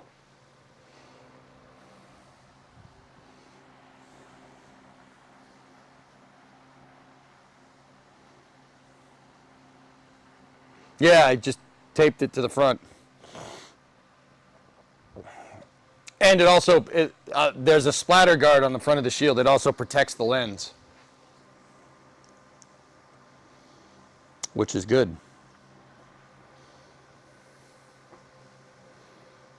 Holy cow, dude. Look at this. Wow. Pretty crazy. All right.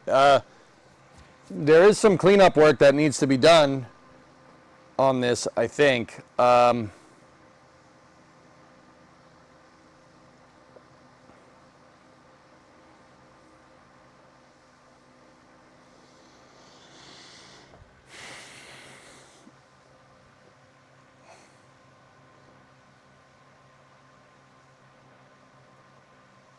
But,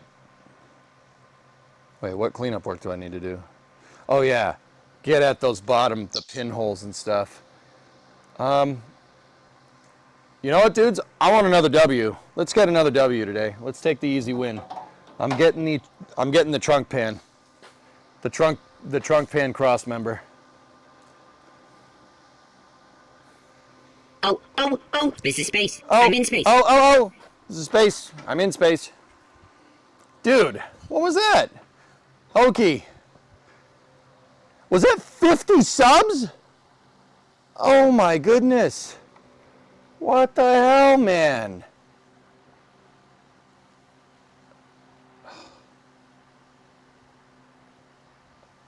You're too nice to me, dude. I mean, that's a pretty big W right there, guys. Pretty big W.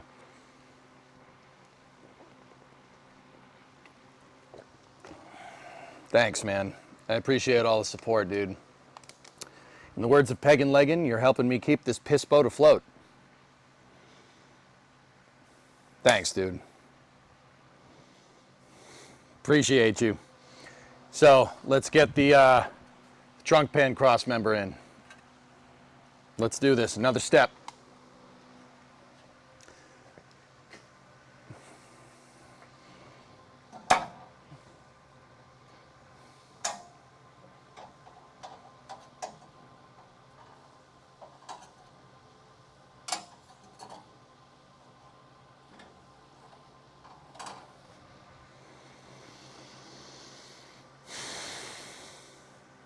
So that piece has to go right there.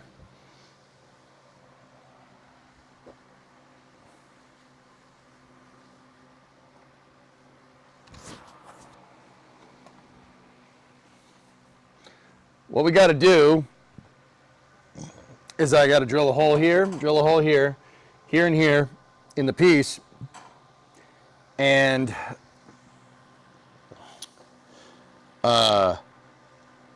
we got to clean up the backside of it, make sure it's coated and steel it. And then I have scribed marks. I scraped marks in the metal where this thing needs to be, so we know it's going to be in its original position. It needs to just be perfectly square, that's all.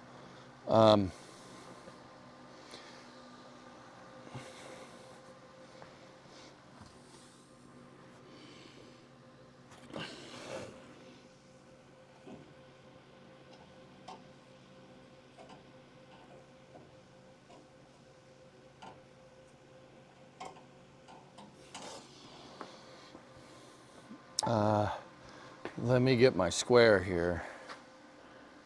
Where did it go? This is the damn story of my life. Here we go. This will work.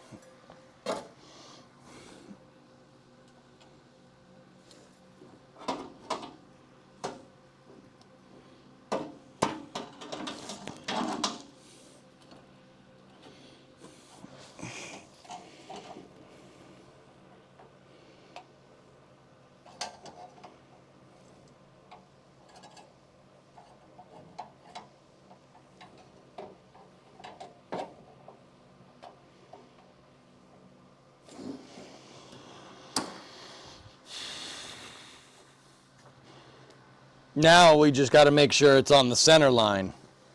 I'm not sure how we're going to do that. I think it needs to go this way, just a smidge.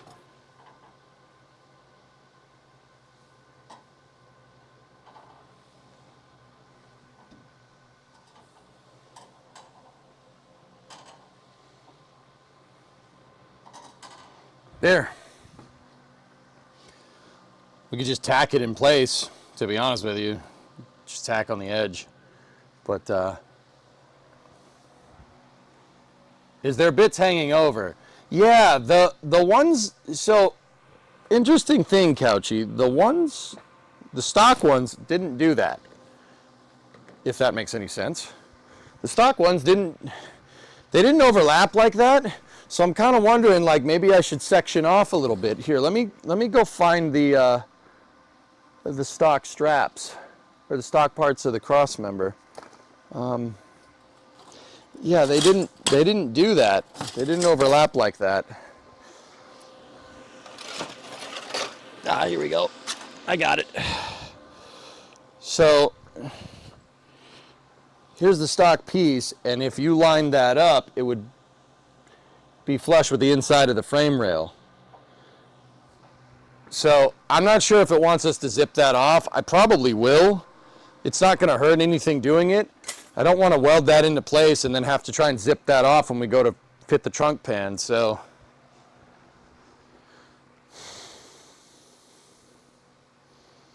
yeah, aftermarket parts aren't a surefire fit. You have to massage them around a little bit, always. Yeah, that's just how it goes, man.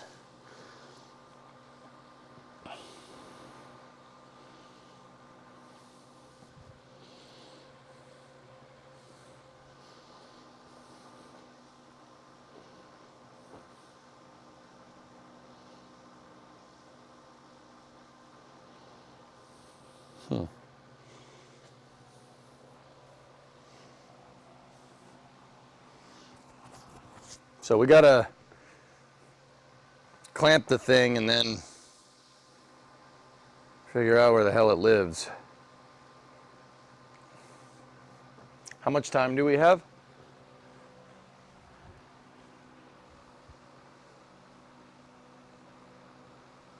It's 4. All right, we got a half hour. We can do this in a half hour.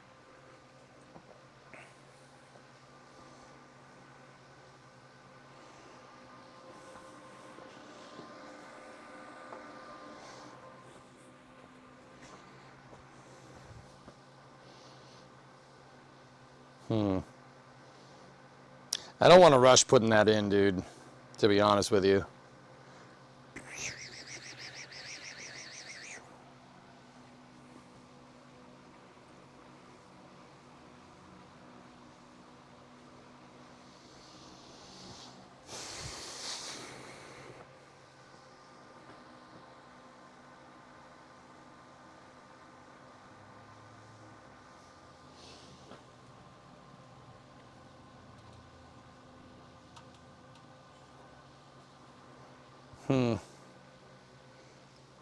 Take the W, leave the next W for tomorrow. Yeah, you got to know when to hold them and know when to fold them. We got to measure it up. We got to make sure it's straight. Yeah, we will save that W for tomorrow.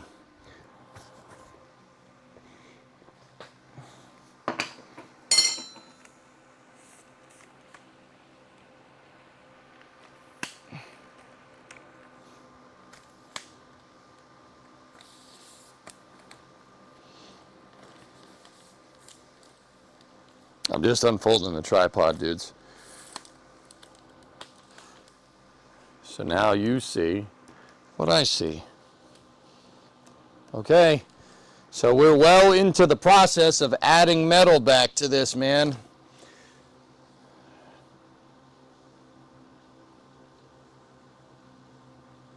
Cool.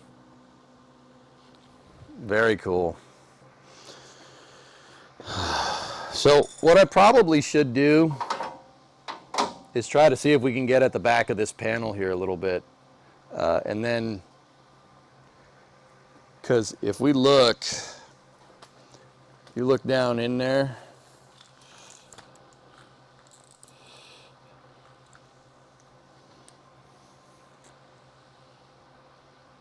the seam, you can see it right there. I might want to get at that with the welder, just to make sure that that panel never goes anywhere. Seam the back side of it. Drinker side perch good to go? Yeah, pretty much, dude. Think about doing an axle flip to lower your F100 methane? Do it, man. That's a lot of work, but you can do it.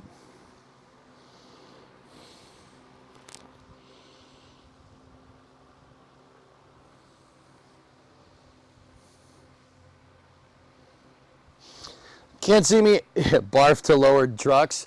Dude, I don't mind like light duty trucks, like mini trucks and stuff. I got a wedgie again, I don't care. Like light duty stuff. So like Ford Rangers, S10s, old Hiluxes, like Nissan hard bodies. Like if you want to do the lowered mini truck thing, even up to like F100s or like, C10s, stuff like that, that's cool. Like doing that with like C20s and heavy duty trucks just doesn't appeal to me in any way, shape, or form, dude. He said duty. I was thinking it'd be a good idea to attach the suspension hardware, lift it into place, and brace it in the proper position with shims and braces to get a good read on where things should live.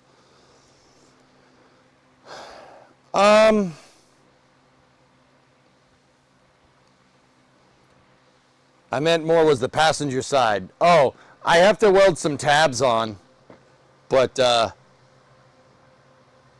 if you look, so Fluffy, this flange is rusted off on the other side, but, yeah, here, why am I pointing it out? I'll just show you.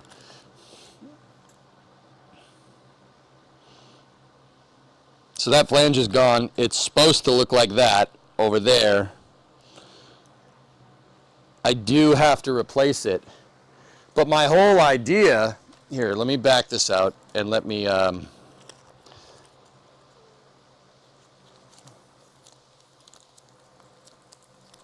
flip the welding mask off here for a second.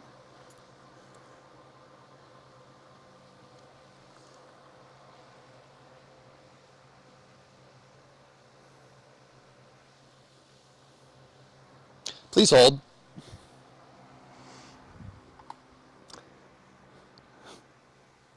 Now look.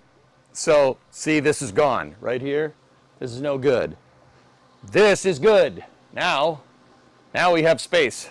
Now we have something to butt this up against to. against. My whole idea was to get that leaf spring perch in so I could do this.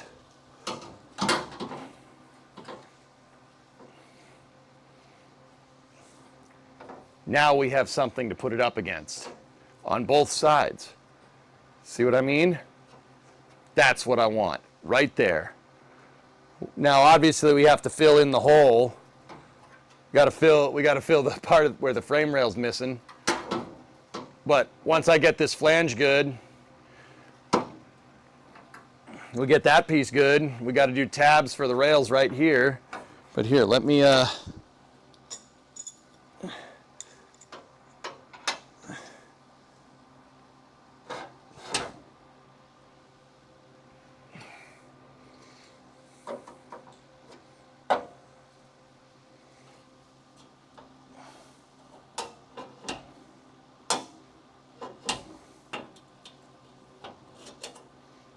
No, none of that's going to work.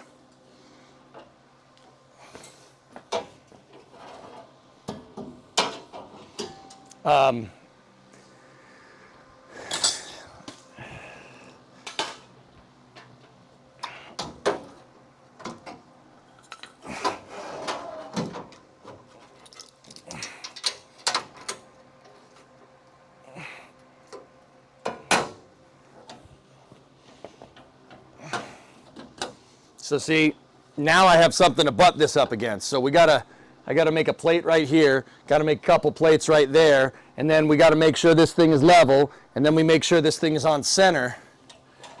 And then I gotta put a captive nut in the rail right there, and then we're good, man.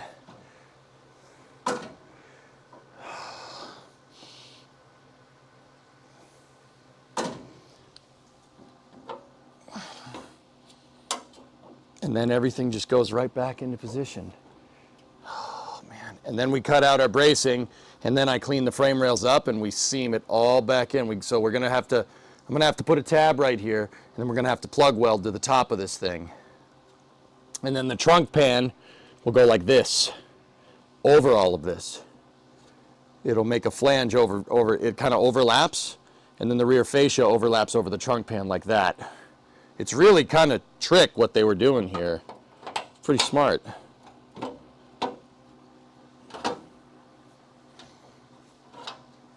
The magnets ain't gonna hold it.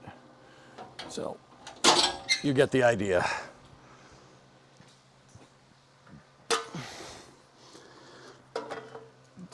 Oh, I have clamps, they're just not in reach. That's all. But yeah.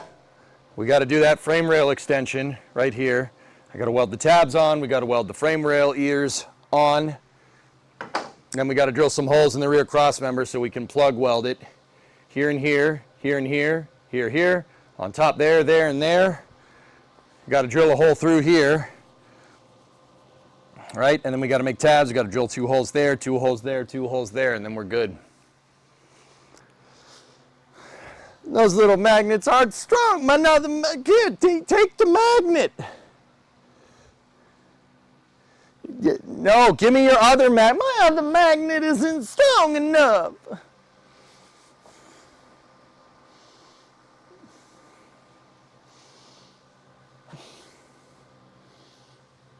No, give me your other hand. My other hand isn't strong enough. Take my hand. My germs. No? People probably don't get that reference, Geek, but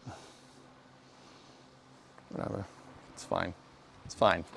It's fine.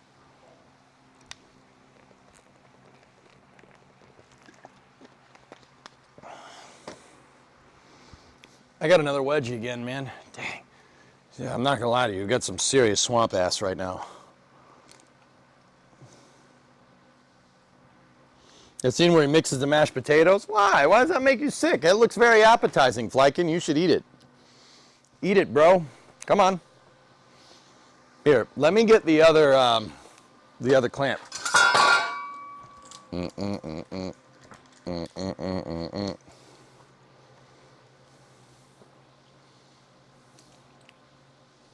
Hell no. Oh, dude, you're no fun.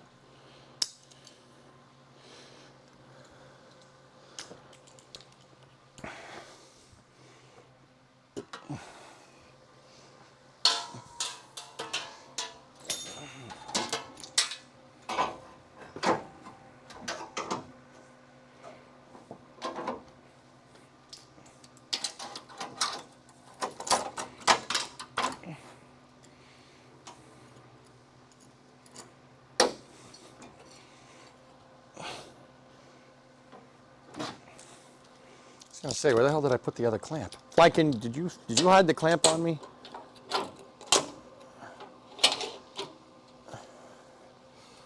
And then that goes there. Oh my God, dude, look at that.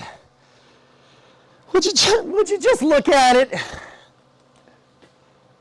Would you just look? Oh, would you look at this? Oh, would you just look at it?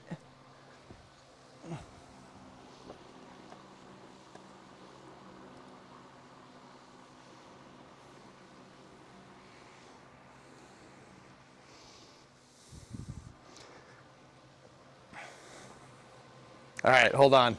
Bonus round. Bonus package. The 401k. Bonus package. Here. Sorry, Hans, wrong guess. Want to go to Double Jeopardy where the stakes really change? Dude. Ooh. Oh, that's pretty good, man.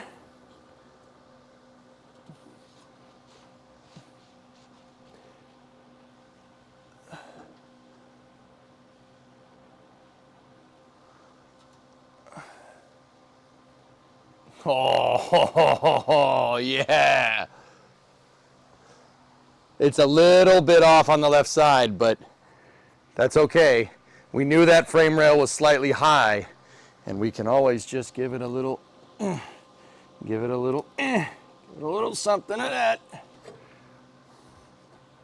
There we go. Dude, look at that, man. You don't know how much of a W this is going to be when that frickin' piece is coming, when that piece goes back in. And that moment is rapidly approaching. Just got to figure out some tabs and flanges over here. Get the rest of the extension ground back in over there. Oh, baby. It's pretty good, man.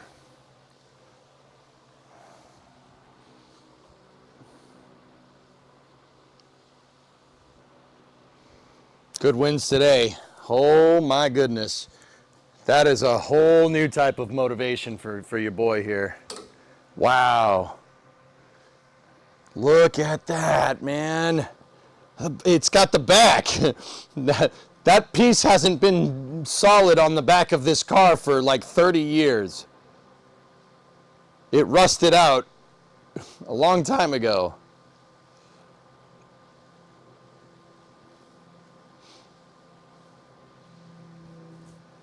Wow. So yeah, we need some tabs right here. We need to reinstate the tab over here. And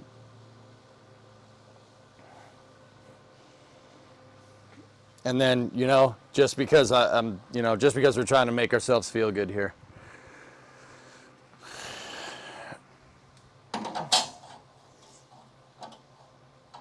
Oh yeah. Oh, yeah. Hey, Bradley, what's going on?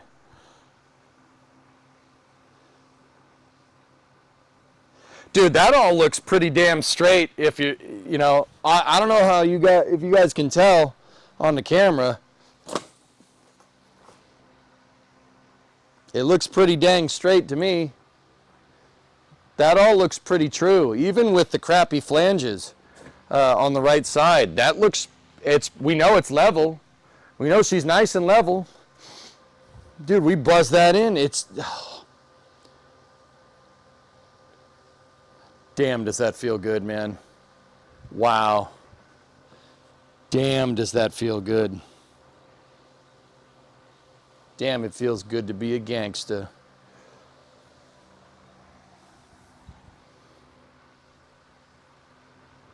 Like, here, let me just make sure you guys are lined up on the center. I just want to make sure y'all are on center.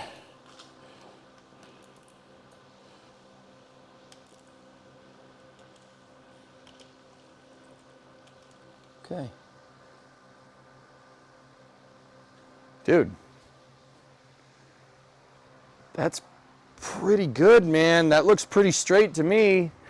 Bradley, you're getting ready for work printing a mounting adapter for your phone holder since the surface in car is curved. There you go. Like, it looks pretty straight, dude. It might be a little bit high on the left side. Just a little bit, but... Oh, man. That, All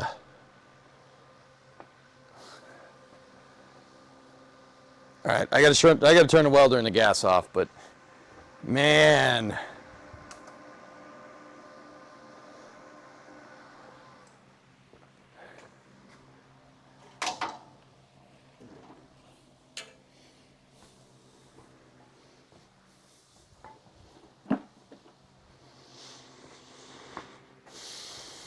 Dudes. I don't know how long some of you guys have been watching this, but when we started, there was not a lot of car back here. There was not a lot of car.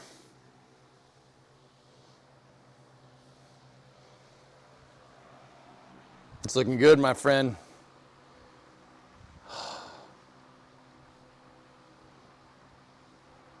So that's all the structural bits for the most part, dudes. That's all the structural parts. Oh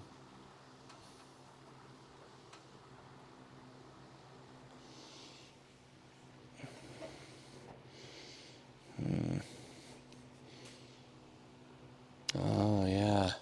Okay. I see what's going on here. This is not exact. It's not perfect. It's close, but it's not perfect. Cool. All right.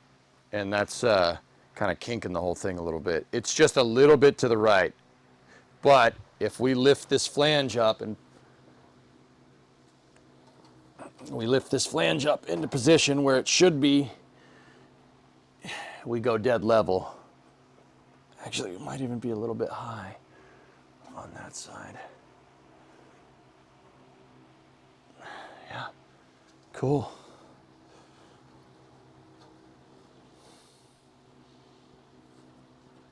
Cool.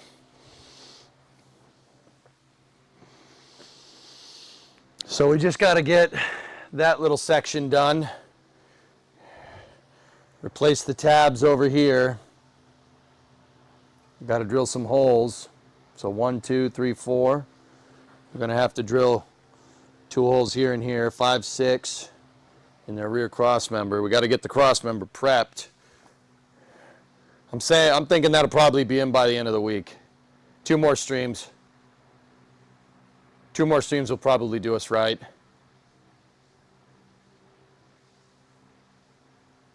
That's awesome. And then we put that trunk pan back in. It's pretty amazing how it feels, how it feels to know you can just work like this now. 6 to 12 months ago, if someone hit you up with a rust bucket, you probably would have said that thing's toast. Yeah, Iger, it's, I said I wanted to do this to learn, and I meant it, and we have learned. I've learned a lot, especially about unibodies and how they work, and how stuff needs to be. Definitely learned. It is toasty as hell in here, that's why I did this. I have a farmer's tan, I get it. But yeah, no, we've definitely learned. Oh, we've learned. Damn, that makes me so happy, dude. It's like when you see a rocket launch, when your rocket launches in Kerbal and it works perfectly on the first try. Oh man.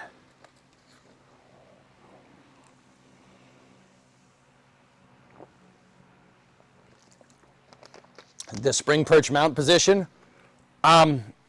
So can't see me, you weren't here for this part, but there's notches. So the frame rail flanges. So the frame rail is like this, and then up here there's flanges. There's notches on the flanges, right? That, like where the frame rail flange gets wider, and that area is a provision to spot weld the damn thing. That and the witness marks that we had on the bottom lined everything up perfectly. Dude, that thing, it is straight. It is very straight.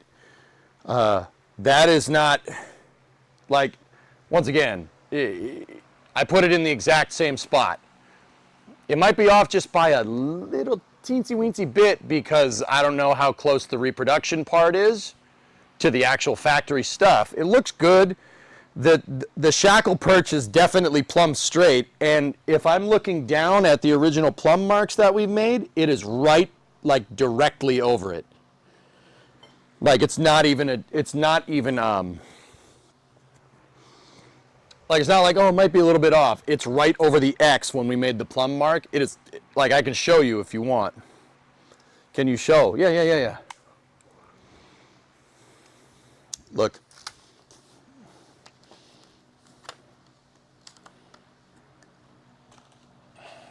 So, I'm just going to fold up the tripod and I'll take the welding mask off for a second.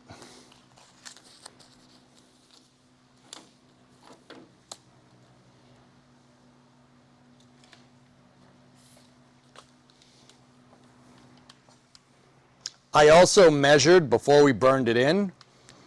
I measured to the other perch to make sure that we were 44 inches apart on center.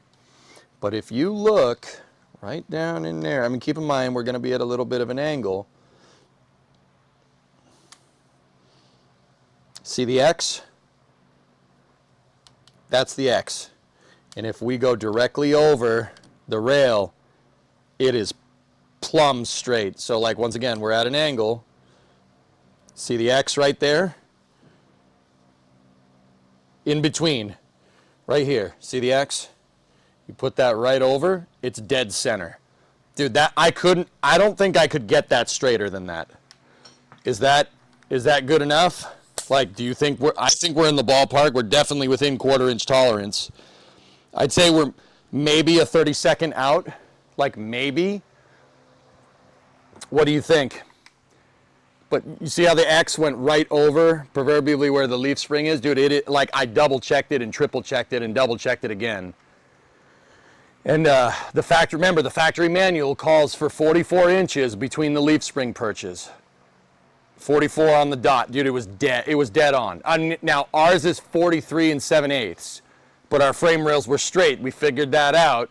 So it was dead on balls. Like, it's perfect. Like, I don't think I could get that any straighter. I didn't see the bit.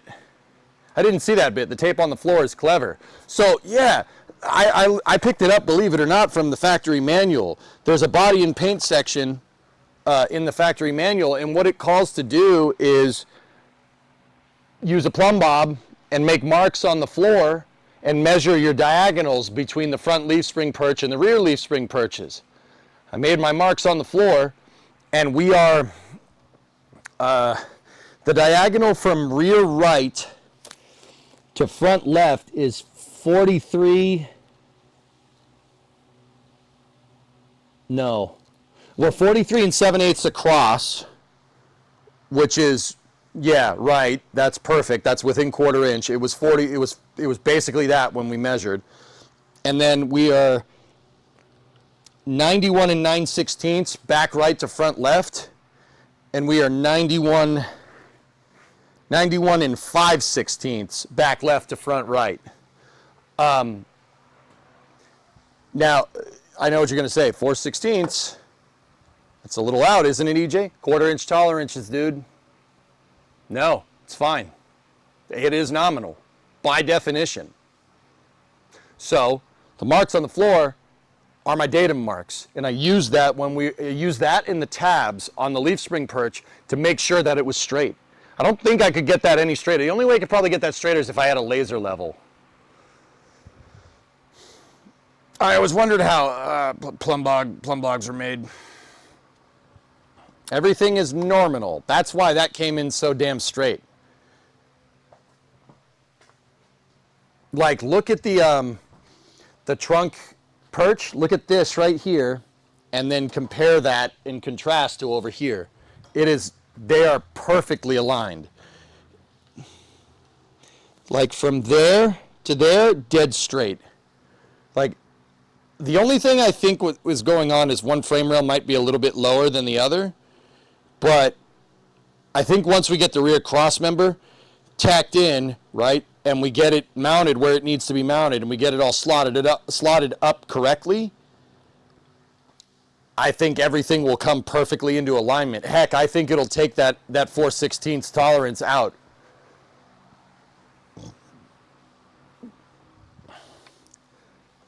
Probably some give in the springs anyway. I'm probably barking up the wrong point.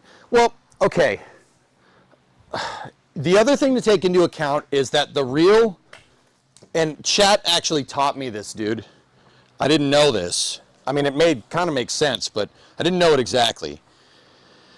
What really, really matters here is the front mounts. And the front mounts are fine. We didn't take the suspension out. I know my front leaf spring mounts are okay. Like, see how the leaf spring goes up here and it mounts in there somewhere. We'll go look at the front mounts when we need to fix that part of the car. My front mounts are square and my rear mounts are square. The front mounts being square is very important. That's where most of the suspension, that's where suspension geometry really comes into play. The reason why is because you have a leaf spring mount on the front and then you have a shackle like this. You have a leaf spring shackle on the back. So inside of the purchase here, right? The thing is right here. The leaf spring moves back and forth like this as the suspension compresses and decompresses. It moves back and forth like that because when the leaf spring compresses, it pushes out. So that thing moves back and forth, right? These, don't get me wrong, it should be straight and you should get it right, but these are not nearly as important as the front. The front has to be perfect because that's where it picks up on. Everything tracks off of the front. The back, because the shackle is there and the shackle moves back and forth like this, it really is not going to matter if when the car is at full, when the car is back up and mounted to all this stuff, it's not going to matter too much if one leaf spring shackle is perfectly straight and the other one's maybe like a degree off. Remember, 1/4 inch tolerances here. That's not going to make that big of a difference. The leaf spring should basically snuff out any difference because the shackle travel will just be slightly different from one to the other. As long as the spring rate left to right is fine, it should be okay. But I'm a little anal retentive when it comes to this stuff. I really don't want that to be tacked out just because I'm weird. So I made sure that thing was perfect. I made sure it was perfectly lined up with our plumb marks when I went and when we first tacked it in, and then I fit it. I mean, how many times did you see me fit this damn thing? I fitted it probably 100 times. Yeah, SVO, you're the one that told me that. That's right. And dude, not that I didn't think you were right. I went and asked Bree's dad, who worked on an automotive assembly line making axles in Detroit, knows a lot about leaf springs. I asked him and he said the exact same thing, dude. He literally said what you said verbatim. So, cheers, man. Yeah. Brimo's dad worked on axles for GM trucks.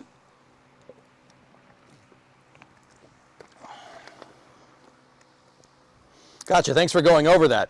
That does make my previous a stupid question. No, not at all, dude. You've been teaching, dude. You could ask me how to wipe your butt correctly. If you needed that information, I would tell you. You've been such a big help to me.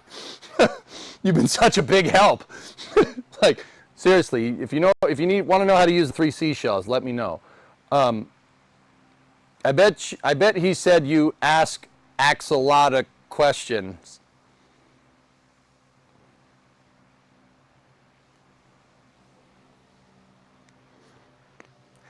Pun tax. Better be tipping $1 to the stream, Chuck. Pun tax. Come on.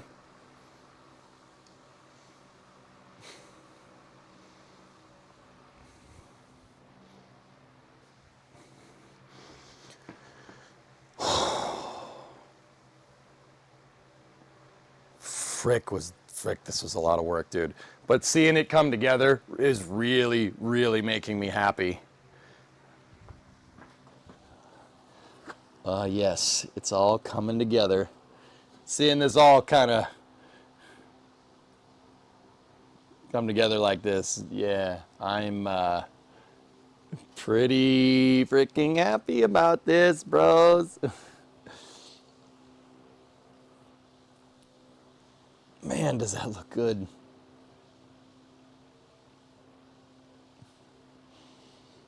Oh, we just got to make this frame rail piece right here. We got to make that. We got to make some tabs, and then, oh man, that left front frame, the patch of the frame rail's good. Like, I'll do it on payday. I don't care. Don't worry about it. I just remembered. Can we get a close look at the entirety of the leaf springs?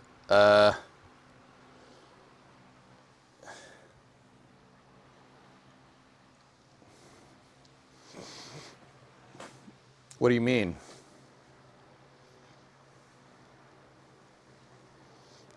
Oh, can you guys help me find leaf spring shackles? I have no idea where to get these. All the part sites that I usually peruse to find these dang things, and let's be real, I'm not putting that back on the car, even though I did save one. I need new bushings and shackles.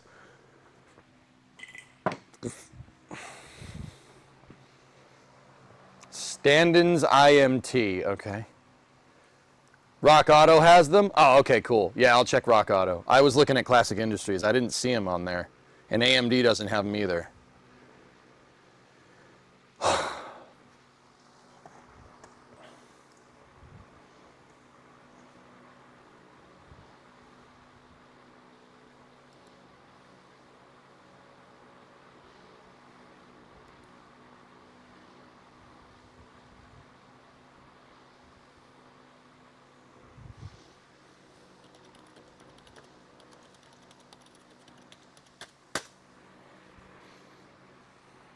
Did you finish the welding? Rarest, the cross member is just held in with clamps. I'm still missing a section of frame rail that I need to repair right here. But big W today, we got the rear leaf spring perch. That's burned in, and it's dead straight.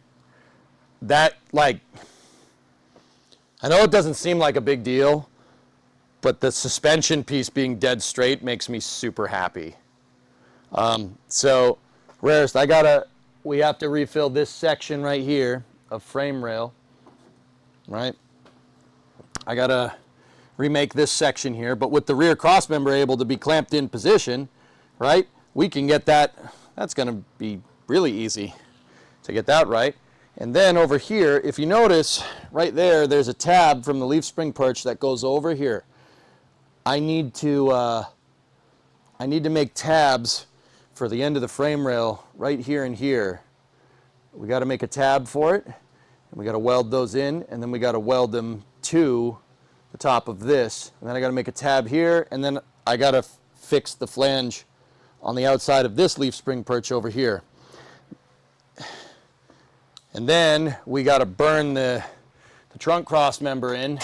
That's not in. We got to make sure that's nice and centered. And then when we burn the actual rear cross member in, we have to make sure that that is, we got to make sure that that's dead center as well. Dude, this is pretty rad, man. I want to see the overall conditions of those leaf springs, seeing as I used to work at a place that just sold them. Sure. Is the black paint the aftermarket part or weldable? That's, so, see, Kraken, that's electroductive primer. EDP is what it's called. I forget what the acronym is. It's electrically coated primer. They do that so the parts get nice and the parts don't get rusty during shipping. They electric plate them with primer, like kind of powder coating, but with primer. You can paint that. You cannot weld to that stuff. The gray stuff over here, that's steel it. That's the stuff you can weld to. That's the stuff that has the stainless steel flake in it. So anything that's gray you can weld to. Anything that's black right now you can't weld to. Zinc powder coating. Yeah. Summit does have them? Okay, good, good, good. It's probably a generic part across multiple makes. Yeah. Most likely.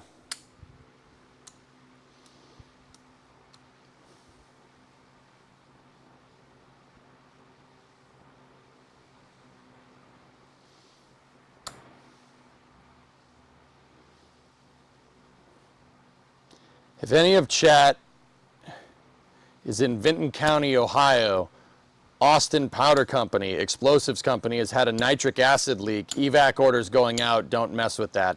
Yeah, run. If you're in Vinton County, get out now. If that thing goes, it's going to go big. Real big.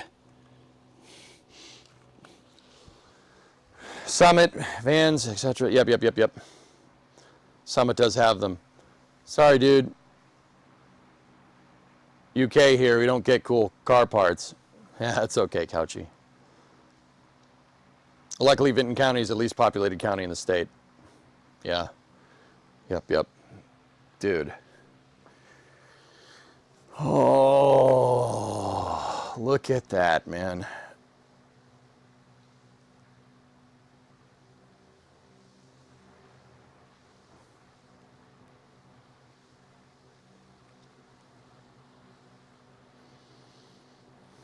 Killer. It's going to be a great day when I can cut my original brace in here, when we can cut that out. It's going to be a real good day.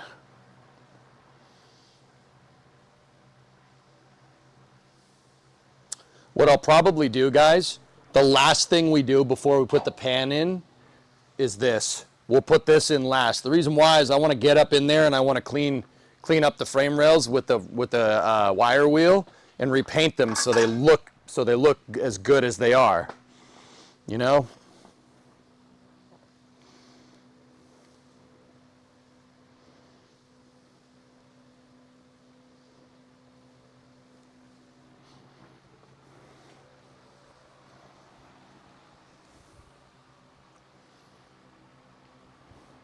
The leak looks like hypergols.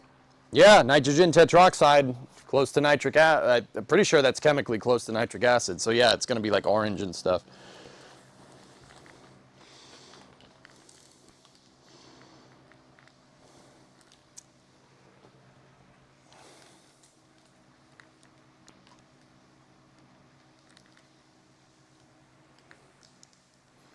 So where we go from here, fellas, once the plates are all good, we take the bumper bracket mount plate. That goes on there like that. It'll slide up and in there. And then once the bumper bracket plate is mounted, then we get our rear cross member extension pieces. The rear cross member extensions go right here.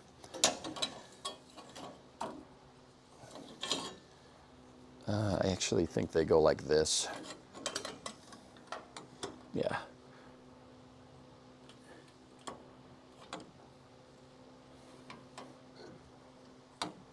And that will pick up, it'll pick up on the trunk extension right there. Yeah. And the trunk extension will be right here. Cross member extension goes to the trunk extension like that, and it fits together like a gigantic puzzle. Seriously, these parts just fit together like puzzle pieces. I think that's super cool. And then from there, we remount the bumper brackets. I mean, we'll do that after the quarter panels. And then, once the bumper brackets are mounted, we gotta, before we do that, that's when we're gonna need to buy the quarters. We gotta burn the trunk pan in. We're gonna need to do a lot of work on the rear fascia. Yeah, we're gonna need to do a lot of work getting that all repainted or fixed. There is some patching that needs to be done to it. And I have to get what's left of the old rear fascia off of there. Or the old rear cross member, excuse me.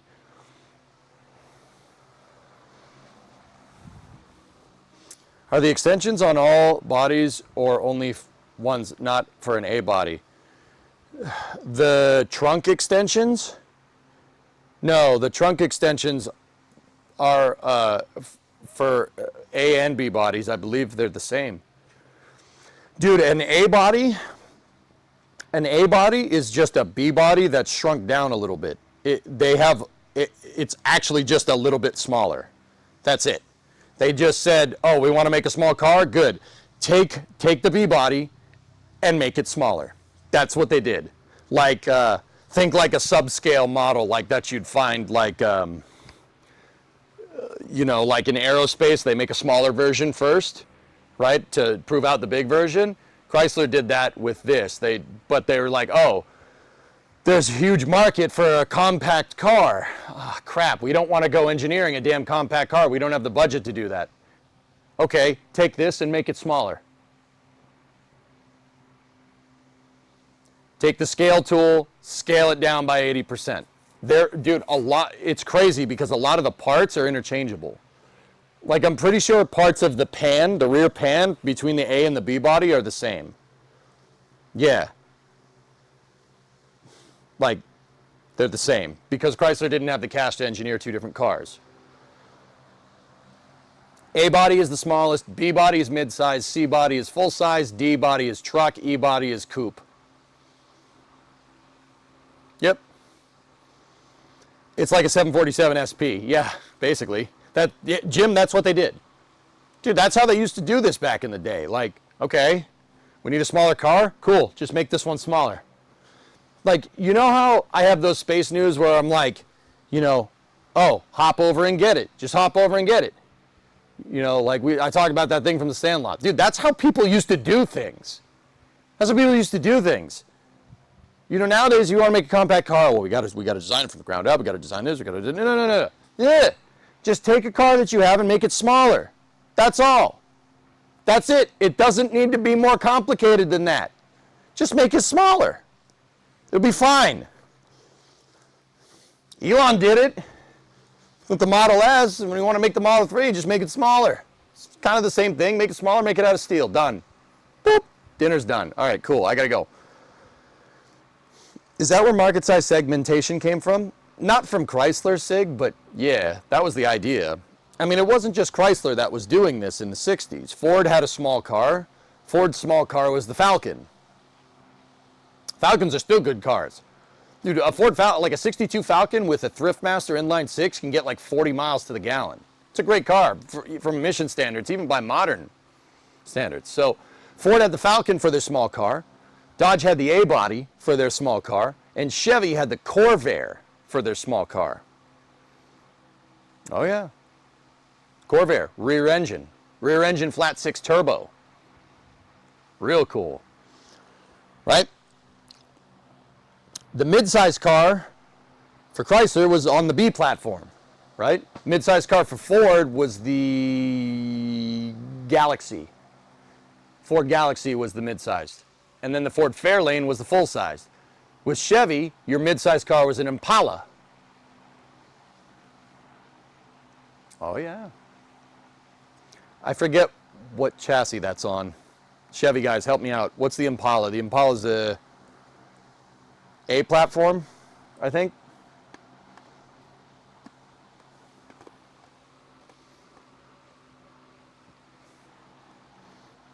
I don't know. I forget. And then the big stuff, Chevy had like full-size cars. Like the Impala eventually became a full-size car. The full-size car in the 60s for Chevy, actually I think that was the Impala. I think the Malibu was their mid-size car. But then again, Chevy did everything weird. Chevy did everything weird. Well, not weird. That's not the right way to say it. Chevy did it across brands. So like Chevy was the inexpensive stuff. Like Buick was a little bit higher. Oldsmobile was a little bit higher. Pontiac was the sport cars. And Cadillac was the top level. For a comparison, a Fairlane's the same size as a modern F-250. Fairlanes are big cars. They're like this. I mean, this is a mid-size car. This car is gigantic by modern standards, man. It's huge. It's as long as a Formula One car. Seriously, we looked it up. This is about as long and as wide as an F1 car. GMB platform, 57 and 96. W platform, GMX 210, 99 to 05. It was their B. They had A platform and B platform. GM used letter designations too. Hey Graham, good morning. Graham, check this out. Ready? Look. Whoop. How's that, huh?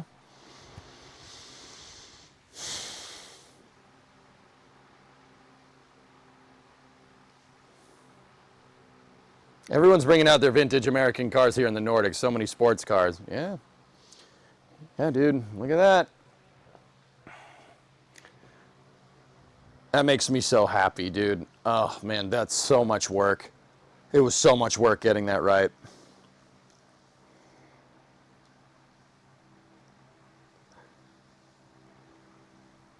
But we did. The rear cross member is clamped on. The leaf spring perch is burned in. Just got to do a little bit more formatting here.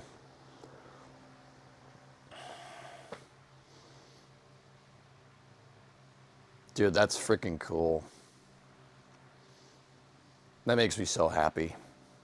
That's such huge. Like, remember how I was talking about how like it didn't seem like we were making forward progress? Now it seems like we're making forward progress. There's metal on the car and not rust, at least in the areas that we've been messing with. But to fix all this other crap around the outsides, you got to start with a good chassis. You got to start with a solid foundation. This is the foundation for the back of the car.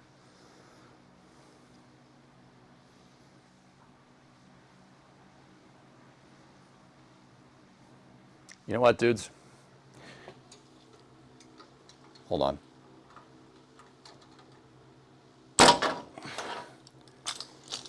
Hold on a second. Hold on. Hold on a second.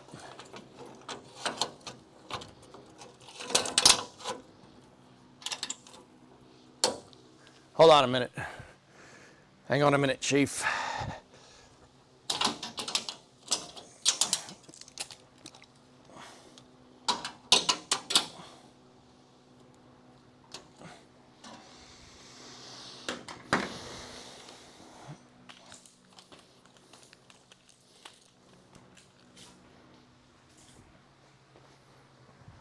Read my mind. Flip the clamps at the trunk pan. Damn it, dude. How'd you know? How did you know? How'd you know? Stop copying me.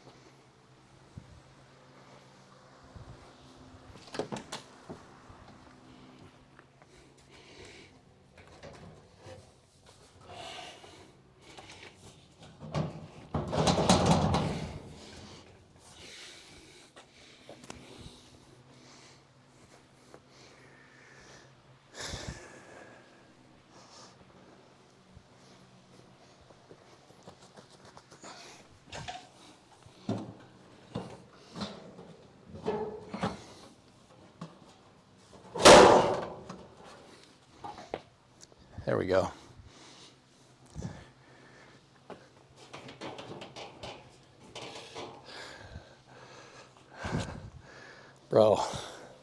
Bro, dude. Oh yeah, it's all coming together.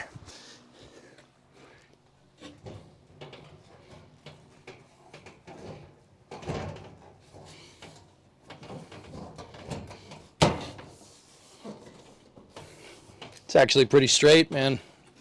She's pretty straight on.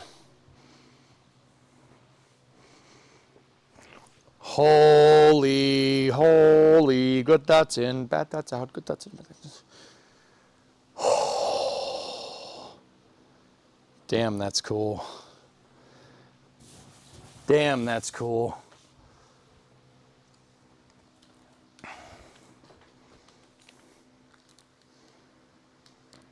Oh, man.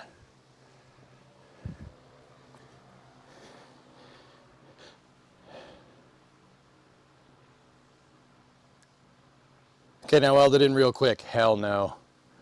No. No, we're not ready yet. It's close, but we're not ready. Dude.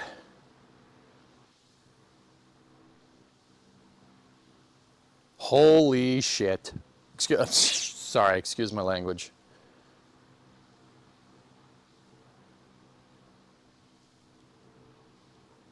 Oh, that's gonna be so cool. Let me check. Let me see how it fits under here. That's not bad. That's pretty good. Pretty good. Right frame rail fits excellent. We're pretty much lined up with the flange all the way through. And on the leaf spring perch, let me check over here.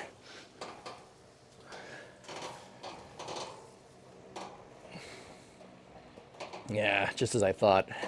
This one isn't exactly perfect, but it's pretty close, man. It doesn't fit exactly. It's just because a couple of high points in the frame rail. We gonna have to hammer a couple of things, and we have the welds and stuff. So it's not exact, but this side fits perfect. Like, it's perfect. It is, the frame rail flange is butted up against this thing pretty much through all the way to the front. So yeah, we just got to clean up some welds there, and then look at that, man. Freaking look at that. It looks so thin and flimsy. The crumple zone is yourself. Yeah, we got to grind off the spot welding nubs. That's why it's not fitting exactly right, but it's close.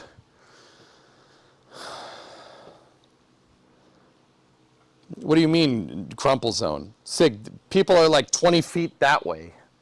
Crumple zone. The trunk, there's it's not like someone's sitting right here, dude. People are sitting way over there.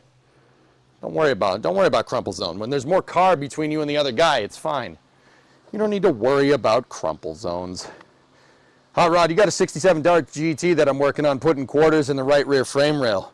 Dude, I just got done patching up the frame rail. The left rear was struggling, man. Like, dude, I probably should have replaced it, but we plated the hell out of that thing, and it's not going anywhere. Here. Hot Rod, check this out, man. This is what I was working with on the left rear frame rail. So the leaf spring perch would have been like right here. There ain't much left. But that's awesome, man. 67 Dart. I was just telling these guys that an A body and a B body is not that far off. It's just smaller. Careful not to breathe on that or it'll turn into dust. Chuck, I got to be very careful with this piece because you're right. Like, dude, this has the consistency of about tinfoil. I could probably bend it if I tried.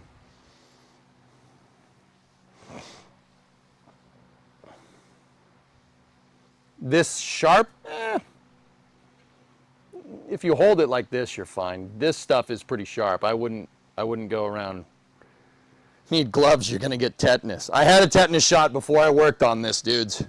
I had a feeling. I didn't think it would be that bad, but dude, look at that, man. That's making me so damn happy, dude. I'm just sitting here looking at it. Would you just look at it?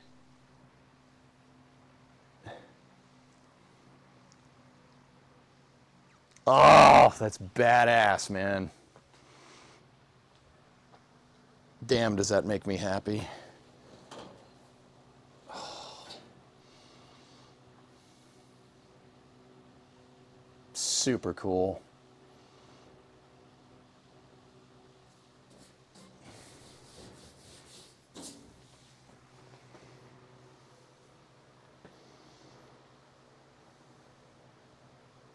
And then, fellas, the extension pieces go, which side is which? I think the extension piece goes right here.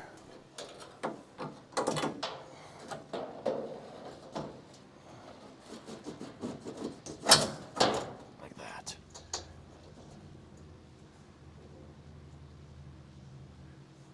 That one kind of fit in because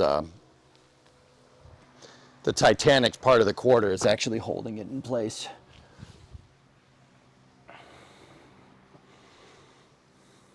Your leaf mounts were close to breaking off. Yeah, Hot Rod, I hear you, man. I hear you for sure. You want to see what mine looked like on the left side? The right side one I actually managed to save. The left side one,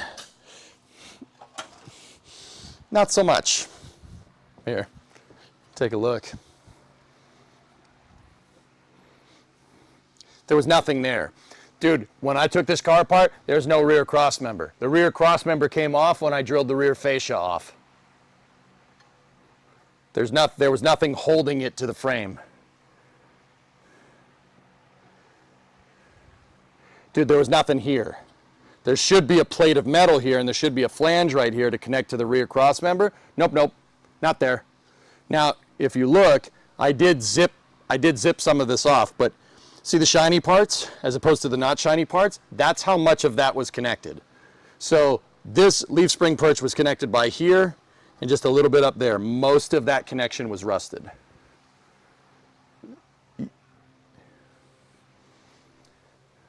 I just heard somebody scream melon farmer outside at the top of their lungs.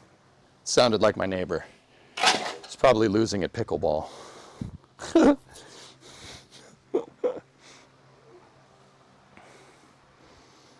So yeah. I heard motherfricker with A and H at the end, dude. Motherfricker, what the heck is this crap? So I'm leaving that like that because that's really cool. We're gonna leave that like that, and also the door's still open, indicating car is nice and straight, bros. Nice and straight. Look, ready?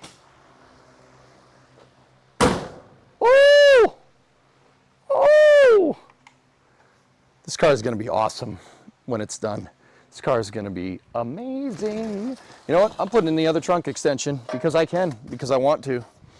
You know, let's just get that added. Let's just get, we're full of W's today.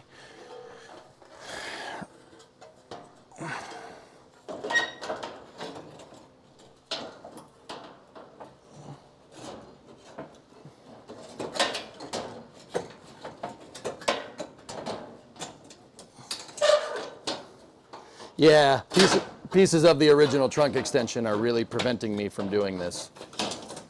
But that's fine. It's probably going to fall out.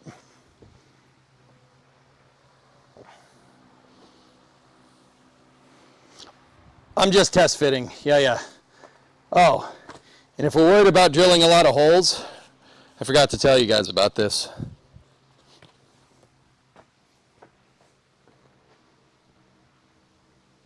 Oh, we don't have to worry about that no more. I got a pneumatic punch. Now, we can't use that on all of them, but Maddie, once this car is done, we need an NSF stream picking up everybody for a Starbase road trip for a launch. Yeah, I would love to road trip this car down the Cape when it's done. I would love to do that, and I would love to road trip it back. Maybe we stop at Florida, stop at Boca Chica.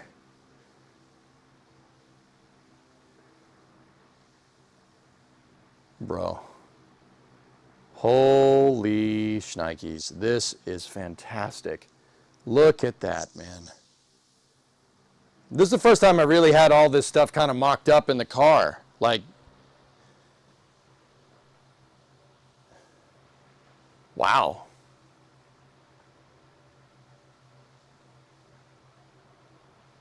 That's awesome.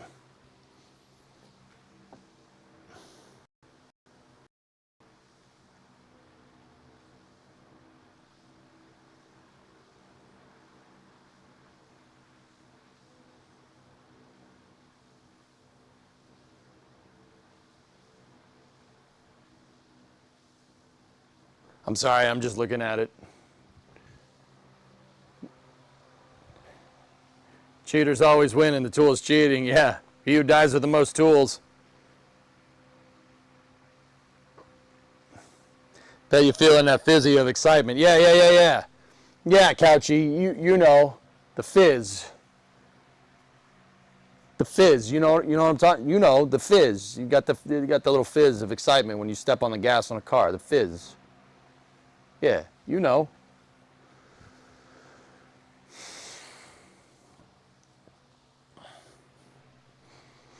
God damn, that makes me so happy.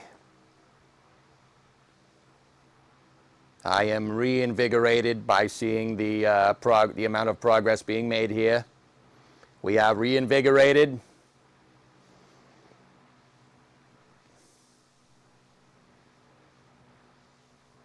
so friggin' cool, dude. Guys, I love this. You know, I was pissed off at this the other day, but, you know, no project is not without its annoying parts. Don't forget to go get food. Yep, yep. Is that the spare tire? Where? Spare tire? No. From throwing the helmet, now this. Dudes, I was just about to say, I love this stuff, dudes. If you guys like it, I mean, clearly you do. Like, this is cool, man. This is really cool, rebuilding a car like this. It is as cool as people say it is. It's a lot of work, don't get me wrong. This is freaking cool. And don't think I'm eating my words either. I guarantee you there's more surprises as we move our way forward and fix all the rust on this car. I know there's going to be more surprises. I think we found most of them. We know there's going to be some difficult parts like over there, right? But, man,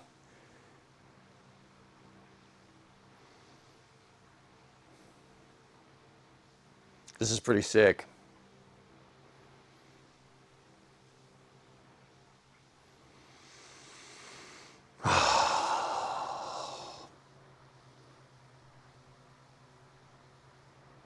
And the good part about this is that, you know, once the back is all done, we can hook up the rear suspension. You can drive it around. It's going to be a little floppy in the center because the back's going to be stiff and the front is stiff. But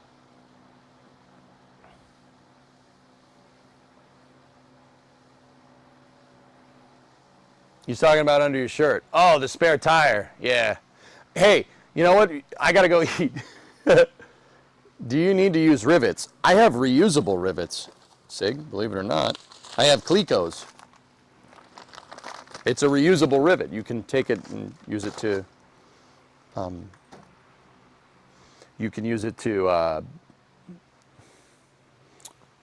pin stuff and remove it. And I have self-tappers too. We have tech screws to do that as well. Yeah, between the Clecos and the tech screws, we should have enough here to make this work.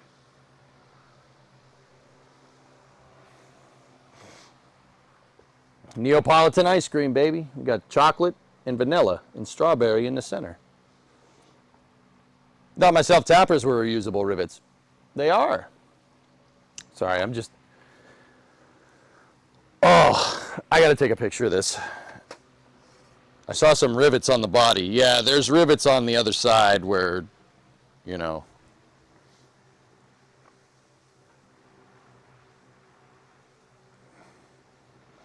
There's rivets on the other side where that patch panel is, dude. Zip ties are the real reusable rivet. Yeah. Planning on a 4-post lift? Something like that.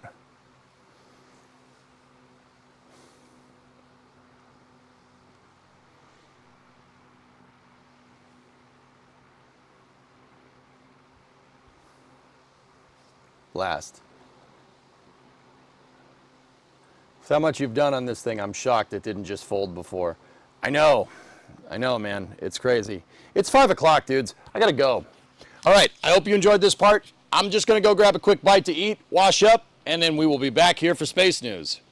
So glad you're happy again. Mark, we had our ups and downs, dude, but that was more me than pitfalls with the car. Frick is that thing. That's so cool. Dude, I'm going to be staring at this for a long time. Like, even after the stream tonight, I'm just going to be like, yeah. I mean, it's just mocked up. Can you imagine when it's actually burned in? How cool that's actually going to be? Oh, man. All right, so I hope you guys enjoyed part 25 of this. We're hitting at it again tomorrow.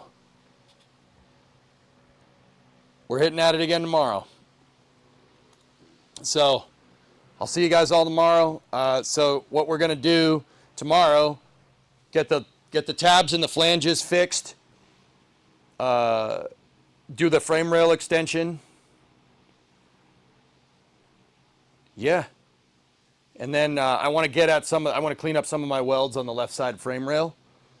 And then we got to clean the right side frame rail And then Friday, let's burn that rear cross member in. Oh, that's so cool, man. So freaking cool. Anyway, I'll see you guys in about 15, 20 minutes. I'm going to go grab a quick bite, wash up, and then we'll be ready for Space News. Space News at 1/2 past. I'll see you in a second. Thank you very much for watching.